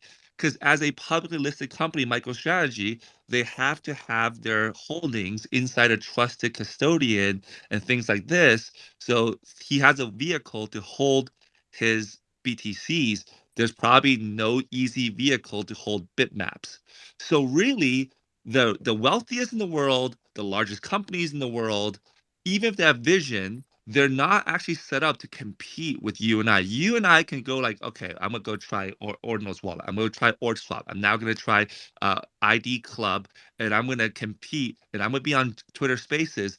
They can't be on a Twitter Space because they have to have a fixed company all hands with their 100,000 employees, 10,000 employees, 100 employees, and they want to change the nature of those people, they have to think about all the considerations of if I lay people off, I have to give them 3 months severance. It will be bad for morale. I don't want to do layoffs every other day. Maybe we'll wait till year end and one single cut, or maybe the market will come back. Whereas you can be like, this space is complete garbage. I'm closing it. I'm going to go to another space. That other space is garbage, or I'm going to follow this person. So your co-founders in what you're doing in ordinals is a fluid day-to-day change. You could be looking at one thing today, recursives. Next day, sorry, I'm going to Bitmap. Right now you're in Bitmap. Next day, sorry, going to something else. I don't know what that means. Like, if you'll make the good decisions every single time. Like, did you sell the top? Did you buy the bottom? I don't know about that. Did you get the rarest plot? Did you get the Binance first mining? I don't know those things, but on a general picture level, the on-chain economy layer will have like 100x the earning power of the online layer, and the online layer will have 100 times the earning power of the offline layer. So in effect, you've already achieved financial freedom. You just don't know it yet. So you're just here to have fun. And every person be after us, yes, they might not be able to own a whole plot of Bitmap, but they will potentially still achieve financial freedom by owning like 1/1000th of a bitmap or whatever, some item inside the metaverse. Because if you really scale back and think about what is $1 trillion, is actually not a lot of money. So like New York has 10 million people. There's a million people is only 10% of New York, a single city inside America, a single country inside of the world. And even $1 million doesn't actually buy you nearly any apartment in middle of Manhattan. So you can't what you're creating can't even afford 10% of Manhattan to buy like a closet. Then what is it that you're creating? So like we're talking about a hundreds of trillions of dollar economy, not a $1 trillion economy. That is just what was crypto was capable of doing in the last 10 years when you tether it to a GBTC, when you tether it to Tether, obviously itself, when you tether that economy to centralized exchanges that's at the whims of, oh, I'm China, I'm banning Bitcoin. Oh, Chinese exchanges stop. Oh, I'm America, I'm shutting this down. American companies stop.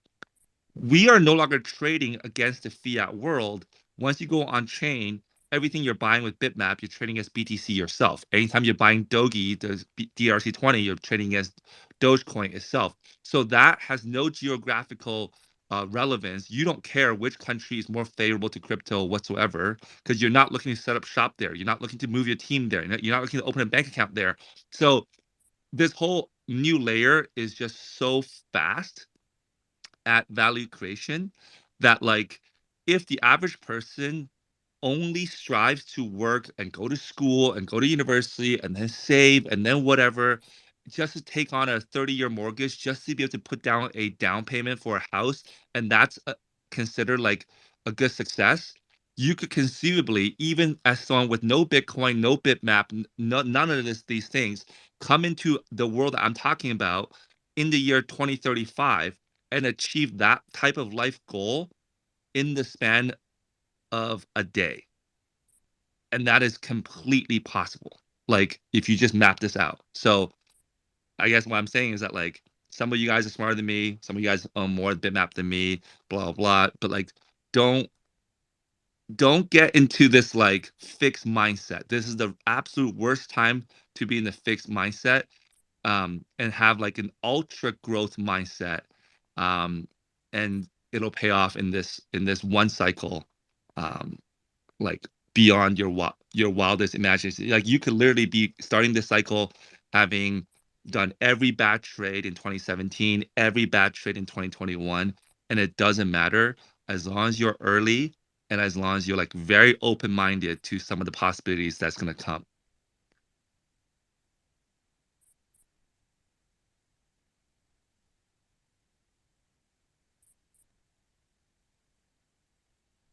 Jack just dropping knowledge bombs over here.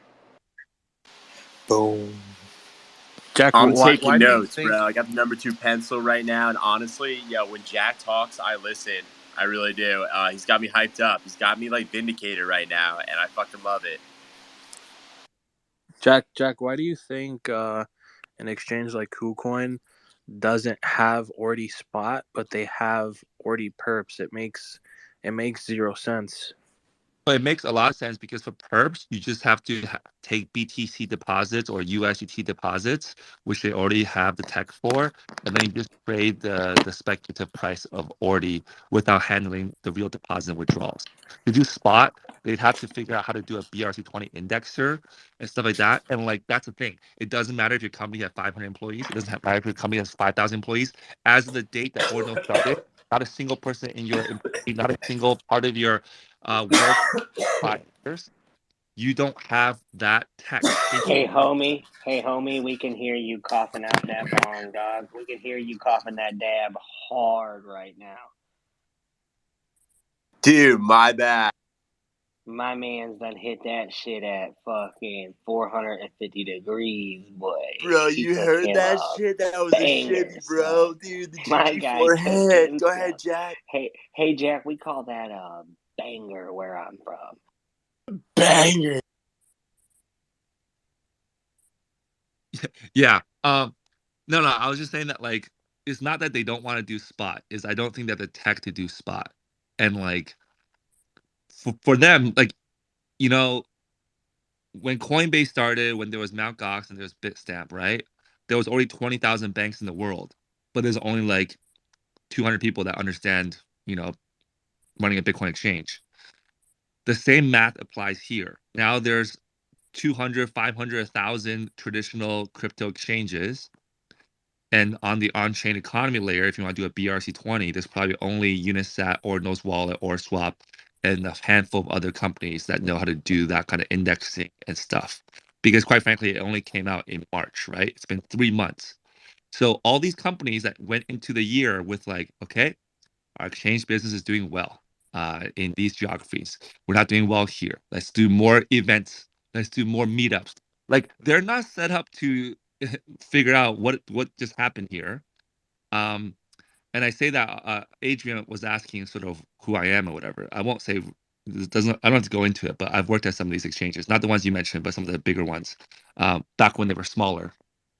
And I just think that this is as disruptive to the crypto industry as you know it, as you knew it, as the crypto industry was disruptive to fintech or banking. In fact, like I did not know the level of fraud going on in FTX, but privately with friends, I was already saying that like where Sam was doing well as a crypto builder back in 2020, 2021, the moment he started going to America and started trying like to trade commodities and like stocks and trying to talk like the traditional finance world was much bigger than crypto, and that crypto was just like his first little foray. And once he gets all the licenses, he'll go, compete with uh, interactive brokers, Fidelity, and these people. I was like, this guy's lost the plot. Like crypto will actually end up growing bigger than the current financial system.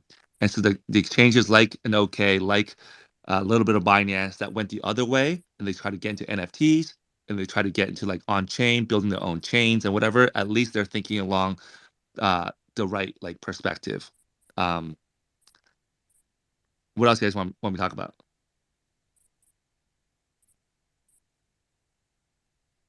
Yeah, good stuff, man.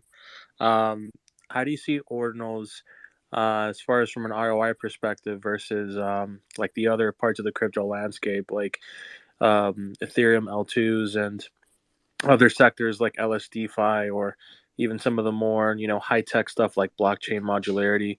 Do you think ordinals perhaps will outperform that sector of the crypto market in the next bull cycle, Yeah, or do you think absolutely. they'll just run together? No, I think there'll be severe outperformance because um an L2 just does what's already on like L1, but like better. So like let's say I move my board ape to L2, but I already got to buy the board ape, which I'm just talking about an example. I don't own any board apes, but I already got to buy the board ape like 2, 3 years ago. So like there's no new assets. Do you know what I mean? On that chain, like everyone who has Ethereum has already been if they invest in the assets on that chain. So I see the L2 as a scaling solution, but I don't see like a whole new turnover in terms of assets and like upside.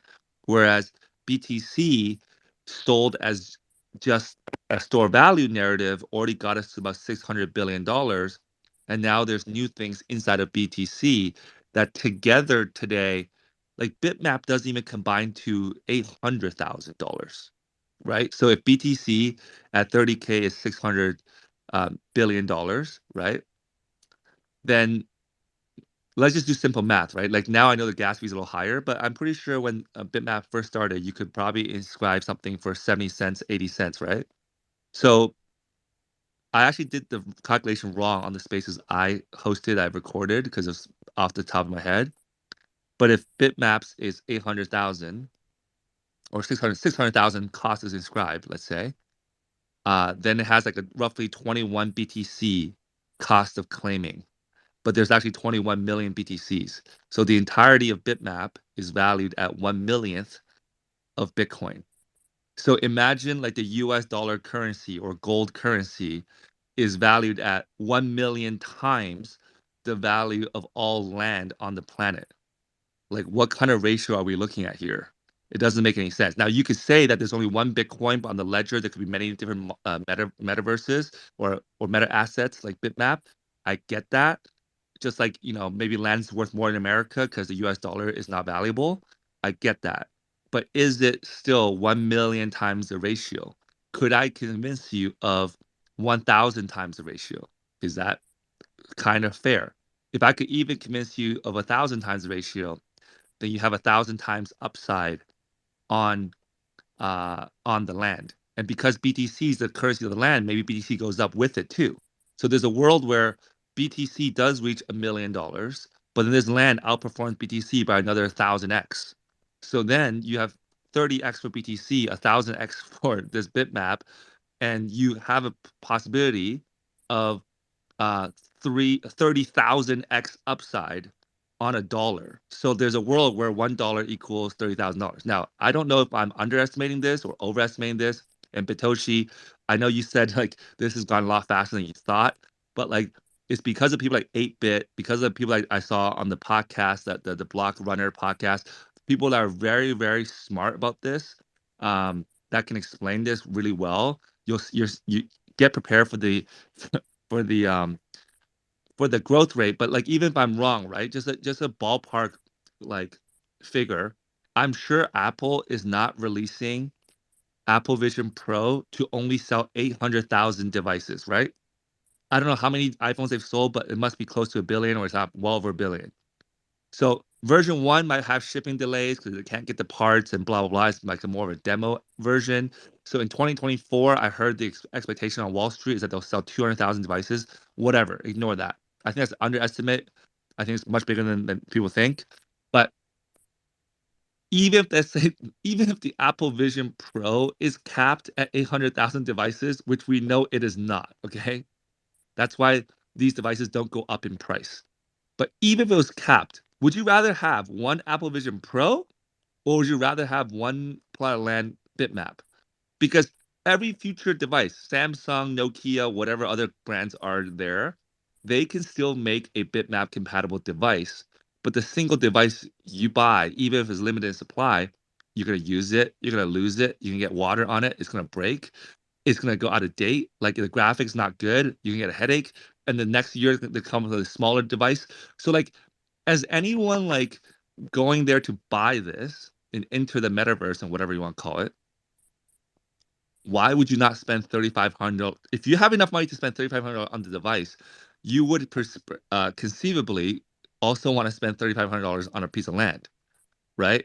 And so if you do 3,500 times 800,000 pieces of land, I get the inflation coming, but not that soon, right? So 3,500 times 800,000, um, you're looking at a $3 billion um, floor market cap for this, which sounds nice, sounds really ambitious, but $3 billion for the land to match Apple Vision Pro 1-to-1 in price would actually, let me just look it up quickly, would actually not get you to would not get you in the top 25. Yeah, you wouldn't be in the top 25 of coin market cap, which is filled with all these other dinky chains. Like, let me give you some chains around top 25. It's like Chainlink, Leo, Cosmos, TrueUSD, Monero, Uniswap, right? And that's where it doesn't make sense. Like Uniswap is just one single exchange inside a second largest like ecosystem. It's not a whole universe.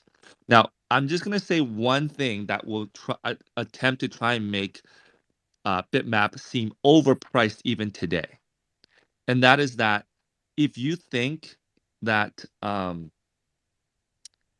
if you want to look at it as one large NFT collection, so even those 800,000 pieces, you want to compare it to a 10,000 piece collection, then the equivalent price for each unit is not actually $1.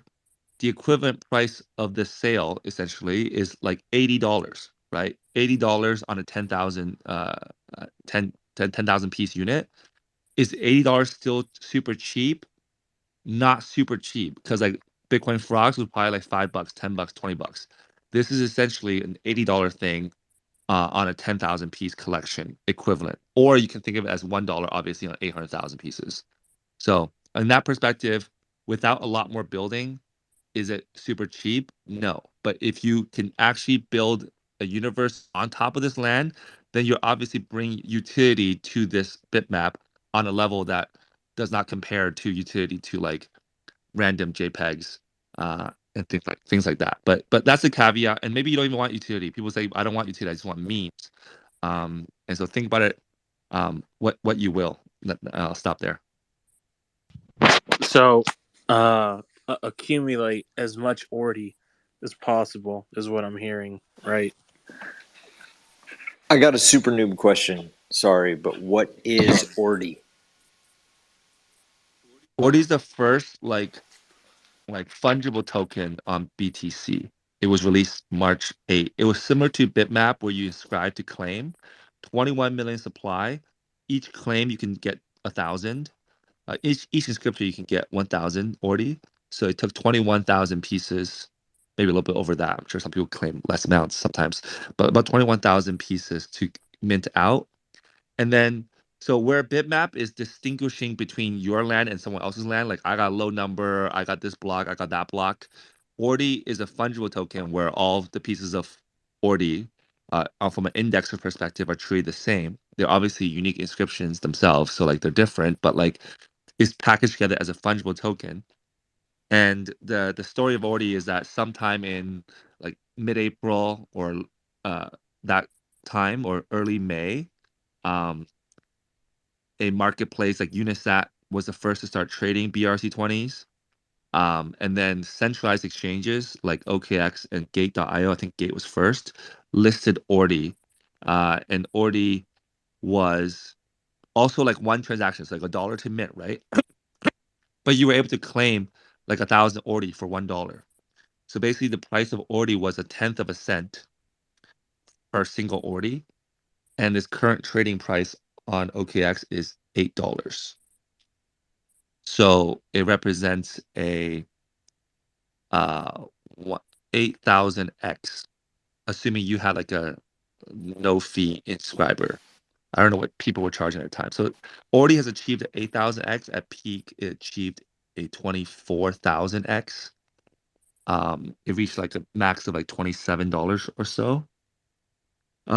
And that's why some people who minted that call it the greatest exponent. I think if you measure Bitmap to that, will it do 8,000x, 24,000x? Probably not. Does it have higher risk profiles? I don't know, maybe.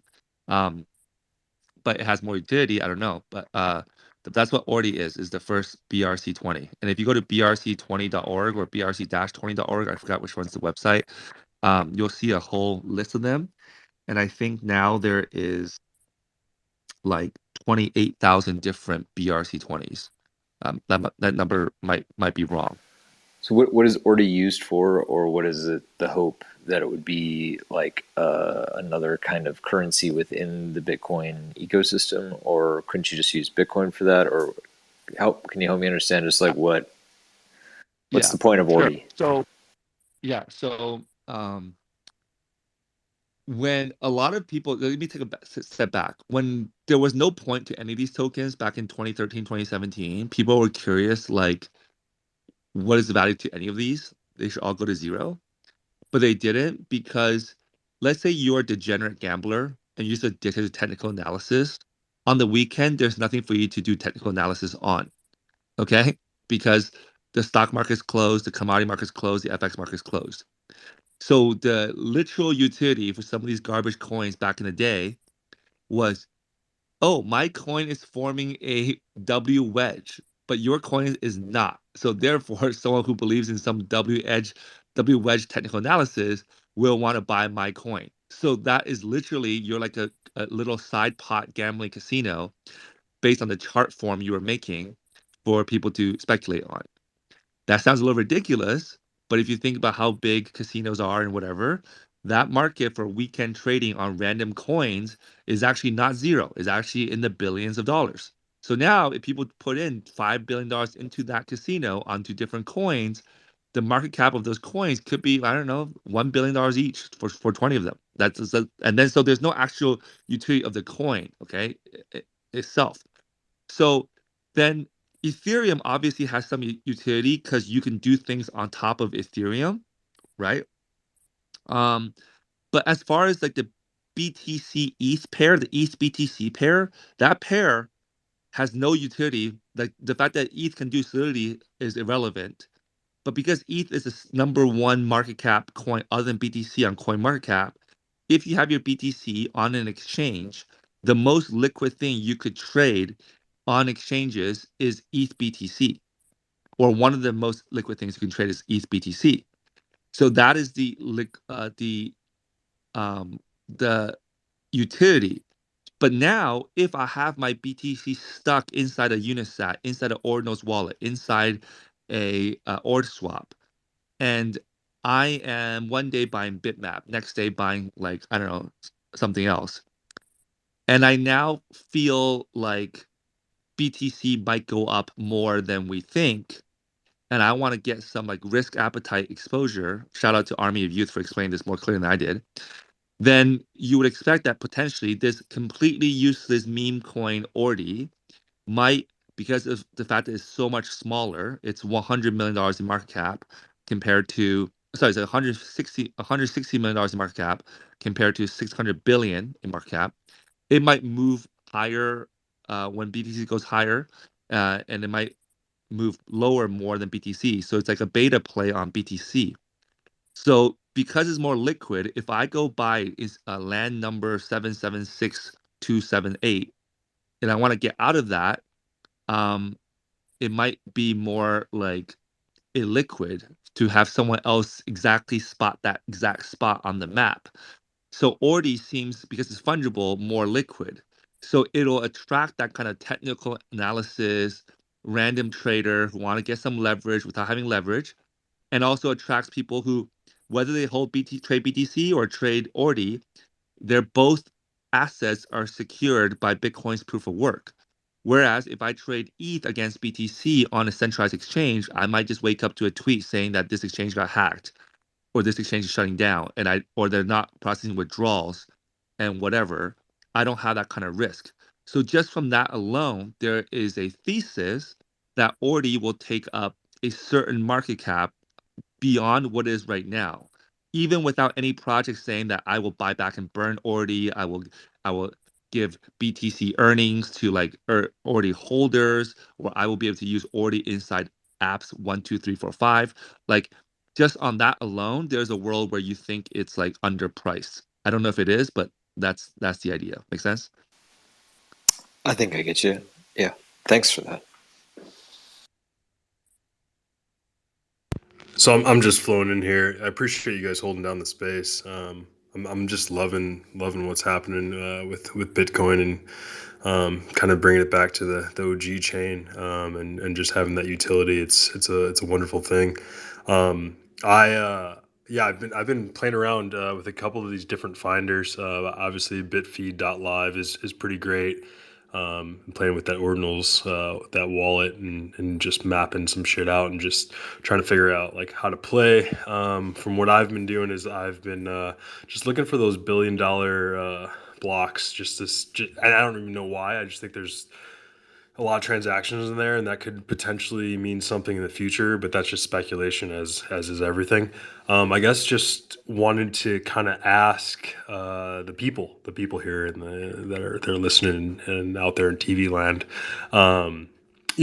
just what hashtag 25966 was saying there, just as far as utility and everything like that, with these ordinals. What do you guys think of VampX, VMPX, and I don't know, have you guys heard as far as like what's going to be built out with that? the potential bridge from Bitcoin to Ethereum. The It's already been minted out on the Bitcoin side, but we're going to be having a little party here pretty soon, next couple of weeks. On the Ethereum minting side. And so if you're trying to do anything on July 4th, maybe get your popcorn, get your fireworks ready, whatever. But Ethereum will not be a chain that you're going to want to be using because we're going to fuck it up. Just for the record, I know we're recording this for quality assurance, but I just want to make sure you guys understand that the Zenians are coming, and yeah, we're just having fun out here. Hope everyone's having a good time. But yeah, I just want to just put that out there and see what you guys think. Oh, it's gonna be great. I followed this dude instantly. Oh, don't follow me. Fuck, man. No, I'm not trying to bring that noise like that, but I'm trying to bring the Dude, whisper. you brought it. It was brought in. You ever see Bring It On with that? It was all the hot girls. It was brought in, bro. The As long as noise. it's bought, as long as it's bought, it's all good, and it's got to be at the BRC button, because we're Say buttoning up less. here like Benjamin Button. We're getting younger here. Fuck it. I feel that, bro. I feel like Peter Pan these days. You know what I'm saying? Playing in Neverland. Careful, there's a lot of donkeys over in Neverland in some of those. Well, not Neverland. That's a whole nother land. But the Not other that place. ranch, man. Don't Yeah, Eric. you know what I'm talking about. They start. I Yeah, knew bro. right away. That's why we That Eric. fucked me up, bro. That fucked me up when I saw that. I watched it recently. That's where your mind went. I was thinking about Peter Pan. R.I.P. Robin Williams, yo. Schwank knew I was talking RP. about Yeah. Chris knows. Shout out Flubber. Yeah. No, Miss Flubber's Doubtfire. gold. But Doubtfire, you know what I mean? So like we're really about that fire, Dude, just we trying went to to burn that shit Doubtfire, bro. down. Like fuck it, we're trying to burn that Ethereum. So like honestly, all roads lead Hello, back to hello. BTC, right? So like what do you guys think about like what's happening in the initiative and has it been done before? What do you guys think? I don't know, like the variations of people. I'm sure there's some old head, new heads. I'm a rookie when it comes to a lot of this. I've only been in the league for a couple of years, but hey, I'm happy to play.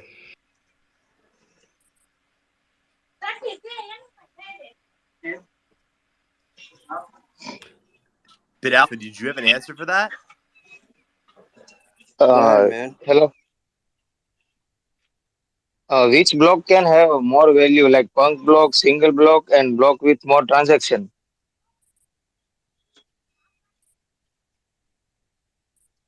I think all the blocks are valuable, whether it's got one transaction or it's got, a lot of people value the lot of transactions, right? Some people are valuing the 420 transactions. I value 40 Bitcoins being sent from Ross Ulbricht's wallet to the feds and the FBI being fucking in that shit. That's fucking trippy, man. The value is what the market defines right now, and it's fucking early and it's beautiful.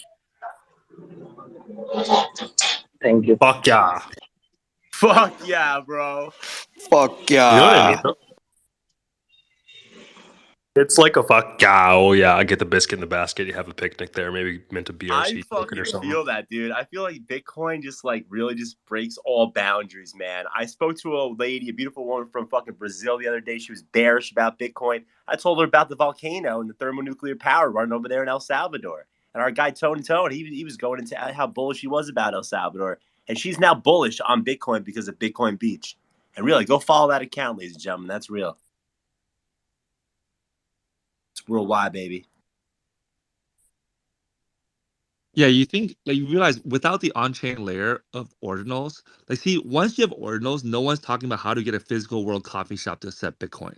No one's talking about how to get El Salvador to accept Bitcoin. That conversation is over. But because previously all our passion in Bitcoin could not be expressed on chain, we had to try to just fit the single asset Bitcoin and try and get the existing world to adopt it. And I'm sure you guys have, that meme like the Thanksgiving dinner where all your family is like, "What? Stop talking to me about this. Like this is just a speculative asset. I don't see any meaning for this." Um, but they might still think that way because I actually think that Bitcoin will continuously not be accepted in the physical world. Um, because it's the equivalent of saying, how come my corner store doesn't have an internet terminal in it that lets me to log into Amazon inside the corner store to buy something? It's like that's not what they're in the business of. Like their businesses are hiring physical people, like real people that have real payrolls, that have real fiat needs, that you have real like 401k contributions, which means my goods have to be sold in fiat, which means I have to accept Visa. and things like that. So stop looking for physical world things to accept Bitcoin. Now that you have ordinals, we can now focus our energy into a native environment that wants Bitcoin. And every BRC20 seller wants Bitcoin. Every single Bitmap seller wants Bitcoin. Um, that's the currency that they want. They don't want stable coins, right? I don't see stable coins in any of these transactions right now. I don't know. I don't think they will exist in these transactions. I think what may happen is you might have stable coins as a BRC20 that if you want to hedge your BTC risk without leaving funds out, moving funds out of your Unisat, out of your whatever wallet, there might be some stable coin type things on chain. But the way you're going to manage your finances is your you can move your stablecoin on chain to your BTC, and then you're going to use your BTC to go buy some of these things.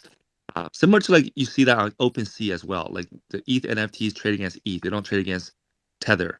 So in that respect, like the US dollar is now in the position of like an emerging market currency or like a demerging market, call it like euros, and then BTCs is now in this is the reserve currency.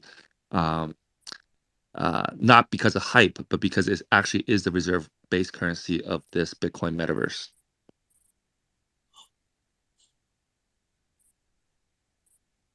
Dude, I could not agree more. And I feel like we just like really we add to the value of what the potential of this Bitcoin metaverse can be by having spaces like this.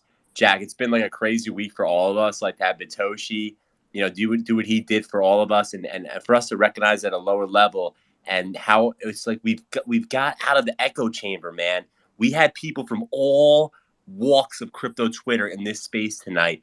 And the fucking topics that were spoken about are going to just be like they're going to be reverberated throughout the whole entire ecosystem now. I love it. These conversations needed to be had. They will continue to be had, and they're going to be continue to be had tomorrow by people smarter and brighter than you and I, brother. I'm telling you right now. You've admitted it that you don't code. You don't know how to do it like Chris can. But we find the people. We gather the people together. We bring them to the public forum, and this is what happens. Adrian, thank you for hosting, man. I love this. This conversation's got me so bullish on the people behind the PFPs. Bro, this is just the start now. Like, if you think this is what's making you feel bullish, just like wait what's gonna come out. Like in the next couple of days, like and probably not even in a day. Like we're gonna have a tool probably out later today that's gonna allow you to make your own PFPs and decentralize it. Not only that, the tool is going to be inscribed on the blockchain, so everyone can use it always, forever. So you can make your own thing now. You don't have to depend on me. It's going to come out soon. I'm probably sure you've seen the video that we just posted of a quick demonstration. Hang on. Yeah, I don't know if anybody heard that, but Adrian is cooking.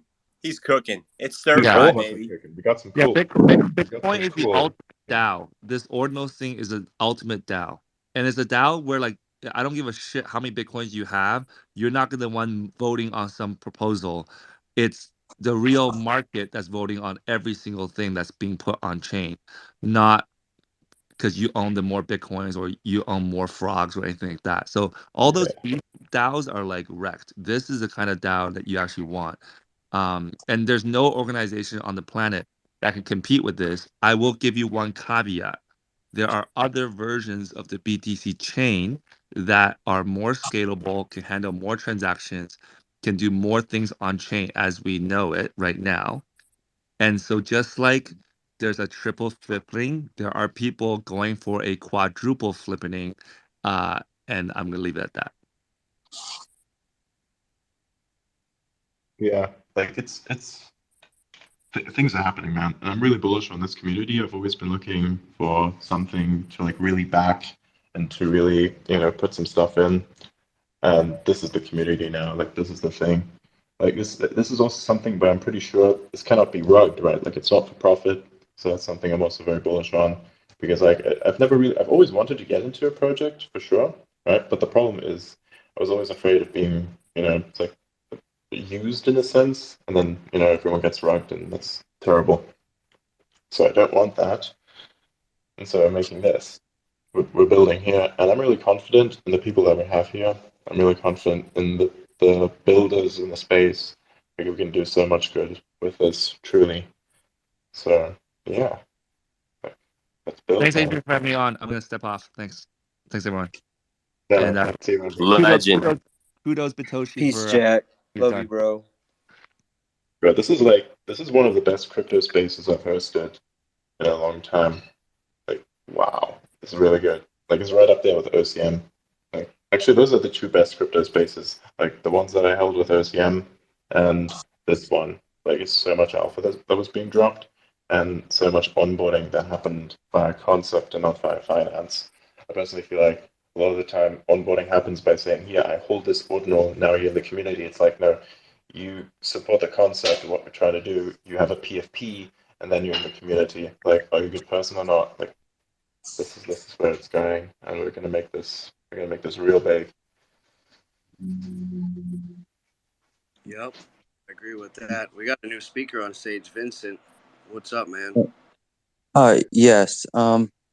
Thank you. I would like to maybe add something or share something what I learned yesterday. I'm pretty new to all this, so if you guys could like correct me if I'm wrong or enlighten me with some things. I just want to share what I was listening to about last night. When you're talking about the DAO, or I don't know if you know about it. Um, the one guy was talking about um, the Dalmatian as a new meme coin for Bitcoin.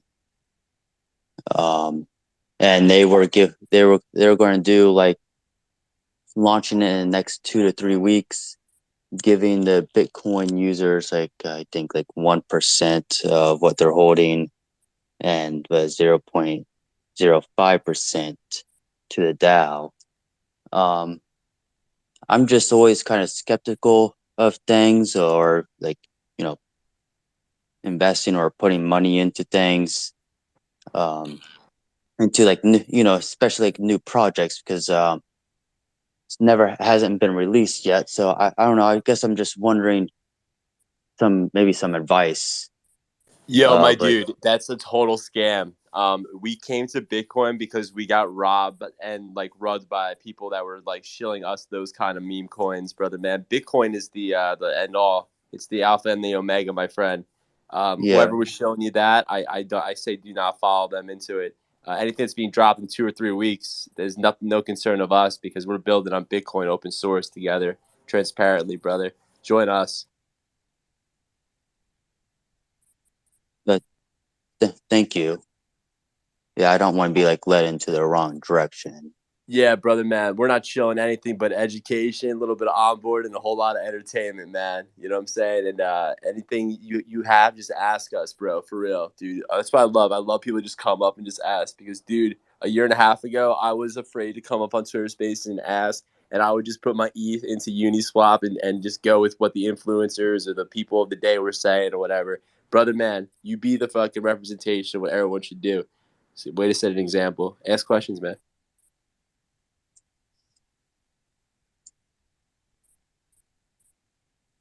I mean, I just recently like downloaded MetaMask. I mean, I'm not exactly even sure how to even use it. Um, the whole thing just gets kind of complicated, but so I really don't know where to go from there. I know you have to have like Okay, some E. so MetaMask is only for Ethereum-based stuff, and what we're doing, which is Oh, Ordinals, is like you need to use something like Ordinals Wallet, or you need to use something like Unisat, or you can use something like Xverse. Xverse is actually really simple. It has easy integration. I would definitely recommend people to start with Xverse, like beginners and such, and then if you want to move on past that and start doing minting and such, like if you just want to hold ordinals, that's the way to go.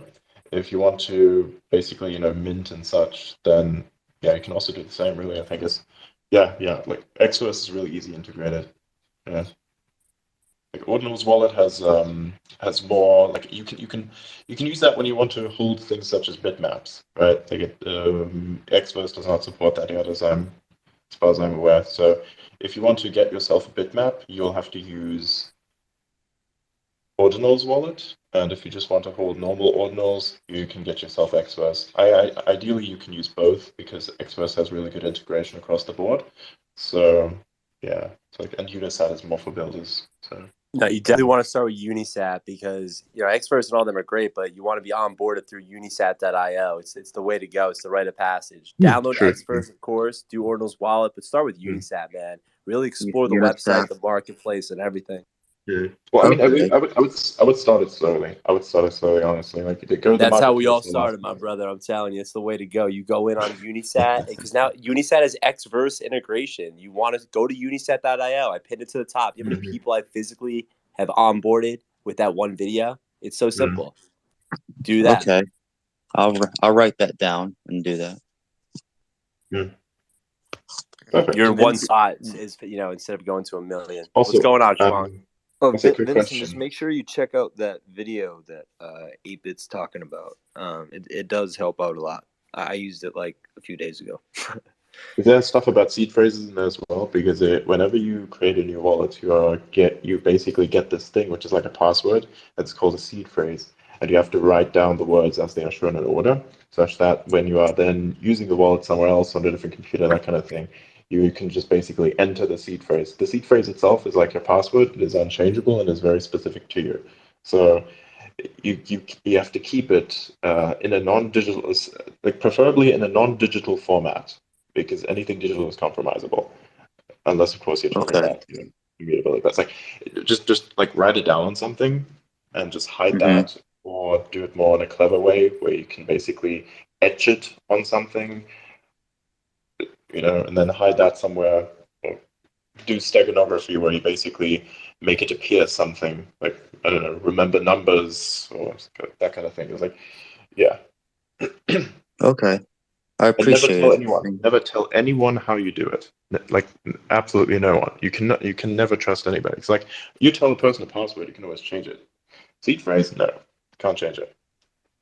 And if your wallet is compromised, that's a big problem. That's a really big problem. So your seed phrases, tell them to no one. Don't tell them how you have hidden them, unless of course you're married to someone you can trust your life with. And I suppose yeah. But other than that, no. Definitely don't go. If you hold a lot of stuff, don't go to third world countries. Otherwise, I'll get you for it. Probably that's not. It's probably something you don't normally say. Yeah. Like I always tell the stories. Like, dude, you have this issue where I say, "Oh man, I have so much crypto. I could just go to like a third world country and I could just chill there, and nobody. I could go there to fucking Puerto Rico and shit. No one can after me now." I'm like, bro, if they figure out what you're worth in some countries, literally what they're going to be doing to you is they're going to fucking kidnap your ass, bring you up in the tree, and then they're going to fucking extract the seed phrase from you. Okay, and you're gonna give it to them. They're very fucking convincing, man. Like no shit. They'll extract the seed phrase from you, letter by letter, uppercase, lowercase, the whole fucking shit. Like there's no way. So be careful. Always be careful. The more you hold, the more of a target you'll have on your back, and you don't want that. So if you begin to become very active in the scene, as in you're starting to move funds that are heading into the hundreds of thousands or even the millions, become anonymous at some point. Like, try never to dox yourself. Basically, be paranoid of everyone. But other than that, it should be fine. Dude, I just gave her like a full essay on the dangers of crypto. Don't dox yourself. I know your portrait's your PFP, bro, but don't dox yourself. I'm Yeah, just yeah. No, Yeah. yeah, Well, and we spaces all the time. So if you ever have questions like that, please come up and ask so you don't get burned. yeah. Like we're here to help as much as we can. We won't give you financial advice because we can't. But we can definitely just comment. What we offer here is commentary. So yeah. Also, tomorrow, Vincent, definitely come through. We do Bitcoin After Dark, 10 p.m. Eastern. That's how we really Yes. kind of found this community, how we all started this. So, bro, come tomorrow. I would love to just sit you down, like really do this, bro. We'll screen share, we'll do screen capture. We love doing it, man. We love doing it. Let's get it. Yeah, I'll be there. I'll do that. Right on, brother. Yeah. We got a space after this even. I think I'm gonna end the space soon. Like whenever you guys really want. Like whenever I'm feeling burnt out, we can stop. But I got a space that I'm going to be doing in, what is it? We can Six handle that. hours. Six We can. hours from now, maybe. Like I'm gonna do another space in 6 hours from now. It's gonna be on a an ordinals project that also tries to onboard people. It's called Sattributes. It's not like this, however, this is completely different, but it kind of cuts into that idea as well. So I think what they're doing is also pretty cool. But what we are doing is remarkably different actually, because it relies on onboarding through very direct community engagement. It's a little different. It's like you're taking the very best of what OCM is doing and what the frogs are doing, and also what Sattributes is doing, and you put that together, and that's what we are. It's like you take the very best of everyone, because everyone's got a little bit cool stuff. And you also take a few ideations from the network. So you put this all together, this is what you have. You got Bitmaps. You got us. Cool Hell yeah. shit. We are Bitmaps. Be the Bitmap. Yep. We got a hand up. Go ahead, Darren. Hi, everyone. First, I just wanted to thank you all so much for educating all of us on all this information. It's just been wonderful to learn more about everything going on. It's really exciting. And what I don't know how to say your name, Schwank, is that it? He has some really great questions. And just to sort of round up, like I see 8 bits post up here at the top. But I didn't see where this video was that you guys were talking about, and I feel like I could use that video. All right, homegirl. So it's gonna be the second one to the right. So you just scroll one over. I wanted to like have it be like, all right. So what is bitmap theory? And then this is how we do it. You dig? Got it now. Sweet. Bookmarked. Muchas gracias, señor. De nada, homegirl. Thanks, guys. Have a good night. Peace. Take care. Nope.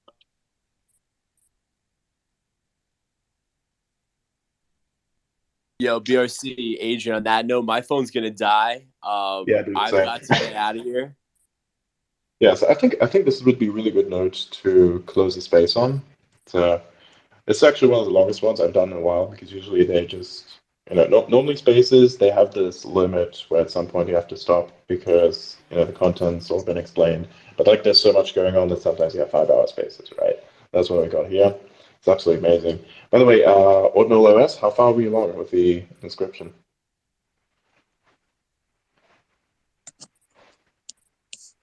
Yo, so right now I'm just formatting it for being inscribed, and we're gonna inscribe the JavaScript Cropper.js.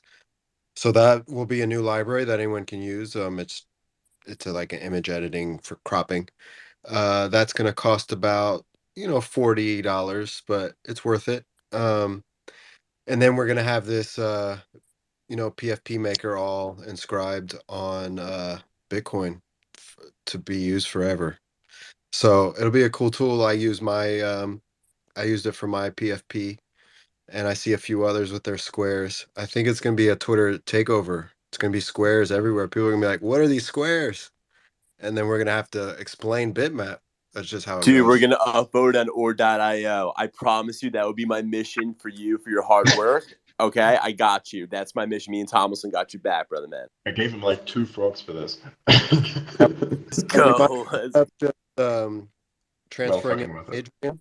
So I'm gonna inscribe it, transfer to him. But I mean, yeah, shout me out, at me, do Dude, the for sure, I man. started in the space like I kind of faded ordinals in the beginning, and my boy Yeezus, who makes the Yeezys, he put me on, and I've just been developing on every chain. You know what I mean? I kind of fade, but as soon as I saw the recursive and everything that they're doing, like I just had to now like point. So I'm here now. I'm here to stay Yo, you're a legend in the making, bro. Glad you're here, and so is Yeezy, bro. Yeezus is a legend. for Yo, sure. Team was hilarious the other day with the outfit he won, man. Dude, I can't wait to put it out there so like everyone can look at the inscription. So yeah, cool stuff, man. How long do you think this will take? Like how long until I can drop alpha? I'm just gonna actually I gotta walk my dog and then come back and wrap it up, and then what time is it? Probably like an hour. So it's 10 p.m. where I am. Don't dox me, but around 11 p.m., about an hour. Let's go for that. Perfect. Yeah, sure. We'll be in an hour or two. Like, I'll probably be making dinner at this point of time, so it's perfect. And then, so you guys look out for the alpha. The tool's coming out today, and it's going to be a really cool way to like initiate the Be the Bitmap movement because it's by the people for the people. Also, thank you so much for making this Ordinal OS. It's real fucking like means a lot to me. That would actually also be the first inscription that I hold, which would be like it would be the first Ordinal that I hold, which would be a tool. So that's like really something cool. Like I wanted to inscribe it myself, but I'm a noob, so I don't want to fuck up everything. So I just gave you the frogs and such because you know hey for your Nice. troubles and also for your XP because you're fucking awesome.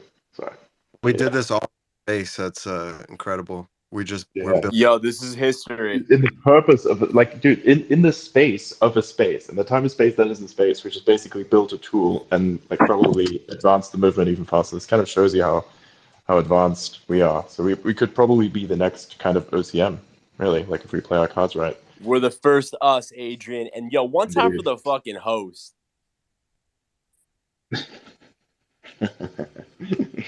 Yeah, this is good stuff, man. Dude, thank you all you guys for coming. BRC20, thank you for co-hosting, and everyone really. Like you guys are awesome. Batoshi for creating this amazing movement in a sense, right? I'm glad to be a part of it. Like I'm just basically lending my own imagination to this. I'm trying to like add to that as much as possible. And you know, because this is what it is. Everyone has their own purpose. Mine is just kind of like, you know, come up with some crazy shit. I'm like the Al Gore that came up with the internet. It's like this is Stop. probably who I am in the equation, right? I just like smoked the weed, came up with something really cool, and the scientists made it real.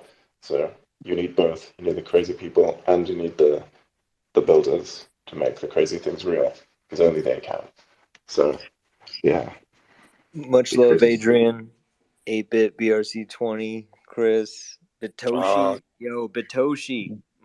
Tons of love to you, bro. Like, thank you so much. And shout out to Jack. I know he's not here, but I love all you guys and hope you all have a fantastic rest of your in night, Bitosha we morning, day, trust. or Be the whatever. That's what's Bitmaps. up. I want to shout out everyone that came in. Thanks for everybody that was listening. Thanks, Adrian, for hosting the space. Batoshi, all our speakers, again, everyone that came up and asked some questions. Glad we could kind of share the love and knowledge so you can understand exactly what Bitmap is. And tune in again. We'll probably have another one in 2 weeks.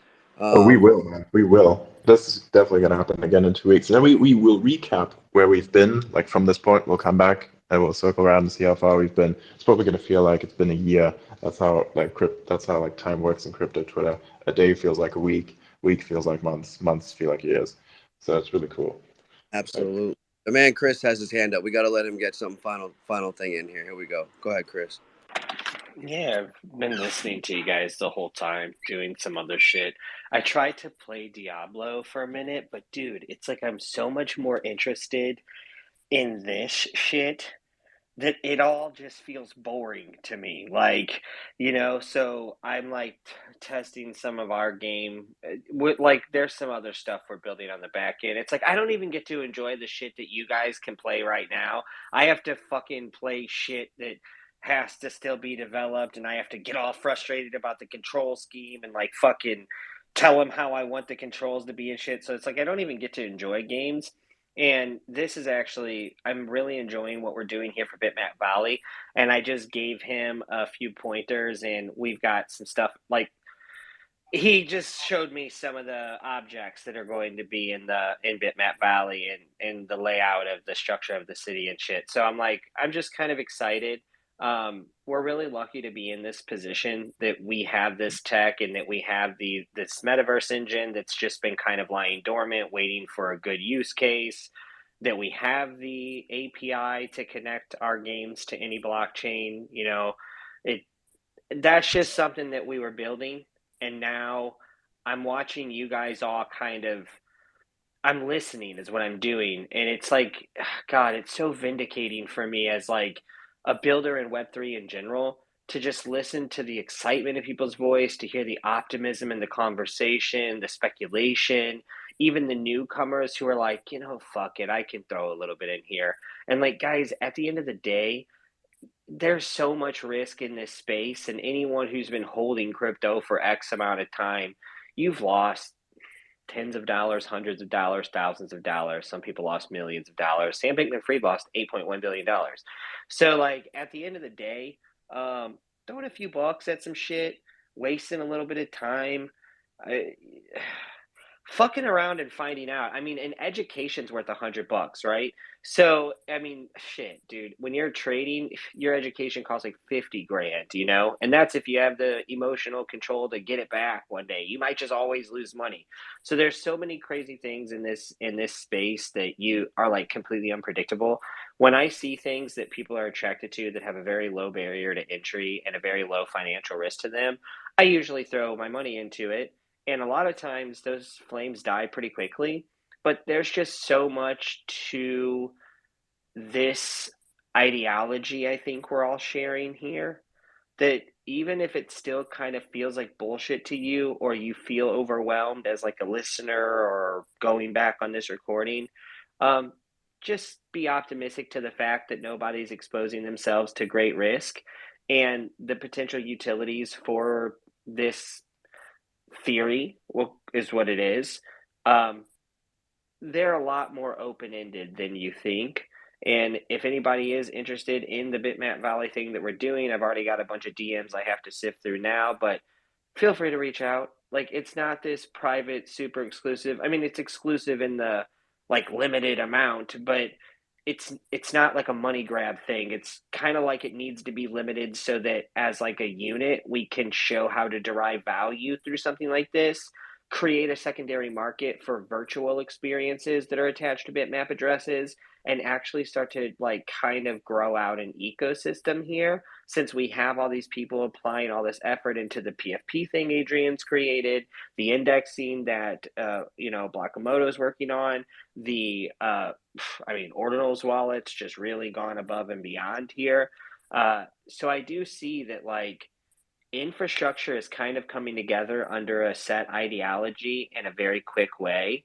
And this is kind of my point in all of it, is like, look, it's almost like there's a consensus around this that we can kind of build on top of and start to actually create metrics. When I was looking at Bitcoin previously for adding utility, the best I could come up with in the short term was, well, I guess we could create some avatars and that they could be unlocked with their PF, like with their inscription, their ordinal. And like maybe we could request and send like some of the more liquid BRC20s like Ordi and OXBT. Bro, Bitmap and the community behind Bitmap and the ideas that you can do from a 2D or a 3D perspective with Bitmap and the birth of recursive NFTs, well, ordinals. Sorry, guys. Uh, fuck, man. I don't feel like I'm walking into spider webs. I feel like I'm walking into data sets and structure backed by a social consensus. So we say it is, therefore it is. And that's really interesting that we can kind of be the gatekeepers of our own ideology while it remains free and completely accessible by anyone who doesn't share that ideology. It's like there's no actual gate or fence. It's like it's the general social consensus that allows, I don't know, man, it's a foundation to grow beneath, which, and then it brings me to what, I mean, it must have been 2 fucking hours ago or some shit that Adrian said, we need to build skyscrapers. Yes. I've been thinking about that since you said that word. Um, yes, exactly, that's exactly it. And this is why any individual bitmap address can have intrinsic value, because after the final block of the day in which they're all inscribed out happens, in order to be indexed, as far as I know, you have to be within a certain time frame of the next block. So this implies 144 new blocks to be inscribed and indexed as verified bitmaps per day. Man, now it starts to feel really small, you know? And it seems like what a few hundred of us might be able to do as a community and as just taking initiative and using social consensus in our benefit, um, could inspire 4,000. And then that leads to 40,000. And then we almost actually have half of the active addresses used at 400,000, right? And that doesn't have to just be that there's 400,000 individual this, that, or the other. It's that there's 400,000 bitmap addresses that could be attached or pointing to different things or being used for different types of experiences or technology, just as like a almost like some sort of like a verifier or like I keep calling them deeds. I'm trying to come up with a better word for it to simplify maybe, but I like to think of them as like these little deeds, and that little deed is going to give you potential ownership of something you choose to attach it to. So it's almost like a title or a deed that you haven't written the rule of ownership on yet. It's like an open, what would you call that? I have no idea, but it's the same thing as a blank check, but in the form of like a deed or a title, right? This is how my mind is perceiving it. And I think that as long as we all don't like overcomplicate the truth about Bitcoin being a verification layer, and that we are building things for Bitcoin, not on Bitcoin, then I think the transition is going to be a lot smoother. The expectation won't be it like something people can't imagine because they see the technical complexities of certain things and they shut down, and then you know what they do? Instead of learning, they just resist, right? Well, there's no reason to have resistance in something that's actually super simple. So if we make sure the words we use are correct, and we really just focus on the low barrier to entry and helping people understand that the community involved is strong as the ideology, that just equally as strong, then perhaps the $2 or $3 worth of fees is worth it. And maybe I mean some of you have already reserved your spot, right? But think about the proposition of spending $100 to see what this experience would be like. I know Jack said earlier $80 for a 10K NFT collection was still not cheap. Yes, it is. It's very cheap. Matter of fact, the price of Bitcoin has moved so much in the last 2 or 3 days. If you had like any amount of Bitcoin, you're probably up $80. So it's like, yeah, in such a volatile market, $80 is nothing. $150 is nothing, especially if you bring some sort of lesson, education, or experience with it that can lead you into better decisions or more insight. Bro, that shit is like you will lose so much in life to learn a lesson. Here, it's almost like it just costs money.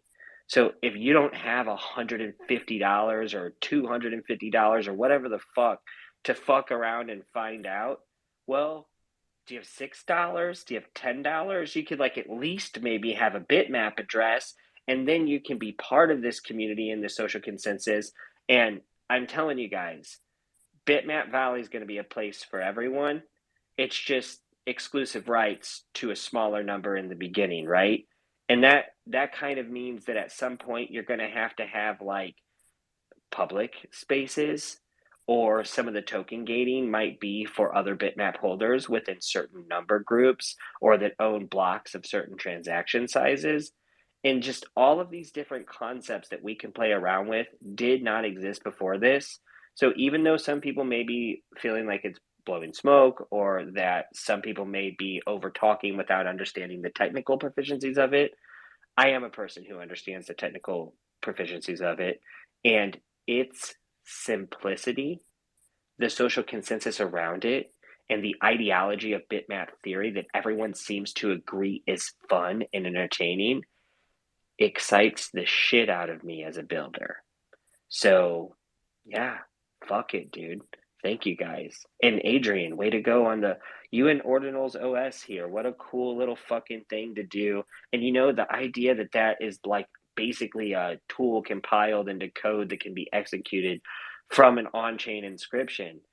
Guys, we that's just the start, right? Like this is, Yeah, I mean, like you know what I it's mean? builders like him. Like that's what we need right now. Yeah, Like dude, honestly, exactly. it's a tragedy that account does not have more followers than it does. Like, dude, give this man a follow. This guy needs recognition. Honestly, like fucking this this is some really cool shit, dude. I really appreciate it, and yeah, man, can't wait to show it off. It's probably going to be 2 hours from now, but yeah, it's going to be a tool. And once it's out, I'll give it to everyone at the same time. So yeah, then we can see how many. Yeah, I can see how much is going on. We're probably going to see everybody rocking one of these at some point. So yeah, cool stuff. Right With on. that, Well, I think yeah, I think we'll be wrapping up the space now. Thank you all for coming. It's been an absolute pleasure. Can't wait to see where we will go from this in 2 weeks. We're probably going to be dropping quite a bit of alpha on 8-bit spaces because, we've got Bitcoin After Dark. I do encourage you to go there because he hosts very long spaces. And basically, we do here these weekly spaces where we just compile all the content and all the stuff we've done, and then we talk about it and try to onboard people that way. Basically like a business pitch almost, right? But it's better. So because we're not trying to shill you anything, we're just trying to explain what we're doing. It's like maximum transparency. You get to talk with the people who are building the community. You get to talk with the founders, the marketers, and that such thing, right? So that's what this is all about. So, like, definitely go to 8-bit spaces because we're trying to make Bitcoin fun again. It's not just about making things great; it's about making them fun. And you'll find a lot of really cool people on there who know what they're doing. Who are basically building the ordinal scene, and just ask them a whole bunch of questions, learn, and invite people in there. Just grow this because wherever you want things to improve or grow, you must also tell others to go. It's like, what do you want for yourself and what do you want for others? You just basically incentivize that. That's how I choose to operate. That's my modus operandi. So however it works, doesn't it? So I think Bitmaps is really cool because this is not something we're shilling. This is something we're building. So yeah, that's my first project that I'm involved in. So I'm really honored. Glad to have done it right. So yeah, no rugs.